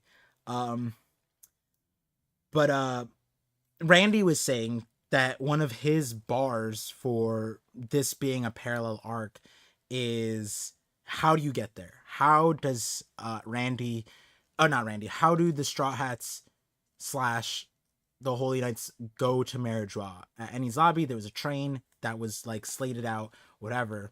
And I'm not gonna say this is Randy's fixation, but you guys know, if you bring Randy into the conversation, he's going to bring up how Vivi gets Kuma's fruit, and how a lot of the pathways to uh uh like any other character getting it or it being used outside of Vivi is like an obstacle for the theory. So he kind of was just like, oh, like Kuma has a thing, Vivi coming here, blah blah blah. But there's a lot of other ways. Like they had the Sunstone, right? Like the Sunstone would be kind of like the dream way to get there, and that was something that's introduced. They can literally paint a path all over. It's just like imaginary, right? Fits with the Sun God Nika too. But you know, I don't think that that's a huge bar for me. But even in this chapter, Gunko reiterated how they needed to get there, and that was also interesting because not people forget, but like I'd almost go reverse. People almost forget that like the train thing isn't its like owns. It almost feels like that fight that happened on the train on the way to Enizabi was its own arc almost, because it was so like memorable, and it was also kind of elongated, and it wasn't. It was a part of Water 7 technically, according to the organization. And the way Gunko kind of phrases it, it almost seems like they would have trouble on their journey back to Merijois because they have to take a boat there. So it might be that something like that comes into play. And so I mentioned that also just to bring up that there's multiple ways that this could parallel Water 7 Enies Lobby, and there's multiple markers for it. So but yeah, what's it called? We got off brand with the $5 super chat says, "Hey Par, just had a burger." When was Nice. Shout outs to the burger. Yeah, he always It tells was me what he good. got for lunch. When will you and Sai sell y'all bikini calendars? When do you want to do that, Sai? Do we do that when One Piece is over and we find out that the One Piece is a swimsuit? When One Piece is over and we can't break into anything else, I guess that's when that's going to happen. Would you sell bathwater first or worn bikinis? Bathwater. Okay, and then selling new, not like partially, as you said, going to the beach is just basically being partially nude. Would you send partially nude photos out for sale?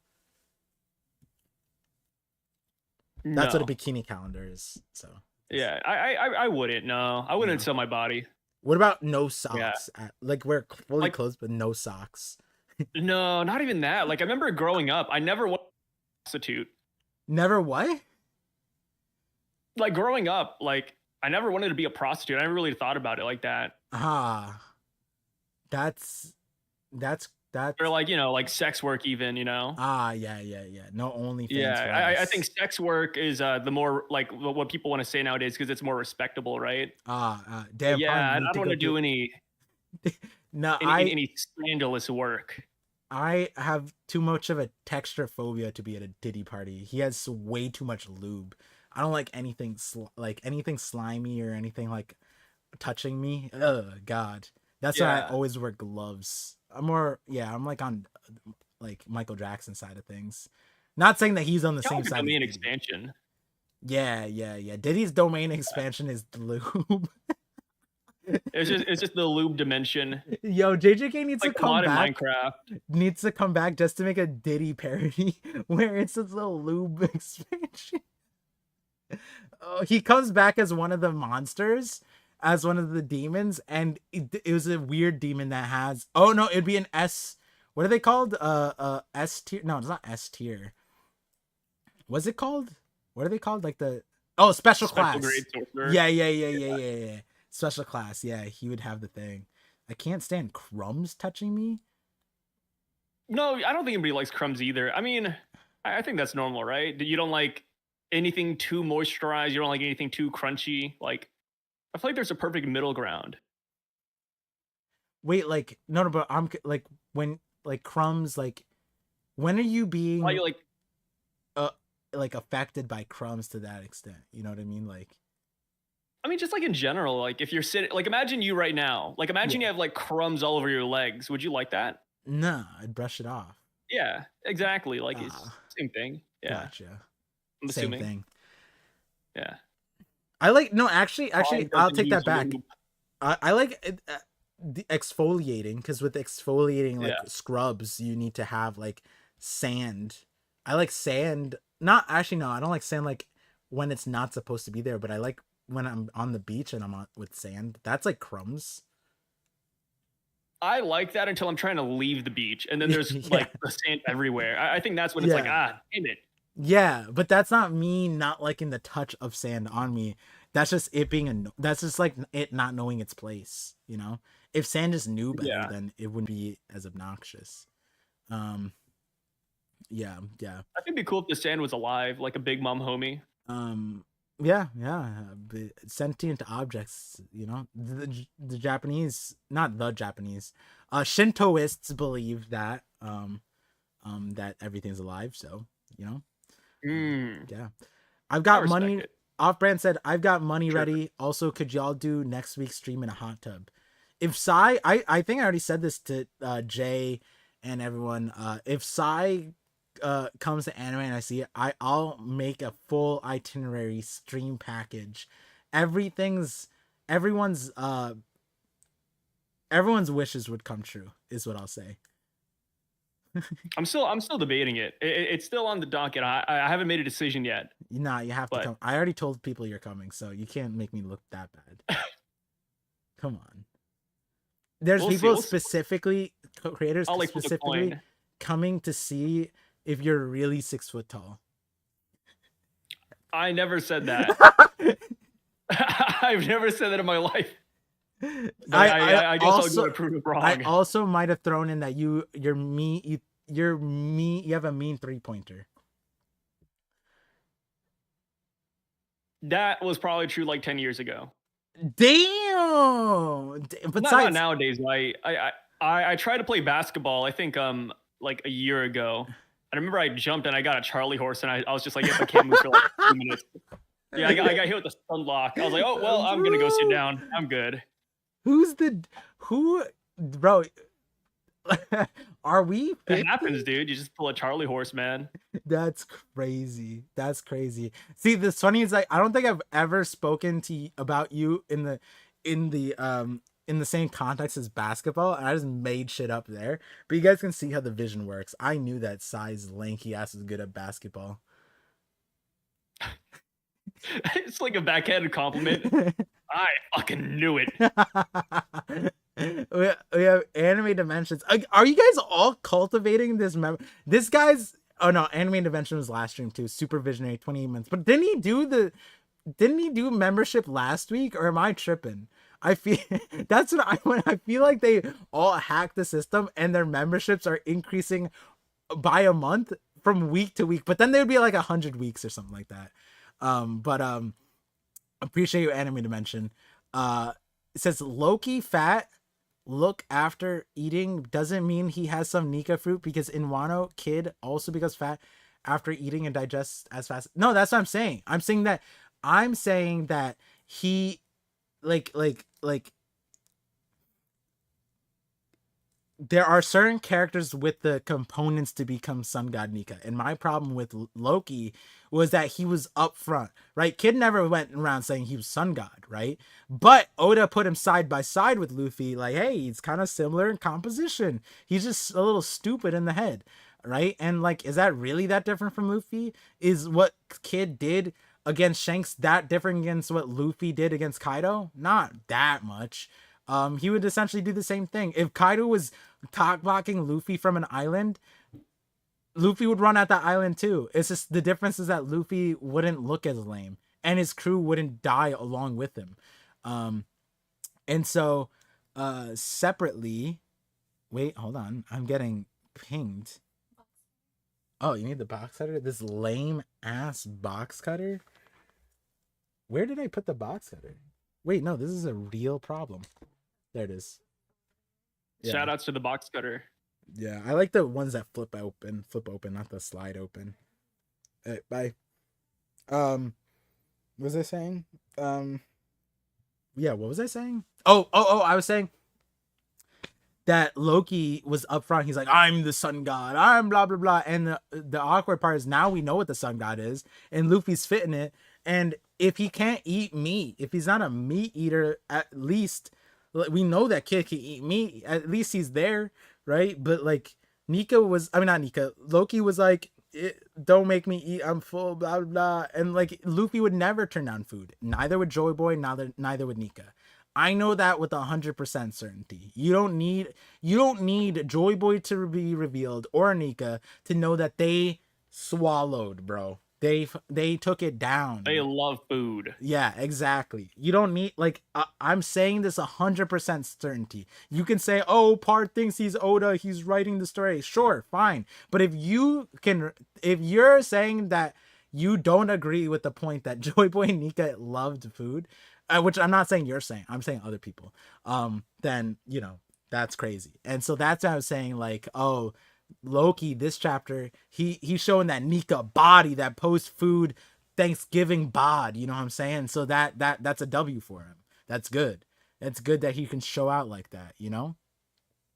Welcome to he's finally becoming Nika, is what you're trying to say. Yeah, he's much closer than he was before when he was like, not food. You know what I mean? This is a lot closer. This is better. I could see it. And that's awesome because like it's the Luffy effect, Like you brought up Kid, and it's like, would Kid look like Luffy or Nika if we didn't put him side by side with Luffy doing the exact same thing, right? Look at Loki doing a side by side with Luffy right now. It's the Luffy effect. Luffy makes everybody Nika. Look at what happened with Bonnie. She literally turned into Nika. That's what Luffy's gonna do with every person in the series. Everyone's gonna turn into a white-haired, god, celestial being. Luffy. Okay, this is gonna be a future title of a video. Luffy will make everyone a celestial dragon. That's a good title, right? That's a good title. Yeah. I mean, maybe a little bit too long, but good title. Yeah, I have to shorten it up. But that's not inaccurate. This is a theory that I haven't told you. Said a little bit. I told 3-Day, but that was the title. I was like, ooh, this is a good title. Luffy will turn everyone celestial. That's still too long. It needs to be shorter. It needs to be celestial. No, I don't know. Something like that. I'll figure it out. But that's according to the thing. But yeah. Called it the Naruto's cloak though? Yeah, I mean, if you go back like 3 years ago, back to when people asked me, hey Par, what do you think about Gear 5's powers about to come up? And I remember even with Sai, I told him like, yeah, I thought that he'd have like Kurama's cloak, but just Luffy, and he would be able to rubberize people. Or it was the Awakening or something like that. And then we got that he could rubberize other people. So yeah, that's a pretty one. Probably streamed a few. Some videos mention it, but let's see. Anime Dimensions with the $20 super chat says Luffy eating always leads to fights. I hope next chapter Luffy is ready to fight.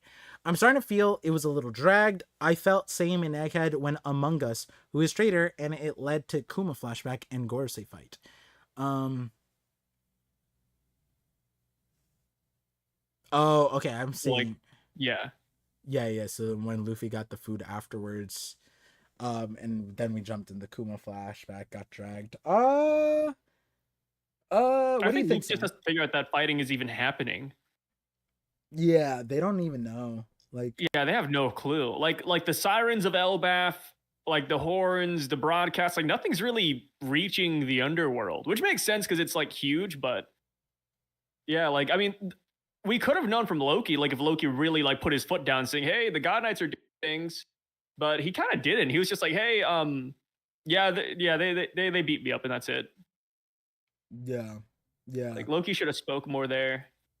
Yeah. Yeah. I'm Hey, they flew off to the sun world. I don't know, man. now it's also and I've talked about this. It's like Loki's prerogative is not clear at the moment. Like, what is his goals? And I think this last panel in this chapter could line it up really easily because Sommers is exposing Harold's like Harold's what would be the Prerogative, predisposition. yeah like convolution, is that the word? No, it's not collaboration either. um Who he was colluding with. Colluding, yeah. Collusion, that was the word. um yeah, that there was some form of collusion, I think is confirmed by this chapter. Like, that is confirmed. It's not, I don't think it's debatable. The question is, what was Harold's disposition? We have a, I would say we have like a 99% like, yeah, like they wanted the mercenaries. Like, they've said it like 3 times now. So like, I don't think there's any more we really like can get. It's the God Knights showed up to Elbaf, spoke to the king. We want to subjugate your people and turn them into mercenaries. Are you with us or against us? And the against us is, obviously not a desirable place to stand, because you're waging war with the world government. So does Harold see that and say, like, well, there's only one option. I joined them. And then the question becomes, what form was that collusion? Was it a collusion where he was sabotaging them? Was it a collusion where he was out, like he like knowingly was trying to mess with them? Or was it a collusion where he was working with them and he was happy with them, or happy to be like inducted into the Hall of Holy Knights, right? Like, that we have to know that part. And that might be where the Loki part connects, which is that from Loki's side, what would be the reason to kill him, right? Because Loki confirmed that he did kill his dad. He just he confirmed that it wasn't a cold-blooded, like a meaningless kill. It was a kill that had some like justification, and we don't know what the justification is, but I think plenty of people at this point have talked about how it's likely that Harold's collusion was exposed and Loki heard about it, and it was that collusion that Loki was killing his dad over. Now the question mark, did Loki know the truth, or did he also get bamboozled by Harold's collusion? Like, did he see the collusion part kill his dad before his dad could tell him, like, oh no, I'm not doing that? Because the other part of it is that regardless of how you look at it, Harold colludes with the Holy Knights, and then Harold messes with the Holy Knights. Well, how does he mess with them? He makes all the children peaceful and teaches them stuff. Both directions piss Loki off, right? Loki wouldn't like his race becoming non-warriors, and he wouldn't like working with the Holy Knights. We know that because he literally said both. He literally was like, I'm never gonna work with you scumbags, trash bags. And I'm also like, I'm not soft, and I'd sacrifice my own friends if I needed to, and that's not the warrior mentality. So it doesn't like Harold's plan, regardless of his stance, piss Loki off. And so like, that's where it's like, does Loki like look at his dad's plan and go like, you're gonna make all the kids weak? Elbaf will be weak again? What are we doing? Let's make Elbaf, I think Randy said it first, and that is make Elbaf great again. The mega motto. I like that. But Randy wasn't saying it in the scope of Loki and the children. He was just saying like, oh yeah, the arc is a little fizzled out, no antagonists. Yeah, that's where it's confusing with the Loki stuff. So honestly, going back to your question, Anime Dimension, I think we do stall out.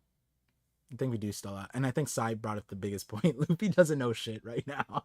That's like the best setup for it. If they knew that Elbaf was in danger, I think they'd be like moving right now, but they're not. I think it's as simple as that. Like, Yeah. and it makes you wonder, like, when will they notice, right? Maybe Killingham's message will get through to them somehow, which would be nice, but it would also make me wonder, like, why didn't Angie's broadcast to the village, which used the same Genden Mushi, work? Right. Right. Right. But maybe like her intentions weren't to reach the underworld because nobody's down there. Like, which makes sense. Like I said, like, when would you ever have to broadcast to the underworld? Like the only person that's down there is Loki, and then I guess that girl from the bar who she's still there, but you know nobody really cares Yeah. about her. I doubt they're looking at her to like save Elbath. It's like Goa Kingdom's in danger. Quick, call Makino. Like it's not. Yeah, Yeah. I get that. Jay's the father of the mega and agenda piece as terms. Wait, agenda piece I know, but mega I didn't know. I heard it from Randy first. So, um, shout out to Jay Legendary, JD Legendary. What's it called? I'll save the Sommer stuff, some of the Sommer stuff for the podcast because me and Sai are probably recording soon slash right now. So I want to save that. Obviously it's Easter and 420, so it wouldn't make sense for us to impart on God's plan on Sunday with One Piece talk. Unless you see Oda as Goda and One Piece as the next Bible, but you know maybe we could make this a Sunday. Maybe we should change our Sunday release to Sunday School with Par and Sai, and just us covering One Piece. That'd be funny. That'd be nice. Yeah. We have Sunday stream, and then we could make it very church-like. Yeah, we could dress up. We could put ties on. Oh, that'd be cool. Yeah. We could dress up like the Gorosei. I've been to a lot of church sermons. I could just I could do really well with that. Yeah, and it would work because like we could like saints. You know what I mean? We will not call ourselves saint, but we could like every stream is commemorated to like Saint Gunko. The day that she becomes a saint is the day this it's like every, you know what I mean? Just something like that. But we have Santanu Adhikari with the 200 bangaroos. I don't know what yellow means, but we're just gonna say bangaroos right now. I'm pretty sure that is that yen? Bangaroos? No. Like what's the currency on that one? I don't know. I've never heard of bangaroos. No. You know like this. It looks Asian, so I thought that you would know. Bangaroos? No, the symbol on his 200 there. Oh, I can't see it right now. Oh, damn. I logged onto my wrong. I logged onto the wrong account on chat. Oh, damn. I expected you to know rupees. Come on. Damn. You were asking me though, as if you didn't know. Yeah, I didn't know. Rich Far owns a horse ranch? No, I don't own a... No, those many generations ago. I don't even know if we still... maybe... Par has a horse ranch. Yeah, there's a reason why he always pushes the nightmare theories. Yeah. You know, it's Nightmare Luffy was one of my favorites. But he said, do you think the rest of the Straw Hat crew will be able to do some damage to the God Knights? Or if they're there to only hype up the village. Oh my god, my dyslexia is going crazy right now. The villagers? Yeah. The light is right by it, and I feel like it's blurring on my glasses. Okay, let me take these off. Nope, still fucked up. Or if they're oh my god, if they're there to only hype up the villains for the monster trio to come and beat at the end. What do you think, Sai? You're the expert on God Knights. Yeah. The resident God Knight expert here. Hello, guys. So I hope that the Straw Hats and even the Monster Trio, I hope they don't beat the God Knights here. I genuinely hope we lose. I think we'll beat them eventually. Don't get me wrong. You know, like when we go to the next island or Marie Joie, I think we will beat them. But I think right now it would be really cool if even when the Monster Trio comes in, they can't hurt them. Like maybe we overpower them like the Gorosei, right? But we can't beat them because of the regeneration. I think it would be a nice parallel to Sabaody, where like we didn't know how to hurt Kizaru and then Rayleigh was the one guy who did it. I think it would be nice if like Scopper was the one guy who knew how to hurt the Holy Knights. And then we learn from him afterwards, and then that's when we overcome that hurdle So that when we fight them next time, a third time, we will be able to beat them. But I mean, as far as like right now, I still think it is to like hype up the villain too. Yeah. Um, I It's mean, all just Holy Knight hype. yeah, at the end of the day, I don't see them losing because of it's like it's the way Semi Kikan was at or not Semi Kikan. Damn. What's the technique? The six powers. Kai. Roku Shiki was in any at Water 7, right? The Straw Hats can be like the moment Luffy brought out Gear 2, that's when Bluno like started kicking the bucket, right? Yeah. But before that, before Gear 2, which I'm saying like he unlocked a certain level of power, it's a little different here because like it's a certain knowledge of power, I guess would be the separation here. That like, yeah, only Scopper knows how to fight them. It would be crazy if Scopper goes like, yeah, we never figured out how to beat the God Knights. Like on God Valley, we kind of saw this shit and then we never had to deal with them because they never showed up in the story again. So like we also never figured out how to beat them. Because like that's also possible. They saw them one time at God Valley and just said, I hope we never have to face them ever again. And the God Knight said, yeah, you got your wish, buddy. And then they never showed up on the seas ever again. That's possible. I don't see because we haven't seen them. No one's ever mentioned them. But so I don't see them being defeated here. And honestly, when Luffy took out like Bluno, it wasn't like an in-story development in the sense of like I made a theory about how Luffy came up with Gear Second in his brain, and there's other theories too. But like there wasn't really like a I saw this, I do this now to defeat you kind of thing with Gear Second. I see. I do. Yeah, yeah. Luke sounds like a real Elbath resident. Yeah, monkey see, monkey do. It wasn't like that Yeah. he didn't like analyze Tekkai and then go like, so I like he didn't even say, so you're just saying I have to be stronger than iron.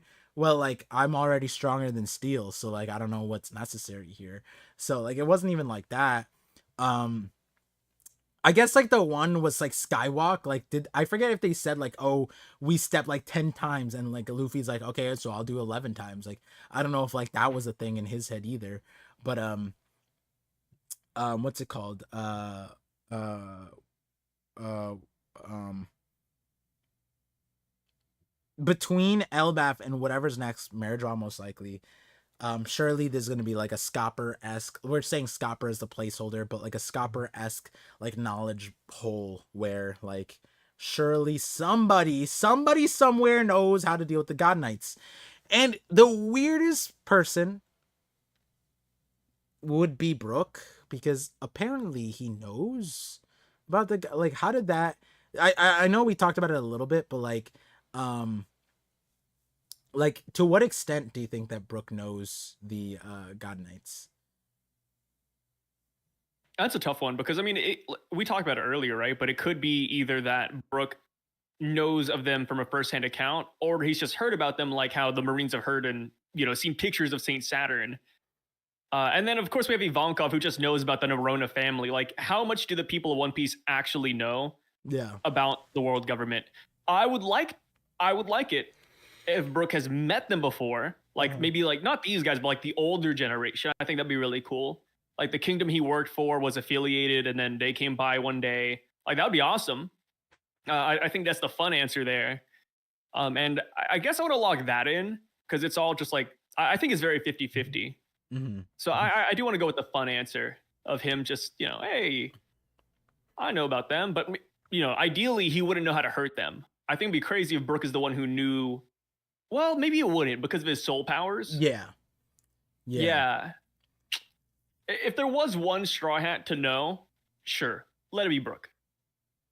Yeah, that's kind of where once you got that reveal, the question is like how deep is this? Because Yeah. like him just knowing lore, that's fine. But like I think about Brook on like Thriller Bark. He played a very similar role where it's like the Straw Hats didn't know how to beat the zombies, didn't know how to even like deal with the shadows really. And Brook told us everything. And it was kind of supernatural, which makes sense, but like the way it felt, so much around Brooke is like, I'm not gonna say religious, but like there is a religious aspect. You know, he was summoned with a demon circle. He has soul powers relating to the afterlife and death and whatever, and somehow he lives. He's like the closest person to that. And then in the art that he showed us, it was like a demon themed thing from a guy that took over an island from the West Blue, because Thriller Bark is an island from the West Blue, and it's also, and it was night themed, like, because like the you guys recall, like, the Absalom resurrected a few of the zombies that were all knights essentially, and it was in like a church kind of thing, so like, get like, you know, go back to a few of the Holy Night theories when they first came out. Wish I posted mine, but like a lot of people drew parallels to that moment there. And so it's very, very interesting that Brooke has this place in the story, and I would have gave it that. So I would like it if Brooke had more than just lore, more than just like oh, back in my day the God Knights came to as envoys to each place as heavenly tribute to collect the You're giving like a Game of Thrones accent. Yeah, I don't know why I did that, but like, but that's what we got with old age Brooke, bro. Yeah, I don't know why I gave him that, especially because he has like a French theme too. But I can't do a French accent without being like racist. Which ironically, I feel like French more racist than I could ever be. But anyways, the point is that, I was gonna say that Brooke is Zebek. I got influenced by Tekken's video. I thought the next one is Brooke is Kizaru's dad, because I know that theory is there. Not Kizaru, Kuzan's dad. Love the accent. Look at that. Ooh. Got W. Yeah, it was very convincing for a little bit. Yeah, until you realize it's like wrong era, wrong character, not the same at all. Like, it's a good accent, just not. It's like going to a voice actor thing, and the prompt was like, oh, like 50 years ago, 50-year-old lady. Yeah, 50-year-old French dude. I gave medieval time Game of Thrones Dragon King accent, like. Oh god, he said the word conquers hockey and conquer multiple times. Wait, who? I think that's a separate conversation. I think they're having like a separate conversation. Love Brooke getting some of this arc. Favorite Straw Hat? Yeah. I'm known as the Brooke. I don't know what the word would be, but I've announced so many Brooke videos. He was actually, when I did my Straw Hat Power Up series, he was the next Straw Hat to do, I think, after Sanji, and then I just never did him. And then for the next 2 years, people are like, Par, when's the Brooke video coming? You said that one was next. And then I never did. And yeah, and then I did the Zoro video where I was talking about swordsman, where Wano wouldn't make sense for Zoro to get an upgrade. Then an arc related to swordsman, probably related to the West Blue, would come up, and I feel like it would all relate to Brooke somehow.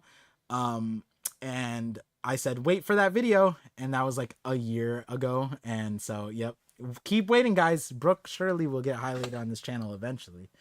But I need a theory about Brooke being from the same island as Byron, who was a slave in Sabaody. Byron, you mean who's Byron? Was that the guy who got his collar blown off? Is that the first guy? Whatever you just said, Leonardo, I'll take into consideration. The title of the next video would, you forgot Byron on Sabaody. And people are like, huh? You forgot all about this guy, huh? The character you shouldn't forget on Sabaody. That's like a meta title, right?